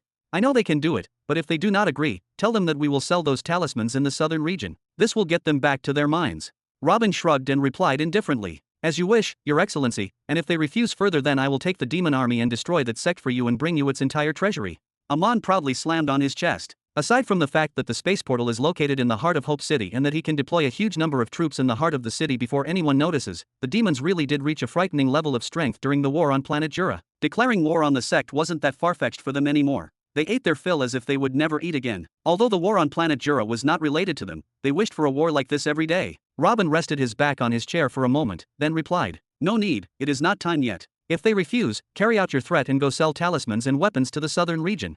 Then he gestured beside him. Oh, right, take him with you on your trip to Nihari. Amon looked towards the place that Robin pointed to, and found Theo standing, also puzzled by the decision. Then he asked in astonishment, him. What, do you have a problem? Amon quickly waved both his hands. No, Your Excellency, how dare I question your decision? But the gravity there is just too. I did not forget about that. I left a new design for a bracelet with runes from the gravitational path in the Ancestral Continent Rune Academy. After activating it, the effect of the bracelet will be sufficient to reflect the effect of gravity on any other planet and make it equal to gravity on the planet Jura. I believe that the first batch will be ready this week. Robin replied with ease. Oh, does that not mean you can send the human army to Nihari too? Amon asked quickly, with excitement in his voice. It was clear that the demons had not forgotten what the giants had done to them for hundreds of thousands of years. All I want is to establish a trade that benefits both parties. Do not let your imagination go too far. You and the rest of the demon kings will have your own stuff to do and you are not used to these trading affairs anyway, so I thought of leaving it in the hands of the humans. Robin chuckled upon hearing this and then added, You will take a few commerce experts from the Burton family alongside Theo and a few men of the Shadow Swords to protect them. All you have to do this time is to introduce them to the sect elders, then it will be a direct transaction between them and you can get out of the equation, understood? Oh, alright. Amon replied with obvious disappointment. Good, you can disperse now. Let us meet again in my imperial city a month from now. Robin clapped and announced, I hear and obey. Amon bowed slightly and jumped off the balcony, quickly disappearing in the same way he appeared. Theo also took a step back, merged with his shadow, and disappeared. As for Billy, he remained seated for a few seconds, staring at Robin with half-closed eyes. Oi little brother, can I help you with something there? Do you want your cake back or something? Robin raised his eyebrows and asked sarcastically. Billy did not reply immediately. He just kept staring at Robin as if he was trying to figure something out. After a few seconds he finally gave up and spoke. Can I help you? Do you have anything you want to tell me? You do not have to take it all on your shoulders, you know. No, everything is fine. Go now and facilitate the transfer of the demons to their new home. Robin replied slowly and looked toward the horizon. Billy looked at him for a few more seconds, with apparent disappointment this time, and then slowly stood up and moved towards the door. He muttered, As you wish my friend, as you wish. Chapter 399. 1 week later, on planet Nihari, in the City of Hope. Buzz. Oh my god, the space portal has been activated. Just as the council predicted, His Excellency has decided to destroy us. I can't believe His Excellency really decided to do it. Damn it, if he postponed this invasion for a few months, we would have completed the process of moving to the city of tomorrow. Why now? Go tell the elders. Summon everyone that should be summoned. Fuck. The 40,000 guards of various races stationed around the space portal raised their weapons. They saw the space portal starting to make noises and the space inside started to liquefy. You will not need to wait 20 years for the invasion to come, I will come to you with the invasion. That was what Robin said a few years ago in his final moment on planet Nihari. And it was evident that Robin's threat did not go unnoticed. After Robin left, the council was greatly divided. Part of them decided to preserve the command of their Lord and Savior and carry it out to the letter. They said that he would never harm them if they did not provoke him further because no one would want to destroy what he had built with his own hand. Another part, including the tribes of giants, said that Robin returned to where he came from to prepare an army to eliminate them and reconquer the eastern region. They said that he wanted the space portal untouched to make it easier for him to destroy them anytime he wants. This supported their theory that he did not help them because of motherly love, but in order to impose his control and power over the eastern region. Now that his power was withdrawn from him, he will try to take it back at any cost. As for the last third segment of the council, they did not take sides. They remained silent, trembling on the sides, acknowledging the favor of their lord, but also fearing his wrath. In the end, everyone reached a compromise. The space portal is to be preserved without a scratch, as Robin ordered, but in return, the buildings surrounding it were destroyed and turned into a military arena in which more than 40,000 soldiers camped day and night. It was also decided to move the capital to the City of Tomorrow. The City of Tomorrow is the last city that the sect built during the 20 years, and it was chosen because it is the farthest city from the City of Hope. However, because the city is still new in the infrastructure and it still needs a lot of work, the move did not take place immediately. Rather, all the clan's resources were diverted towards it to be properly equipped first and make it even stronger than Hope City before the displacement towards it began. As for why, well, no one wanted to stay in a weak city when the Lord comes back to attack. And though it is still just empty walls with a few scattered buildings, a number of the sect's elders and those close to them have already moved there, throwing everything behind, saying staying in a weak city is better than living inside the eye of the storm. Even the chiefs and representatives of the tribes of giants left the City of Hope to return to the capital of their ancestral lands. Each began to fortify their cities in anticipation of the inevitably coming invasion of Robin, from their point of view. But not every one of the higher-ups left. Not a small part of the elders also remained in the City of Hope until the preparations for the City of Tomorrow are completed and they go there with all their kind. But it looks like today they will be proven wrong. Step. Oh, so this is the world that Mr. Jabba and the demons came from. Inhale. Do you feel the purity of the air and the density of energy in the air? It is amazing. Whoever trains here, his training speed will double at least 5 times. Even after finding this gem, His Excellency left this planet and returned for our sake when we needed him. Words cannot describe how much I respect this man. I understand. I cannot believe that the same blood runs through our veins as him. How the hell did our family manage to produce such a man, and he is the son of the scum-petter Burton of all. Yep, he was a scum, but that was a hell of a sperm, I can give him that. Hey, have you noticed the gravity bracelets? They are working at full capacity.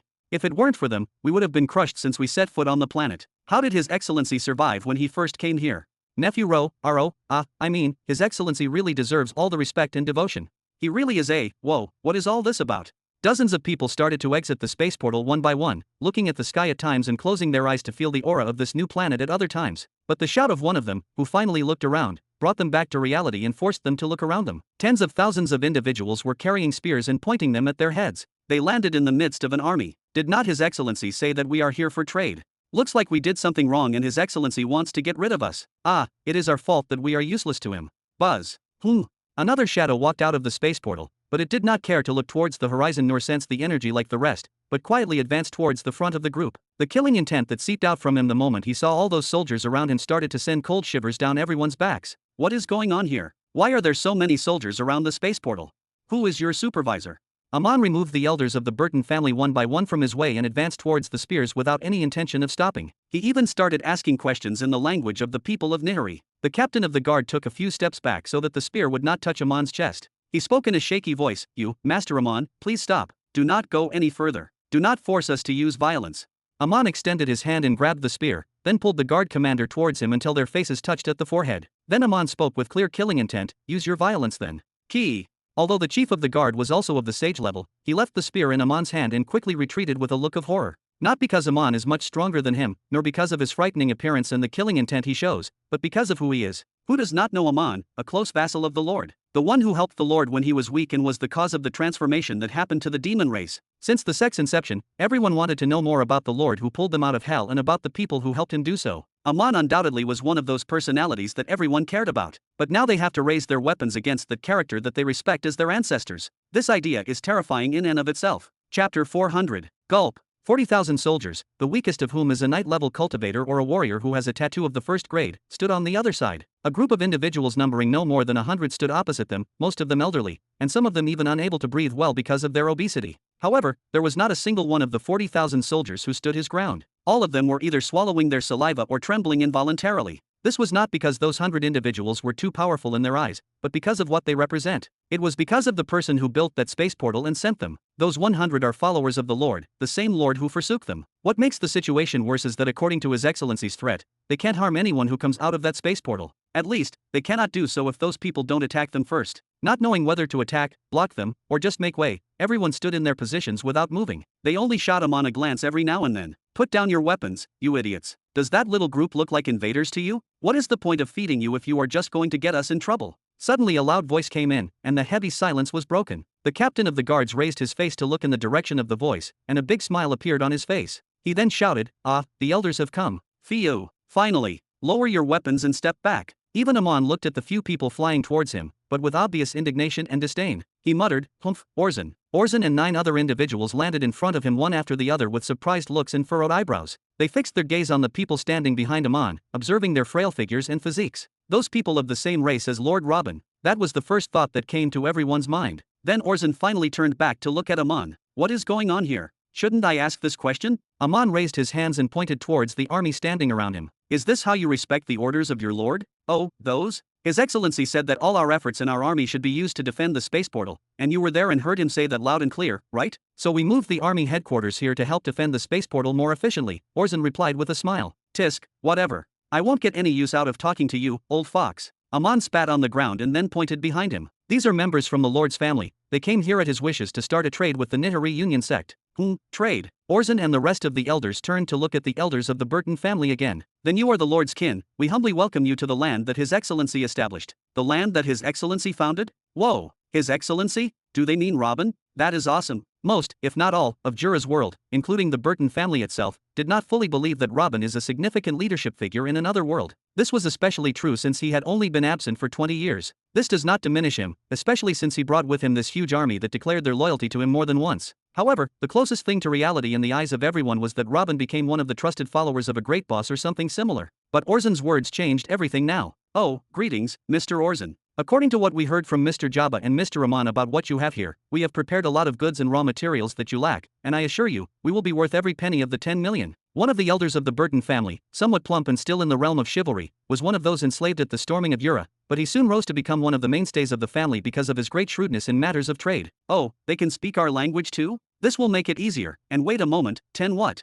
One of the sect elders behind Orzin rose up and shouted. Amon quickly looked at that elder. "What, has your old age affected your damn ears, you old fart?" He said 10 million energy pearls will be the value of the trade between the Burton family and the Nihiri Union sect, and the exchange will be fully completed within 1 week as well. "Do you have a problem with that? Amon, you bastard, don't you really know the value of that?" That old man started moving a few steps towards Amon while shouting. But Orzin's hand interrupted his path, and he said with a much lower voice, "Amon, we appreciate His Excellency's trust in us and his desire to start a business with us, especially a business of this size. We really do. But as you know, this is not a small amount of wealth and we currently have a lot of expenses. We may not be able to collect it quickly enough to be completed in this exchange alone, but we may be able to collect 250,000 energy pearls for now, and we will reach that 10 million figure with time, just not in a week. How about that? Amon turned back to look in Orzin's direction. Listen here, old fox, the Lord needs those energy pearls as soon as possible, and if you don't agree, well, then. One of the other sect elders rushed in and started shouting as well. Then what? You will wage war against us? Damn it, 10 million energy pearls in a week? Does he think he is still the sect leader, or does he think we are afraid of him? Gulp. The soldiers around the space portal began to tighten their fists on their weapons again. After they all sighed in relief at hearing Amon's words about trade, this conversation returned to take the worst possible course. But in the face of the shouting, Amon gave a satisfied smile that showed his long, sharp fangs. He then spoke quietly. Who said anything about waging a war? If you do not have enough energy pearls, we will go to complete our trade with the southern region. Is that a threat? Who do you think we are, you son of a? The same elder who shouted earlier raised his hands a little and was ready to lower them, ordering the advance of the troops to attack Amon and those with him. In fact, selling weapons to the southern region of the planet is the worst possible threat. This means that Robin will begin to control that region as he did with them. Or worse, he could provide them with new types of weapons and talismans of his own innovation. He would do this in exchange for energy pearls only, without even controlling them. This means the presence of a formidable enemy on their borders in the south with a lot of new weapons that need to be tested in battles. The northern region is already enough of a nightmare, and they cannot handle another threat from the south as well. Except for that elder, everyone finally realized that Robin really did not need to invade them himself in order to harm them. Silaf, shut your mouth, you stupid bastard. Boom. Before that old man lowered his hand, Orzin looked behind him and broke his nose with a single punch. Blood spurted everywhere. To be continued. Thanks for listening. If you enjoyed this video, hit that like button and subscribe so you never miss an update. Check out the playlist to catch up on the rest of the series. I'll be back with the next part soon, stay tuned.